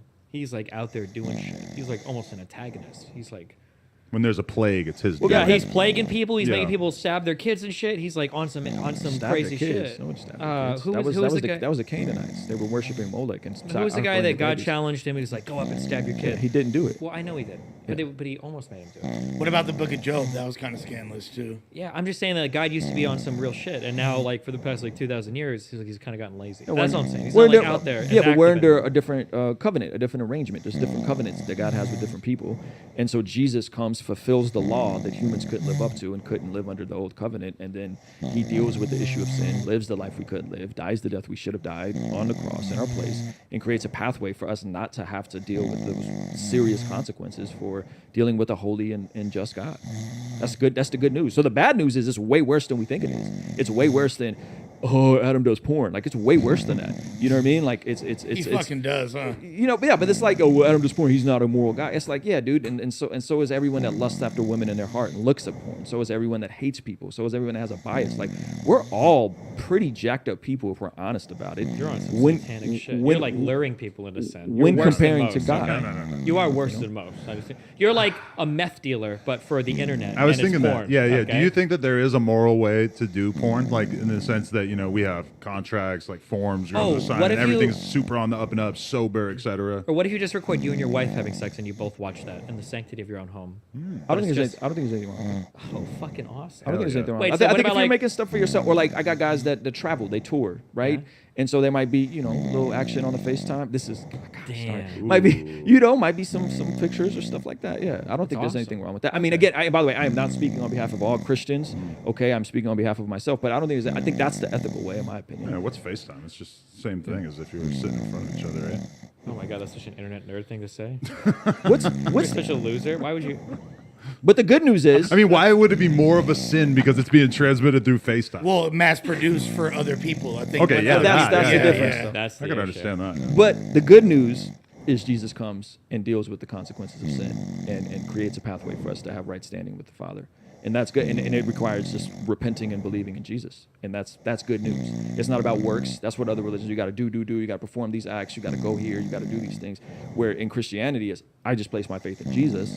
And because he's a good God, he gives me a new heart, a new desires. My life changes. I'm not the same person I was before. I'm completely different. You know, I come single parent home. Father wasn't in my life. And I've turned out to be a pretty stable individual despite being sexually assaulted as a kid, despite smoking weed, losing my virginity at 11. What'd you call them, 58s? Jordan 14s. I can't believe you don't know what the Jordan 14s The are. 38s. I'm so Oh, disappointed. the 38s. I'm disappointed. You're a little older than me. These were hot when I was in 8th grade. I'm 2 years bro. older than you, bro. Are you really? Yeah. Respect. Hopefully we end up on like a sneaker podcast so they can resolve this first. That would Holy be dope. shit! And then you can invite them next. Look, so you were talking shit about our no, shoes. The 14s are regarded as the last acceptable Jordan.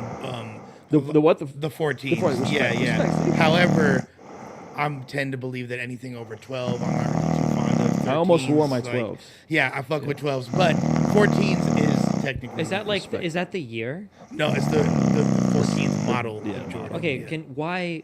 So like, you see 15s and you're like, oh my god. Well, why? so the Yeah. reality is, these are the years that Jordan was actually playing. Oh, so it doesn't have anything to do with the shoe. No, it does. I mean, there's certain designers. Tinker that were- Yeah. Well, talk to me. Why do you hate the 15s? It's a disgusting shoe. Why? The 14s, the 15s, 15s. yeah. They get progressively uglier and then like more derivative of past designs, and they're just like they don't do it for me personally. The designer did change though. There was Yeah, definitely a Tinker design Hat- change. yeah. Tinker. I Okay. think his name's Tinker Hatfield. Yeah. I always I'm not trying to offend anybody here. I don't know what the sexual orientations here are, but I do think it's a little funny, or it's a funny observation. that- All cis het, my friend. Yeah, all cishet. You're I'm not saying it is, okay? And I don't know if we're going to fight over this, okay? No, you good. Okay. Does it feel a little gay sometimes at how much people obsess over like shoes and like these are like the 13s and they've got like the Bro, perfect fashion Nike okay, hold on. As a non-participant, a Hold lot of on. times when you hear dudes talking about fashion and shoes, it is like, oh, you're an architect. Like you just have all these super strong opinions about the lines on the shoe and the shape of it, etc. And I've definitely been sort of sitting back, just like, wow, like Look, why but it's does cool, why does people this not make interested. sense to me? Hold on. Look, I like pussy as much as the next guy, right? But if liking shoes makes me gay, sign me up for Base. Freddie Okay, Mercury's okay. bathhouse All right. in 1986, San Francisco, in the Castro district, with a motherfucking rainbow right outside of it. All right, I'm listening to Judy Garland on the way home today. Fucking if that makes me gay, because I like shoes. Destiny, do you like art? I guess. I mean, everybody likes art, some kind of art, right? I mean, kind of music. I don't want to say musician, but I You like music? I'm assuming you have, you design some of your he own is stuff. art. Look, you he's know? got tattoos all over his body. Yeah. So I think shoes is just an extension of art. It's just an expression of art. Designers is backstories to them. It's just odd for me that people have such strong feelings about it, and that somehow that just never really worked for me. And like I feel the same way about cars. Like I just don't have the fetish. And like my dad is the same way. My dad never like talked about cars, never was into cars, never gave a shit about his car really. So he's gay, basically. I don't know. I just kind of inherited it. I think. What Yeah. what about like, are there the ones and the twos for like the fur? Are those like the coolest? I mean, ones are generally regarded as one of the more popular Jordans. Do they ever In do fact, reruns of like? Yeah, yeah. It just came out. Yeah. Jordan retros, like yeah. Look, and Nike Dunks. Do you know what Nike Dunks look like? No. All right. Well, they're essentially the same got on some exact nice design. shoes. Yeah, but actually, These are comfortable. That's why I wear these. They're comfortable. Those were my workout shoes a few years ago. Like very similar to those. So if I leave nothing else, my whole outfit is the same, but I showed up in a pair of ones, you'd be like, that Be guy. like, I'll fuck with your kicks, most likely, depending on what colorway it is. Oh, yeah, shit. yeah. Oh, man, it gets way okay. deeper. Like, Jesus, okay. All right. I'm okay. so happy to be abstaining from this whole thing, this little game that you guys play. And it's even worse with the hats. Like they all have different hats, Yeah, there's but- different patterns of diamonds and different colors, and all of a sudden the underbrim color matters, and Yeah, I'm but just you like, got- I'm so glad I'm not taking part You in got a this. fucking Gucci shirt on. You feel me? You might as well fucking. My girl gave it to me, and it's like, yeah, all right. Might as well fine. fucking give a hand job, bro. Like, you like clothes. Yeah, a little bit. But I'm just like not as into it as other people. Yeah, no, we you feel me? I don't feel like I would have been allowed to be over here if I didn't like clothes. Right. I feel like that's part of what made it work. There's been people on the podcast, at least momentarily, where their clothes were so bad that alone seemed like probably reason enough that they shouldn't come back. Oh, Jesus. Jeez. Yeah. I mean, what you're doing is like so simple that it's Oh, like hard to thank you. do it wrong. Okay. But when you're doing something and it's really not what you think it is, that could be an issue for the brand as a whole. No, it's funny that this guy's an atheist because it's an act of God he's allowed on No Jumper dressing like that. Oh, Wow. how dare you. I told you he's a lyricist. Okay. That was good. No, I fuck with Destiny the long way. Don't get it twisted. Pause. I think to wrap it up, I don't mind the fashion thing, the shoe thing, or whatever. The only thing that's weird to me about the shoe thing, like hats make sense, shirts make sense. The only thing that's weird about the shoe thing is I've legitimately seen people like in elevators and shit that are like worried that they're creasing their shoes too much. I'm worried and when about I see creasing stuff my like shoes. yeah, then I'm like, damn, like You you've get moved crease to like protectors. you've You know, what's even gayer about it is no one's ever gotten pussy off the strength of their shoes in the history of mankind. We wear it for ourselves, aka it's like guys other that think dudes. that like if they've got like the sickest car, like Yeah. a girl sees a car and is like, did it cost a lot of money? But she doesn't give a fuck about like, No. is it a mid-engine or is it what? Yeah, they This don't know. Corvette it adds 4 inches to my cock. Yeah. Like, yeah. Yeah. Why do we have to cloak caring about fashion or design and like it being a gay thing? We should be better than that, don't you think? We don't, but I mean, it's not exactly the most like traditionally masculine pursuit. Yeah. But in some ways it is. Like when we're talking about cars and stuff, it's totally normal for guys to have this appreciation for design, right? Why once you apply it to clothes does it become kind of gay? It's not. I love pussy and I like shoes, so just shooting a hole through that theory every time it's brought up. Well, it's because there are things that are inherently gay. And like don't. That's getting fucked in the ass. Yeah. Well, like that you identify with gay shit culturally. You Such know? as? Yeah, I'm tell us. kind of drawing Let's a see how blank. homophobic you are. Yeah, go ahead. Theater. Oh, that's Theater- only gay people. Being a hairstylist. Theater. Being a makeup artist. Have you guys? Okay, but being a barber is not gay. Yes, but that's They doing are it- it's hairstylists. fundamentally different. Are you guys familiar with Richard Cabral? No. Richard, he was on that show Mayans. He just had the interview, really poppin' interview. Anyway, I think he'd be a great guest, but he was in theater, and he's like he's from South Central LA.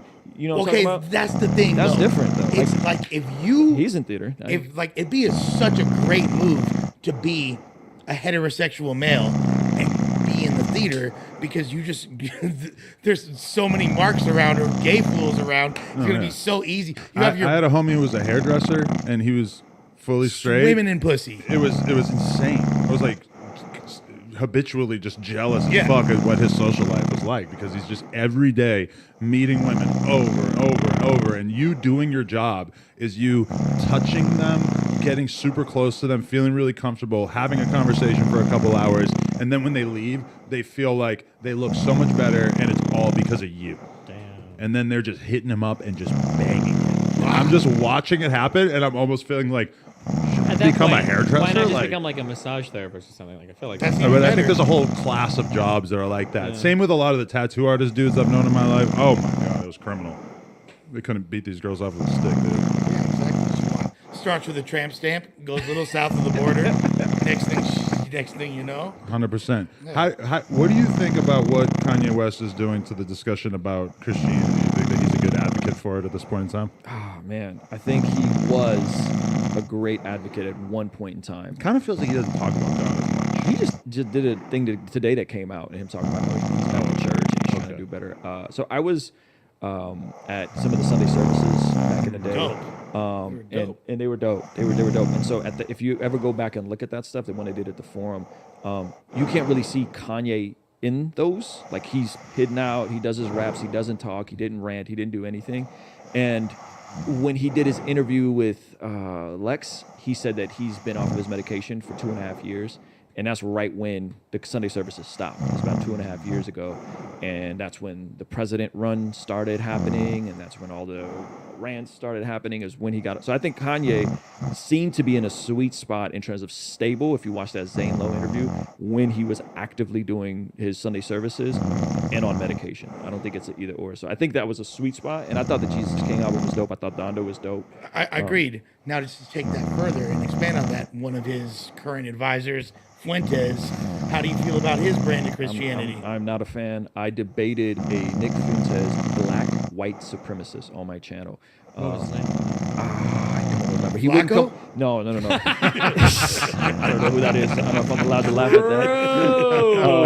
Oh no, he's gonna go busting in here. So I think Ye running around with Nick Fuentes is not a good look because of the White supremacy thing. The white supremacy thing, but no, specifically because people will be like, "How is he white supremacist?" And it's the White nationalist It's trailer the right it's the IQ. They believe that black people are a standard deviation lower in IQ. So I went down the rabbit hole and did all of this research and did a video about it. It's utter nonsense. Standard deviation is 15 points. So if the average IQ is 100, they're saying that black people have an 85 IQ, which is insane. And so this black gentleman, he wasn't on camera, so I'm giving him the benefit of the doubt, called in and they started spamming my chat, and I ended up debating a black-white supremacist on black people not having a standard deviation lower IQ. I think that's poison. I think that view is completely awful, and I don't know if Ye knows if that's what it is.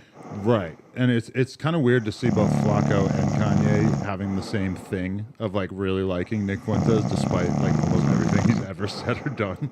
Like it's just kind I of think baffling, right? it sucks that we're talking about this now because the only black guy left earlier. Yeah. But Yeah, I think That's that okay. there's He'd be having a field day. He's here in spirit. Well, I think there's this feeling among a lot of black people that he verbalized that where like, yeah, you got like racist conservatives, but like the liberals are fucking racist too. They're racist. Absolutely. when you get- Over pandering. Yeah, and that everything. shit. Yeah, they treat you like you're a retarded child. They- Right. The way that they treat you is just like so fucked. I don't fuck with that shit either.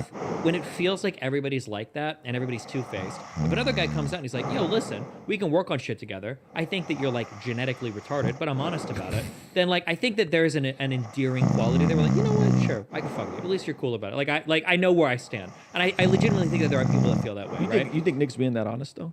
No, not at all. I think he's holding don't his think he is. cards close. But at the very least, he comes off as more racist than the average person. And I think that if you are black and you feel like everybody's hiding their racism, having a guy that's a little bit more overt with it is like, okay, sure, fine. At least like you're honest about it. Like I know where I stand with you. I think it is a little bit more extreme than he lets on, depending on who he's talking to. I don't appreciate that he's doing it. Jesus or Christianity or even Catholicism. Well, that's his whole shtick. That's a bad look. That has nothing to do with. I just had the leading Catholic apologist on my channel, and they're not on that time. And I'm not a Catholic, but they're not on that. Well, time. that's what we were saying earlier. Like Yeah. he claims to be a Catholic nationalist, not even a white nationalist. There's something that you brought up earlier. Generally, when we watch movies, there's a structure to everything. Right. Right. You don't see random fuck characters on screen. It's not a random thing that happens. Like everything is like pretty ordered and pretty purposeful for the intention of like delivering some experience. We want to feel like our lives are the same way. Religion is nice because it's like the total package in terms of giving you all the different things that you need to live your life. Like if I don't have religion, I've got to figure out like how am I supposed to act? Because moral and ethics are very complicated to figure out, arguably impossible. What am I supposed to believe about like the state of the world? Like metaphysics and ontology, like I don't know what exists or why, or if a tree falls in a forest, is anybody, I don't know, like any of these things, right? You don't know when the universe began, you don't know what the purpose you have in life is, like is there a reason why I exist? Like sometimes life sucks, is there a meaning to that, or is it just shitty? And religion is a really nice way to take all of those complicated questions and then give you a package that addresses each and every one, such that it's the reason why even for people like you who like might not have like the strictest interpretation, that structure is still there, and it gives you meaning to carry you through the shitty times. Helps make sense of the suffering. Yeah. No, absolutely. Absolutely. 1000%. I mean, that's pretty much like the catalyst for having faith right there, and just having answers and definitive knowledge of something as opposed to just. And like a beacon truly in the dark, right? Especially you said you're a few years clean on drugs or whatever. Absolutely, right? yes. Like pushing through, especially for relapse times. Like, because what the fuck is the point of anything? You might as well just destroy your life. Having something like shining through that's like, no, push towards this. Like, I think can be a good guidance for sure. And really, okay, let's say I'm wrong, and let's say everything that I believe turns out to be wrong, and and it's just complete randomness, and there is no God. At least I was leaning towards being a beacon of positivity and trying to help society and be the best version of myself, because that's truly what I believe. If I can't make an actual definition of what God is, God is the best version of myself. And I might not necessarily know how to define God, but me at my best is loving, caring, accepting, forgiving, present, tolerant. And if I'm trying my best to personify these ideologies and like, you know what I mean? Like, or these traits, then that's me being as close to God if he does exist, or even if he doesn't exist. But you know what? When an atheist like me hears all that, it just sounds like fuck you, shoot porn. No, it just sounds like something other than a conversation about whether it's true or not. Because to me, that's the most important thing. Yeah, because I think that's the mistaken way to approach it. I've repeated this a lot. I think on earlier shows and here today that like people are not fundamentally seeking truth. That's not what we're wired to do. I don't think that people go into religion. Now, maybe there might be like apologetics or other forms that try to like logically justify it, but I don't think most people are there like searching for truth. They're looking for meaning. And those might feel like the same thing, but they're totally different, I think, right? You can find meaning in a lot of stuff that isn't truthful or doesn't have like a truth component to the question. You can find meaning in a lot of art, right? Is there a truth to how a particular piece of art is supposed to make you feel? Maybe not, but there can still be meaning behind it to a person. I think religion is very much the same way. So. Yeah, it is 1,000% subjective, right? Like. And I think that, like, also, this is a point I would say in favor of atheism, but you mentioned earlier that, like, if you follow religious doctrine or belief, and you mentioned it too, that it, like, generally leads you to a more fulfilling and happy life. That's probably true of almost all religions, especially the Abrahamic ones, right? Like a Muslim, a Christian, and a Jew, on, like, 93% of issues are going to more or less, like, fall in line. Like, it's not really that much of an endorsement of Christianity. It's just sort of an endorsement of religion in general, right? Right, 1,000%. But I feel like all the major religions, with the exception of like different Eastern philosophies, and even then they're going to be like a large, like, yeah, if you follow like the perfect Buddhist or the perfect fucking, you know, whatever, probably going to be in these. They're chill as fuck. They're like probably the chillest. Or to be honest sometimes with you. I have conversations with like hardcore exercise people and hear them talking about how Spartan their diet is and how they just won't engage with like almost any temptations. And it just occurs to me, like, in any other era in history, this guy would be a religious lunatic. But instead, he lives in this time period where it's like considered acceptable for you to just take that much effort and put it into your health and your fitness and shit. Well, like here's the thing: a lot of those, like, let's just look at Judaism, Christianity, and Islam.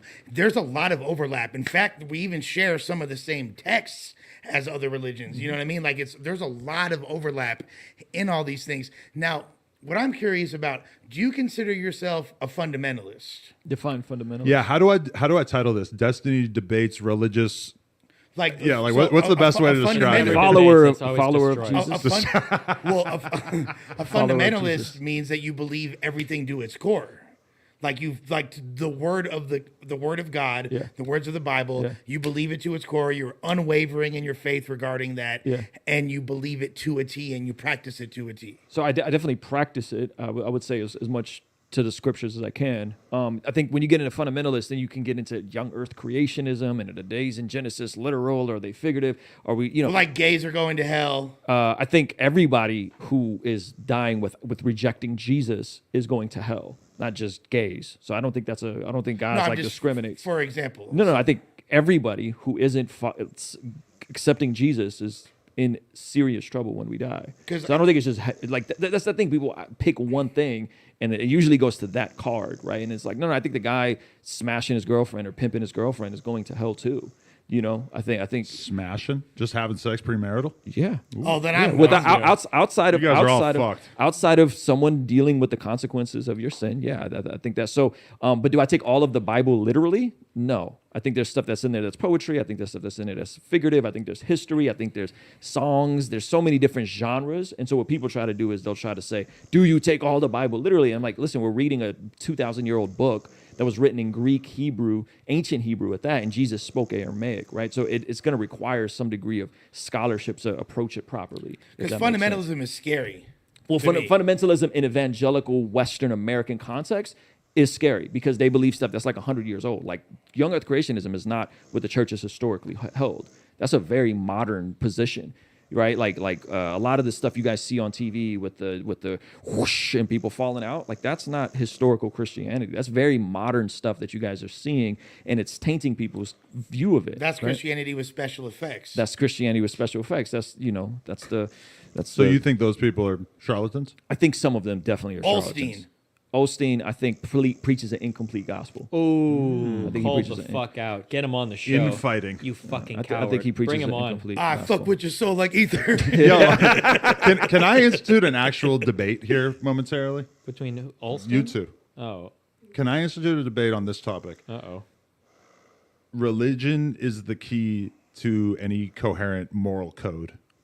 Would moral you say argument. that you agree with that? Because this is what I'm interested in, is the conversation about people deriving their moral code from religion versus just from their own sense of what's right and wrong. Because I get the idea that you believe that religion is the best way to define your moral code. So I would say there's multiple ways people derive a moral code. Most common in the West is Unitarianism. Like, what is the utility of said view, and does it benefit the most amount of people? That's void of religion, right? Before that, there's another word called deontological perspective, which is just like something is absolutely right or wrong based on if everyone does it, the chronological imperative. So if everyone were to commit suicide, that would be very bad, right? If everybody were, right? You see where I'm going with that? So there's other ways to derive morality. I think God and Jesus and natural law is the most optimal way, and I would agree with that. But I think there are other ways people pull ethics that aren't just based on God. I just think God's ways actually trump and connect to all the other ways of how people come to ethics on anything. Beat himself in the debate. Do I get credit for that, or? Explain. I didn't. That's just funny. Touche. Well, because he just said there's other ways besides religion. Yeah, there's to other get- ways. I don't think that's So, I don't yeah. think that's the best argument for why there's a God. Like, I don't think the best argument is morality. Like, I think you've came to your own morals outside of religion, and I would probably disagree with a lot of them. But I think I think it is a strong argument, is that if we look at all the other ways of how people come to values, it still connects with Jesus's ways of how we should live. I think ultimately, at the end of the day, when I'm having a conversation with somebody, I want to feel like two reasonable minds ought to be able to agree on a perspective, or at least understand a perspective, if not agree on one. The problem I have with religion is that fundamentally, two people of different religious sects are not going to be able to have agreements on moral issues because the way that they generate those moral truths are fundamentally different. Whereas if I have like secular people that are arguing amongst like ethical propositions or whatever, I can try to get them on the same page because they'll be coming from secular backgrounds and they can have a debate on those fundamental, axioms where their ethical systems come from, right? I could say that, oh, well, murder is bad. You gave a consequentialist framework, utilitarianism. You gave that as an example. Right? Two people might say like, well, murder is bad because in a society where murder is allowed, we create for a worse society because everybody's scared of killing each other and all that, or dying. And I could get two secular people to have an argument about that and roughly agree because they're coming from the same place. Whereas two people from different religious backgrounds, if one says, oh, well, my religion says I'm supposed to kill these types of people, and the other guy says, well, my religion says I'm supposed to kill these types of people. Okay, well, let's argue. Okay, well, my God said that. Well, my God said this. The argument's kind of over.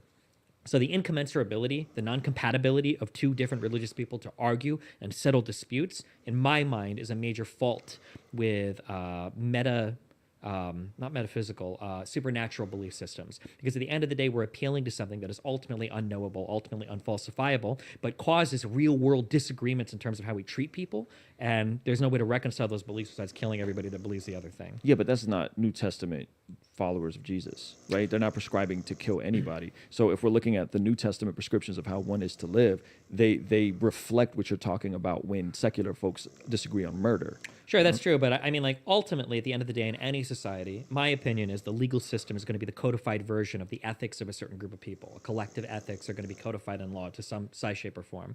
So, like, in more extreme, like, Muslim communities, you see things, Sharia law, or actually codified into their actual law, like gay relationships are illegal, or adultery is illegal. You can get punished by death for these. I don't see any reason why a Christian society wouldn't necessarily follow similar things where certain people are ostracized from society or given some sort of punishment for being gay or practicing gayness or being an adulterer. Yeah, but you said the collective society in the legality of things determines whether something is right or wrong. We would totally say Jim Crow was wrong in the 60s. It's wrong today. Slavery was wrong 400 years ago. It's wrong today. It is absolutely universally wrong to own people, period. To kidnap and own people is wrong.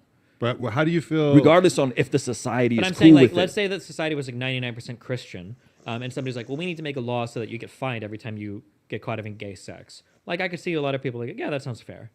And what about? I don't know how you went to that. I mean, we're talking about. Well, no, I was just saying. I was saying that collectively, if you had 99%, it's always the gay What's thing. really on your mind? Well, because Jim Crow is an easy gimme because everybody thinks that slavery is wrong. Yeah. But nobody's fighting with Christians today about enslaving black people. We're fighting over things like abortion or gay marriage. Those are the things that we're fighting. But on top of that, there's also globalization, which was done under the veil of Christianity, which was Sure, I mean, colonial, fuck all that. I'm saying we have modern debates right now that the difference in opinion stems from a theological background, which is necessarily unassailable. I can't argue. If I want to have a conversation about abortion, a guy's like, oh, I'm Christian. Oh, well, fuck me. The discussion is over. I can't say anything to move that person. Do you to that think position. somebody could have a pro-life position without bringing God into it? Yeah. Okay. But So- I think a person so that has brought it's- God in, but a person with a pro-life position that hasn't brought God into it could be argued to a pro-choice position. Same thing, a pro-choice person without God could be argued to a pro-life position. But if they have God, the fixation there that is going to cause in my opinion, a static grounding for the morals, such that you're not going to be able to convince them. Because if I argue with somebody, it's like, oh, why are you pro-life? I'm like, well, I believe that humanity begins at the moment of conception, and that's my secular background. Oh, cool, let's have a conversation about that. But if somebody says, oh, I'm religious, oh, the conversation's over. I'm No, never I think- changing your opinion. I think ending and murdering and ending a human life is wrong. Abortion ends a human life. Therefore, abortion is wrong. I don't think that's a very... You Sure, need but if God you get to do that from a secular point of view, I can argue with you over when that moment of human life begins. I mean, biology says it begins at conception. There's unique DNA the moment the sperm and the egg touch. Yeah, but biology doesn't give us the moral consideration for a person. Well, because you're saying morality is coming from the social consensus, and I'm saying morality exists outside of the social consensus. Yeah, but you're Morality grounding is for that morality. I can't argue with you because you believe in God. I can never convince you otherwise. You have your set of beliefs, and that's never going to change. My set of beliefs, though, is based on what is a human with unique DNA, right? So again, I'm saying we could remove God from it, and I'll say that's a human with DNA, and it's going to grow into a bigger human. Well, it's I a understand. zygote. I understand. I It's a understand. zygote. I understand. It's a zygote, and so a 25-year-old is not less, is not more valuable than a 15-year-old, and a 15-year-old is not more Yeah, but a valuable 20 than a 1-year-old. a 25-year-old and a 1-year-old is not more valuable than a 3-week, 4-week, 5-week fetus. But it's about when you give the DNA like more consideration. When is it a person? Because a 25-year-old corpse you wouldn't give any rights to. Sure. But it's a human with DNA. Okay. But they're dead, right? So you got a heartbeat at 5 weeks. You got 10 fingers, 10 toes at 7 weeks. The eyeballs are formed. I mean, have you ever seen a procedure of an abortion at 12 weeks, 11 weeks? Nope, but I don't care. I probably have. I would encourage everyone who's pro-choice to go look it up. That has no bearing on the argument whatsoever. Because it's a human in there. That's the point, though. Yeah, but the question isn't whether it's a human. The question is whether it's a life worth considering. That's the question, right? Again, a corpse is human, but we don't protect corpses because we're protecting human life. Okay, because there's right? no life in the corpse. Exactly. The baby has life. So, but we don't. But that's the question. The question is, what is the life? I don't think it's a question. I think It it's is a a question. fact. How is it a question? If someone has brain waves, if someone has 10 fingers, 10 Well, toes, so careful, because now you just said brain waves, right? So are you okay with abortion at 1 or 2 weeks? am I okay with? No, I'm not okay with any abortion. Okay, so so the brainwave thing wasn't true. When you said 10 toes, if a baby has 8 toes, it's still a human, right? Sure. So that part's not true, right? Sure. I'm You saying said- what I'm saying is right now we have the most liberal laws, more liberal than the EU. Okay, abortion has a hard cutoff in most of Europe at like 12 weeks. Yeah, none of this has anything to do with what I'm talking about. Okay, I'm just no. saying But what I'm saying is that's way more conservative than what we fought here That's for. true, but okay? it also has nothing to do with what I'm talking about. I was just saying that your idea of abortion Uh-huh. and the foundation for that idea is a religious one, and that is an unshakable foundation. There is no argument that could ever, like if I were to ask you right now, could I give you any argument that would persuade you that abortion is okay? No, you're not going to get it. Exactly. But that's because I've been on both sides and I've wrestled through it and I've thought about it and I've watched debates and I've heard the best of the best arguments. That's fine. You and can I'm say still that. convinced that that's a human in there. And if you leave it untouched, if you don't do anything to that, that is going to grow into a full-grown human. And that's fine. But I'm just saying that what you just said was there's no disagreement to be had. There's no argument to be had. Yes, right? but that's irrelevant of whether or not I believe Jesus is the Son of God and bodily rose from No, the but the grave. foundation is a theological one. The Like, if I foundation ask is you- a DNA one. Well, the foundation is theological from where your anti-abortion beliefs come from. My anti-abortion beliefs, my pro-life beliefs is that I believe babies should be protected because they're the most vulnerable with no voice. That's where it comes That's from. not the foundation. The foundation is going to be a theological one. It has to be. You're The religious. foundation is You biology. already said that nothing I changed. Yeah. Like But what if I'm we? sure hold on, you're what if not I gonna found a change your gene? What if mind. I found? No, I can be. You changed. can become pro-life. I was pro-life. That's why I love you, Nathan. But that's why I have 11-year-old kids. Because when my ex-girlfriend got pregnant, I was not in favor of abortion at all. So at the time, I was pro-life. Yes. So you would have yeeted your own child if you hold your modern My views modern now? position, yes. I love you, Nathan. I mean, that's for real. Yes. And you don't think you would have regretted that, knowing what you know now? Absolutely not. Whoa, hold on. I'm tracking. You have an 11-year-old.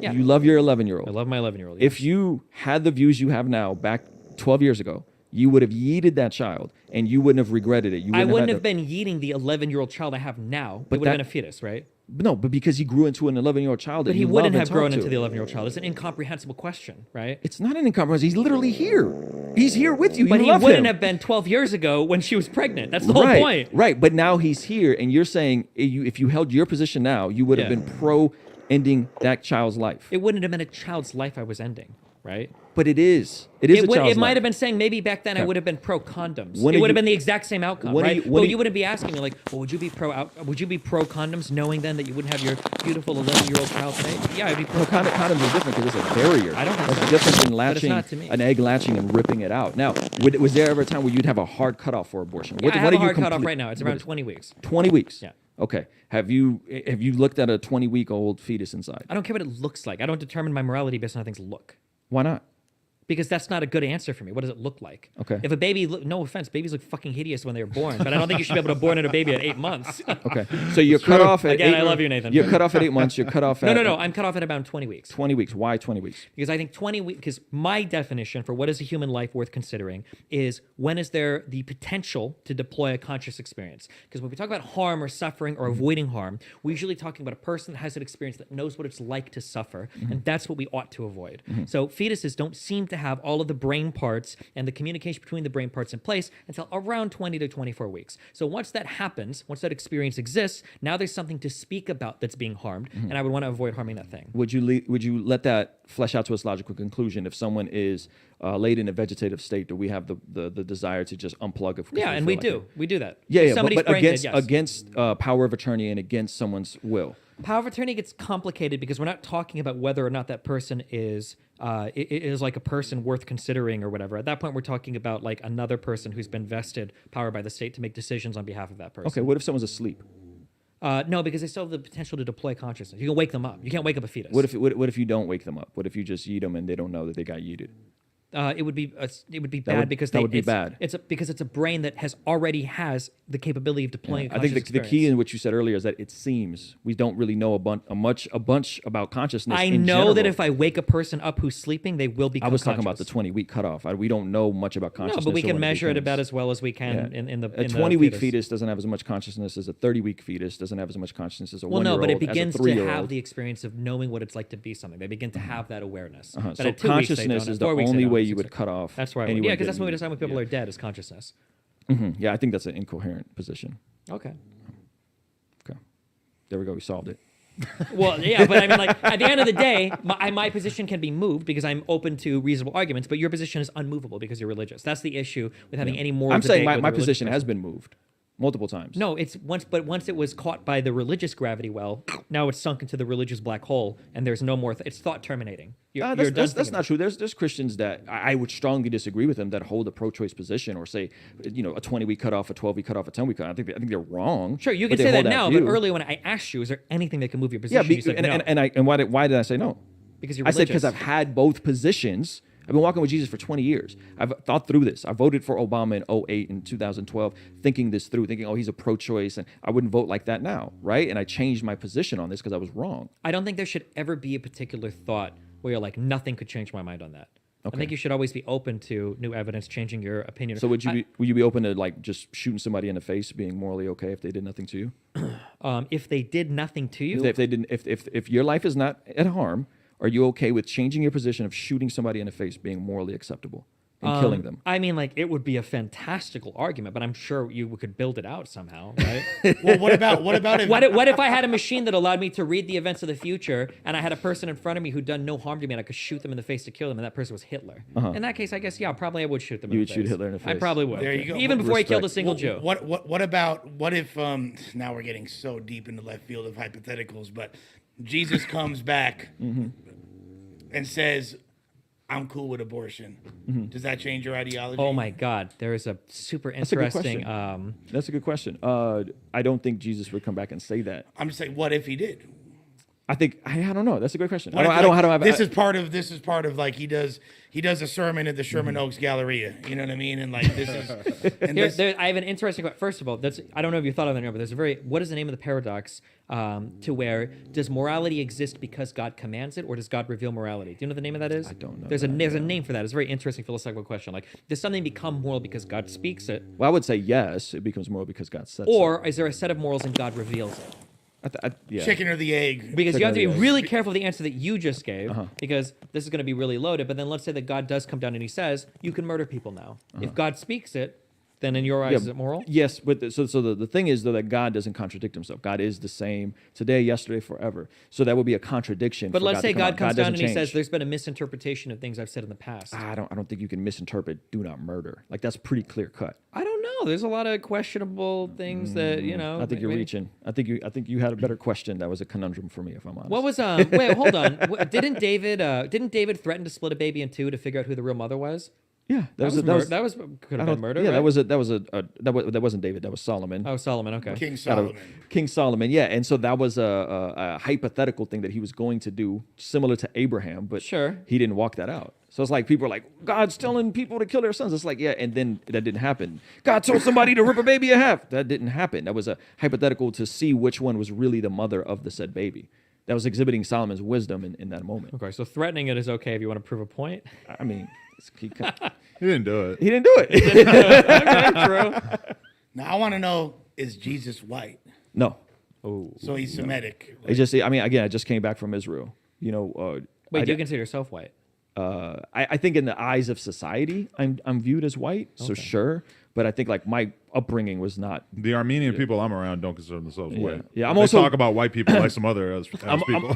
I'm also fair skinned. Like we were like similar to the same complexion, you know. So like I'm viewed as white in society. For sure, yeah. Though my experience has not been that of like my dad not being in my life, being predominantly raised by black folks and my my closest friends. So yes, but my culture, Armenians are not white. That's not Western, white Christian culture. Here's a question. A lost chapter of the Bible comes out, authentically, historically verified. Jesus wrote this on the fourth day. He rose on the third day. He wrote this on the fourth day, and then he takes off, right? And in this fourth version, it says, actually, murder and adultery are okay. And it's 100% verified, 100%. And it says you can kill kids if you really want to. They're really fucking annoying. Would you believe that? No. Because it contradicts what he's already established. What if it says the prior record that you think is true is not true? It's been misinterpreted. That's like you having a black shirt on in this conversation, and then hopping on stream later and trying to convince everyone that you had a white shirt on in this conversation. What if I say it's because I could say there was a tune applied to the video? You could probably Photoshop it. You cannot Photoshop. I mean, you could Photoshop. You can't do it with live video. I bet you could do it with live video. I don't think These guys are talented. I bet they could. I've seen some deepfakes, but I'm saying engage with the hypothetical. Let's say that chapter came out. They did all the research. They verified. Yes. Holy shit, this actually was Jesus fucking wrote this shit in his own pen and paper. I think you're using an unnecessary hypothetical to make a mute point. Well, the point is that, well, the really deep philosophical point is, I think that most of our morality comes from these intuitive places that we don't want to admit. We want to pretend that we're appealing to some external God code, and God has given us the 10 Commandments. And I don't actually think that's true. I think that intuitively, there's a code that lines up with most of our moral intuition, and that's why we follow it. But we like to pretend that we logically, of course, we believe in the resurrection, and now we've logically got the 10 Commandments. But if I could show you, actually, there's Commandments 11 and 12, and 11 and 12 say you can kill annoying kids, and 12 says but those contradict Commandments 1 through 10. I think what you're saying isn't wrong. The first presupposition is fine. We have an intuitive nature. That's called the law is written on our heart. I think you're right. That's not. It doesn't have to be a binary, right? Like I think it's and both. God declares things to be right and wrong, and He's wired humans to have a conscience and to have the ability to know right from wrong. Okay, so I think you're creating a false binary when it doesn't need to be one. I disagree. I don't think so. I think you don't want to engage with hypothetical. Here's a question. Have you ever heard of abortion in the Bible? Yes, I've read the passage. That's nonsense. There's a mistranslation in the NIV translation. 100%. You can look this up. We can verify it right now. That's not in the ESV. That's not in the New King James. Hold on. Wait. I don't remember. Her belly to swell in the Numbers passage. I know what you're talking about. It's the one where if you commit adultery. Yes, you can give her a magic potion, and then her belly will swell, and then she will miscarry. That's nonsense. The whole chapter is the whole chapter is not saying that. The whole chapter, and it doesn't use the word miscarry. That is a mistranslation. It doesn't say miscarry, but what it says is, so here for full context, is that if you are a woman and you think that or if you think that your woman has been adulterous, she can go to a priest and ask for forgiveness, and she can say a prayer basically and drink, I think it's a bitter potion or something. And what'll happen is as long as your baby is truly from your husband, then the potion will pass unharmed. But if it's from an adulterous relationship, then you will expel the fetus. So Essentially miscarry. I would challenge everybody listening to this and you after this to pull that up and see if it actually says she was ever pregnant, or is that an NIV mistranslation of the word miscarry? It's not. Wait, in there. she wasn't ever pregnant. She was What's never happening? pregnant. She was never pregnant. Wait, what's happening then? That's a discipline on her, not on a baby that was conceived. What does it mean to pass? I promise you.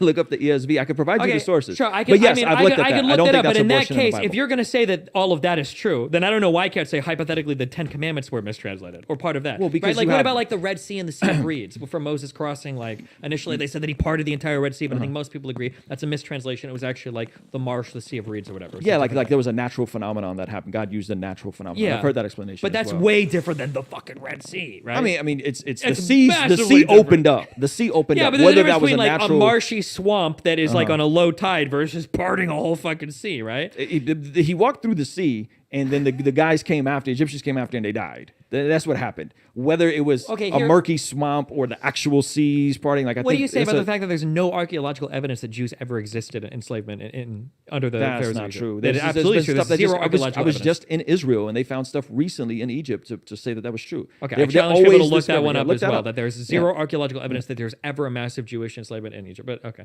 Yeah. All I mean, what it's- do you- sorry, I don't want to do this all the time. Okay. Or you can have the last No, one. I'm Go. loving this. This is great. This is what you. Is this what you? Are you not Yeah, entertained? no, this is fire. Yeah. Yeah. So Too what would bad it, we don't have any popcorn? what would it take to convince you to be We a got the follower of emojis. Jesus?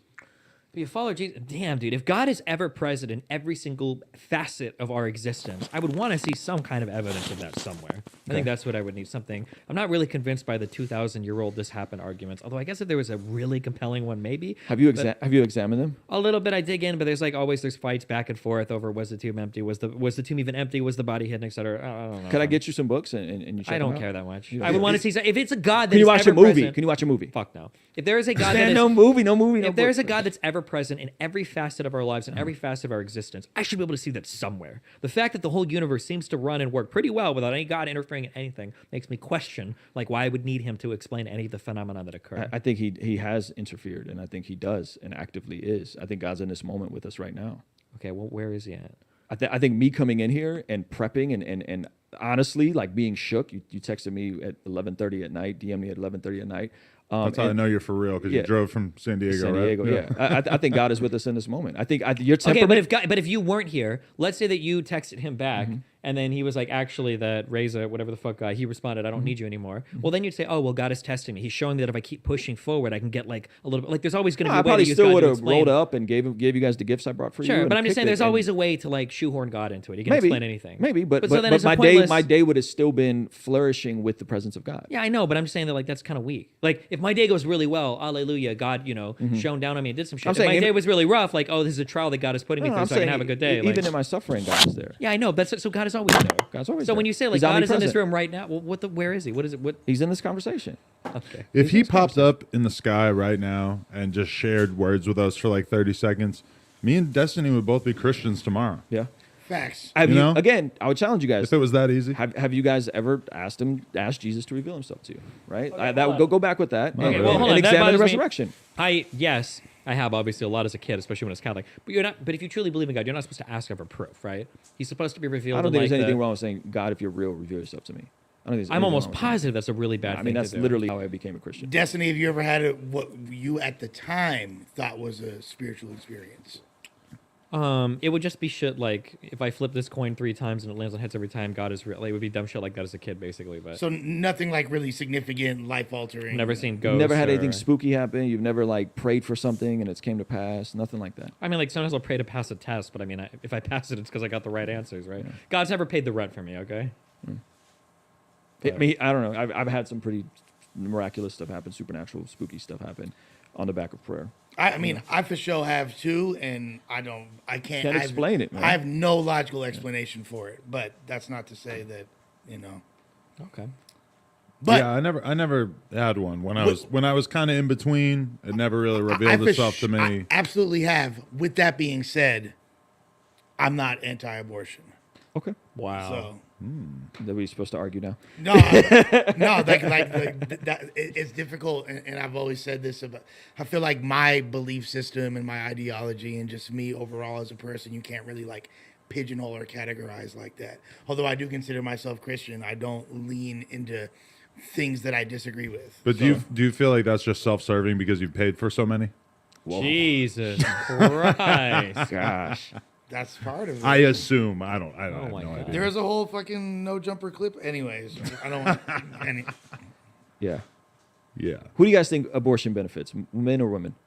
Both, if they choose to have one. Yeah. If a girl gets raped or some shit, I mean, that's pretty fucked up if she doesn't. It's an extreme example, but that's a 1% clear-cut case. of abortions. Yeah, Less than but 1%. I mean, it's a percent. Yeah. It exists. Yeah. If it's 1 million babies aborted a year, isn't that what Christians say? Yeah. That's 10,000 raped women a year. 10,000 aborted babies from raped women.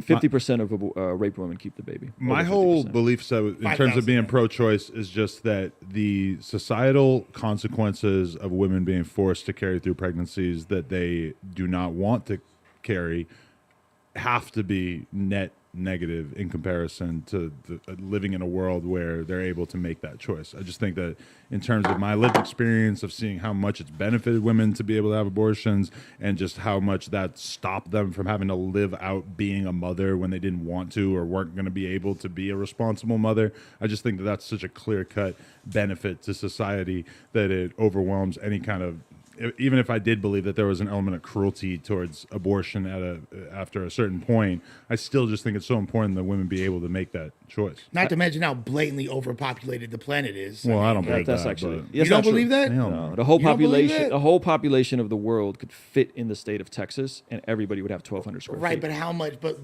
that's not to say how much of the world is uninhabitable. You know what I mean? Like, I'm saying in parts that are inhabitable, people can live in cities. The issue that we're really dealing with, and this is another utility argument, is that depopulation is a real thing. And if you look at what's happening in South Korea and Japan, their entire societies, because they're now reproducing, are on the verge of collapsing. Their social safety net systems are on the verge of collapsing right now in real time because people aren't having enough kids. And that's going to happen in America soon if we don't increase our birth rates. So what would you say to my thing about abortion that I just said? I think it's anecdotal. I Okay, understand. true. I know quite a few women that have had abortions, usually to benefit men because men didn't want to be responsible fathers in situations. And I've also seen women that have became superheroes and it's completely changed their life. I've seen men step up and become incredible fathers and change their life because of a child and committing to that. So I've seen the opposite. I believe a baby should be for a man and a woman in a marriage for the nuclear family. I think that's optimal. And I think any empirical evidence proves that. But I've seen the unideal circumstances, even in cases of rape, completely be a massive blessing to a lot of people. We could Google famous people that almost got aborted. You're talking about Steph Curry. You're talking about Barack Obama. Like, you're talking about some pretty heavy hitters. And so that has some kind of dark implications, though, right there. I bet there's been What's some that? murderers that were almost aborted. That was the argument, though. That was the Freakonomics argument, was that because of poverty, abortion's a net positive. And I would just disagree with it. I think we need to repopulate, and I think people generally need to make better decisions with who they choose to lay down with. Have you guys seen this backlash on TikTok after Roe v. Wade got overturned? Backlash on TikTok? Yeah, there was a bunch of folks from the hookup community, women from the hookup community, that were like, that's it, we're done, hookup culture is dead. And then the number one trending app on the App Store, can you guys guess what it was right after Roe v. Wade? Tinder? A fertility tracking app. Who would have thought? Well, we both thought Who would have Tinder. thought, Adam, that women, you know what I mean? So that's what I'm saying. Like, I think we use this as this emotional, what about rape? What about, it's like the vast majority of abortions are out of, I just don't want to keep this baby anymore, instead of being preventative, careful, selective with who you want to have kids with. How many abortions have you paid for, Adam? 0. Respect. You make them pay themselves. I had one girl back in the day who told me that she got an abortion after she already did, and I never really knew if it was true because That's happened to me, too. I also knew her to be a liar on a variety of other things, so I kind of thought that she was just playing games with me. Well, how does Plan B factor into this equation? Man, I'll be completely honest with you. I'm not fully tapped into what Plan B does. Does Plan some B say- prevent implantation? Yeah, it kind of gets murky in Right. that. Generally speaking, I'm anti anything besides barrier methods and the rhythm method.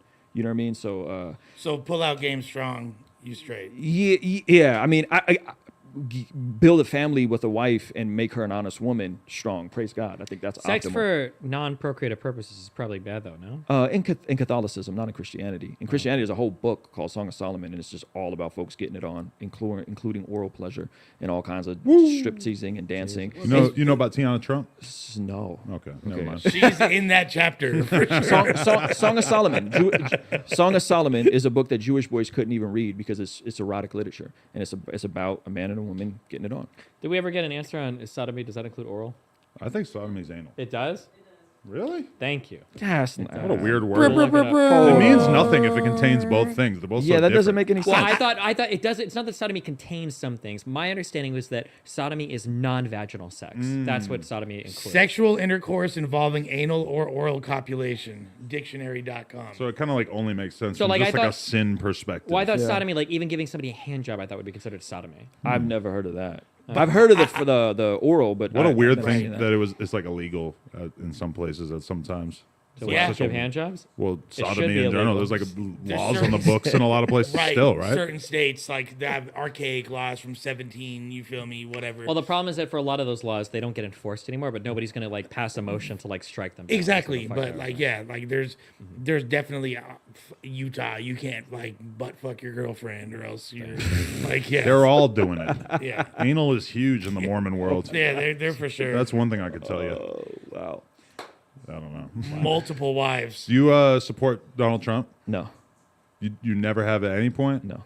Ever. Your faith prohibits you from supporting I- such a immoral man, or what? Yeah, more or less. Yeah, I don't think the way he spoke was indicative of the values he claimed to represent. How do you feel about Herschel Walker in Georgia, the upcoming runoff election? Yuck. Bad man. If you're in Georgia, guys, Warnock. That's. I the mean, guy. I'm not for Warnock either. I think Warnock the- is very problematic, but I'm Why? not for Herschel Walker. Why is either. Warnock problematic? Because he's pretty far into the left end of the spectrum. I mean, I Well, don't what? like him. He's a holy man. He's a cool dude. Stop. Wow. Stop okay, it. I see what it is. Stop it. Vote Warnock, guys. Vote Warnock. We're going to be there canvassing on the 3rd, 4th, 5th, I think. We'll be there with 250 people strong. So what? We're So gonna be knocking on doors and everything's going to be So what amazing. happened? The election was so close that they had to do another election. Is that what Georgia has this happened? dumb fucking rule, I think. I should know this because I canvassed there the last cycle. But I think that if no candidate gets over 50% of the vote, then there's a runoff that So happens. within a percentage. No, it's if they don't get over 50%. So, like, let's say there's Oh, like... because there's a third party. Yeah. Got so it. if it's Okay. like 49.8% one guy, and then two guys have 25%, they'll do a runoff election. Or if it's like 49.7 versus like 48.3. I don't know what the last numbers were, but yeah. Yeah. No, I can't do Trump. I can't do Walker. I like DeSantis. I think he's decent, but generally I'm not a big right wing or left wing guy. What are your thoughts on DeSantis, Destiny? He's like Trump Jr. No, I don't know. I didn't like the whole weird gay shit, the don't say gay shit, the like all the school interference stuff, the anti-trans stuff.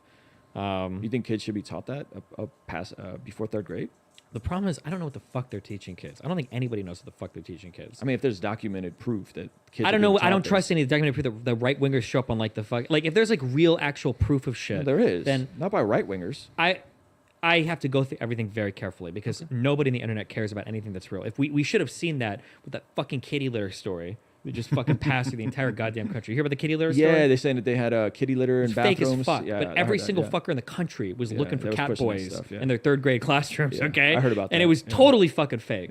So, like, yeah, if there's teachers having conversations with kids where it's like sometimes little boys, want to get vaginas, like, yeah, that's obviously wildly inappropriate. Inappropriate, But, okay. like, saying that, like, oh, trans people exist, sometimes people feel differently, and, 6th, 7th, 8th grade, whenever it's age appropriate, I think that's an okay conversation. But to have. as far as I know, the law was a cutoff for 3rd grade. As far as I know, The problem is that I the read law, about it. the law specified, I think it was up till 3rd grade, but there was other language in the law that Age said, appropriate. or when age appropriate. yeah. And the law itself created a private cause of action for families to sue schools and for the schools to shoulder the burden of those lawsuits if something wrong happened. So the problem isn't necessarily the law itself, it's the chilling effect that's created. Like, let's say I want to teach a certain author that happens to be gay. Could there be a parent that wants to file a lawsuit against the school because we're teaching gay literature or gay authorship or gay plays or whatever? I remember being in school and the Christian kids, I wasn't Christian, but the Christian kids just being able to opt out of certain stuff. So like if they knew that some of these, they didn't want to do sex ed, they could just opt out. And so it seems like some of that has changed. And it seems like the fear is, hey, let's not overcorrect and indoctrinate people into saying this is the same as a nuclear family. That's not mutually exclusive to just Christian kids either. Sure. Like if you don't want to, most schools aren't going to make you in biology class dissect a frog anymore and things like that. Yeah. If you don't, Well, you Yeah, I should think- out there. I You think- should be forced to. I mean, I think if Get your parents stomach up. don't want their kids to be exposed to the idea that these alternative lifestyles are the same as a nuclear family, they should have the right to not have their kids. I think you should have to learn about it. I think you should have to learn about My it. thing what is, age? I'm extremely concerned as a parent that at some point my kid is going to go to school and is going to have a fucking teacher who basically tries to convince them that the spirit of the founding of America was inherently racist. And I feel like that is a like practical conversation that should happen about what is considered acceptable to teach to kids in high schools, in junior highs, whatever. Like I think that that's a real conversation that needs to happen. And for sure. sometimes we get so distracted by the polar opposites of each conversation that we aren't willing to like try to meet in the middle on something. And I'm down to meet in the middle there, but I think there's a lawsuit in California right now of a 6th grader who was basically convinced, and there's leaked recordings of this, that she was trans and went through a whole transition, and then the CPS got called in because the mom wouldn't use the proper pronouns. Mom pulled her out of the school, put her in a different school. She's no longer trans, and this is 6th grade, right? So I think that stuff is happening too as well, which is like, man, yeah, that's just fucked up. That's crazy, bro. If it really happened like that. No, The no, thing no, I it hate really happened like every that. single time. I'm not saying you're doing this, but 100%, not 92%, not even 100% of the time a story like that is brought up. Whenever I go home and I research it afterwards, there's like a million things more complicated that change dramatically how that story plays out. So Well, maybe I mean, there's a I'm- case. If I'm that's tr- happening, it's bad. I'm trying to but, like, condense. sure, I understand. articles upon articles, but it Sure. is a real thing happening in California right now, where there's teachers that got reprimanded for it, and there's a lawsuit happening right now. Leaked recordings of them at a trans LGBTQ conference and how to talk to kids in conservative areas. That stuff happens, man. So you're talking about being indoctrinated that everything is racism. I mean, what about trans stuff like that? That can jack up a kid's psyche. And I think that's fair too, is that there should be a conversation about what's acceptable to teach kids in that regard. And like we can't just leave it up to individual teachers, because clearly some of these teachers are fucking lunatics, and we see it playing out on the internet all the time. And I just think it's like even somebody like me who's not super concerned about my kid being fucking radicalized by school, like I feel like I have a decent reason for concern at some point. She's 2, so not much concern currently, but in I the think future, there has to be a way where we could teach history and say, hey man, like we got a pretty dark history in this country. Yeah, however, for sure. However, we're also not going to say that everything is systematically racist and you can't get ahead and it just sucks for you and it's a zero-sum game. I just don't want my kid to be like back 7 and confronting her whiteness or whatever the fuck. True, yeah. I don't want Robin DiAngelo to be speaking at her school. I agree. This is kind of where I'm at. I agree. I don't know. Shit. What else should we talk about? So they said we should take questions from the chat. Not sure if you guys do that here. Chat's going pretty crazy though. I'm very open to that. Are we super chats? Drop some we super got chats.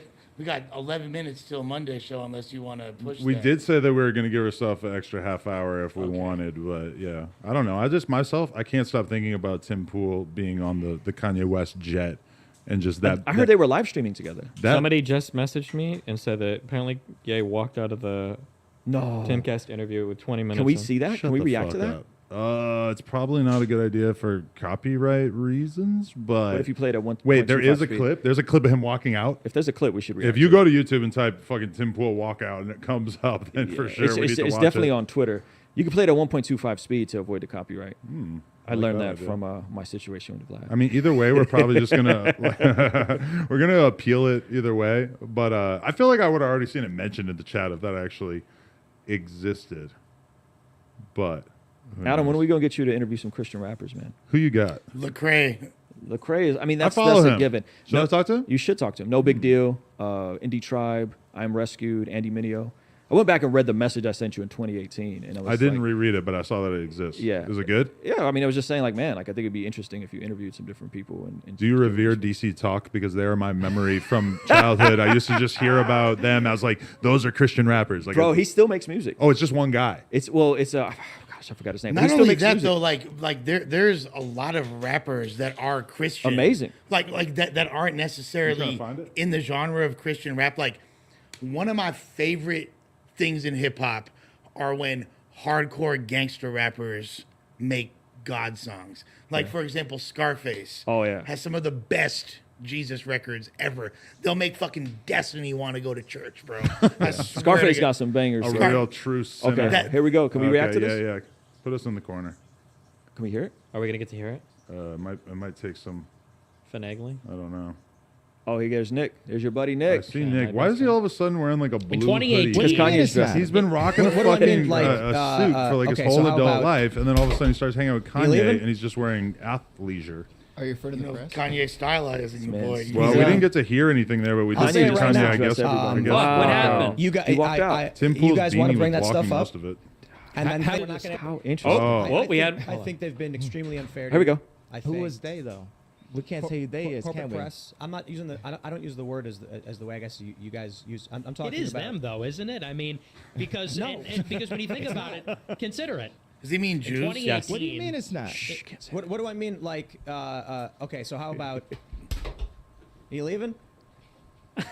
Oh no! So Tim Pool is too anti-Semitic for Kanye. No, not anti-Semitic. Not enough. anti-Semitic enough. Wow. Oh, What'd you guys think of the Wow. whole? That's crazy.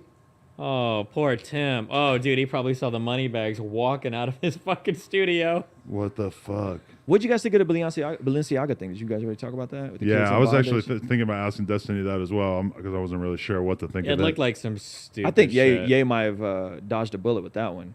Huh. Did you guys see the follow up on like the books that they were posted and some of the weird stuff in the books and Kim dressed the exact same way? the thing that came out today there with their head designer Yeah, with the two dressing red Kim babies. just like this stuff that they dressed the babies Well, and in. Okay, hold the on. two Do we red- think that they were like trying to send coded pedophilic messages? That's through what I'm fucking saying. Ever? Like, what what do fucking people think shot. that they actually were doing that? I don't necessarily think that, although I feel like a lot of times people play off the assumption that people are like using that Yeah. symbolism. Like, for example, No, no, listen to me, listen. I'm not saying that it's like pro adrenochrome or anything like that. What I'm saying, Some weird it's like, stuff, man. well, it is weird for sure, but like when Jay-Z, when everybody was like, Jay-Z's in the Illuminati, and then all of a sudden he had the Run This Town video, which had like Illuminati imagery all through it and all that, kind of like just to fuck with people.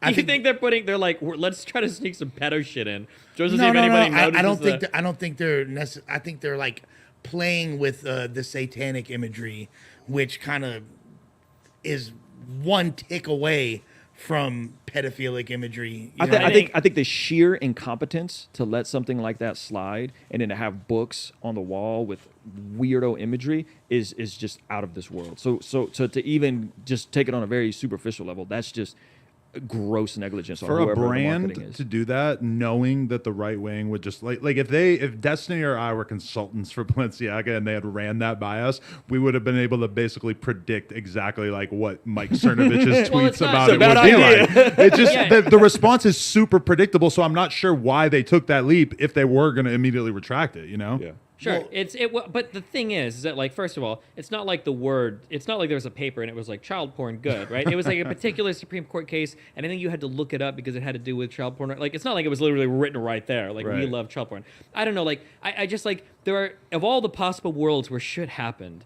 Whenever shit like that happens and people are like, oh, I think there's like, so they all got together in the back room. None of this leaks, by the way, because apparently it's the best secretive pedophile society in the world. And they all are like, okay, well, we're pedos and we want to signal to other pedos. So maybe in this like advertisement that's paid for with like all this outside funding and everything, let's try to sneak like the most sneakiest fucking pedophilia. It's like, no shot. This is, it's out of this world.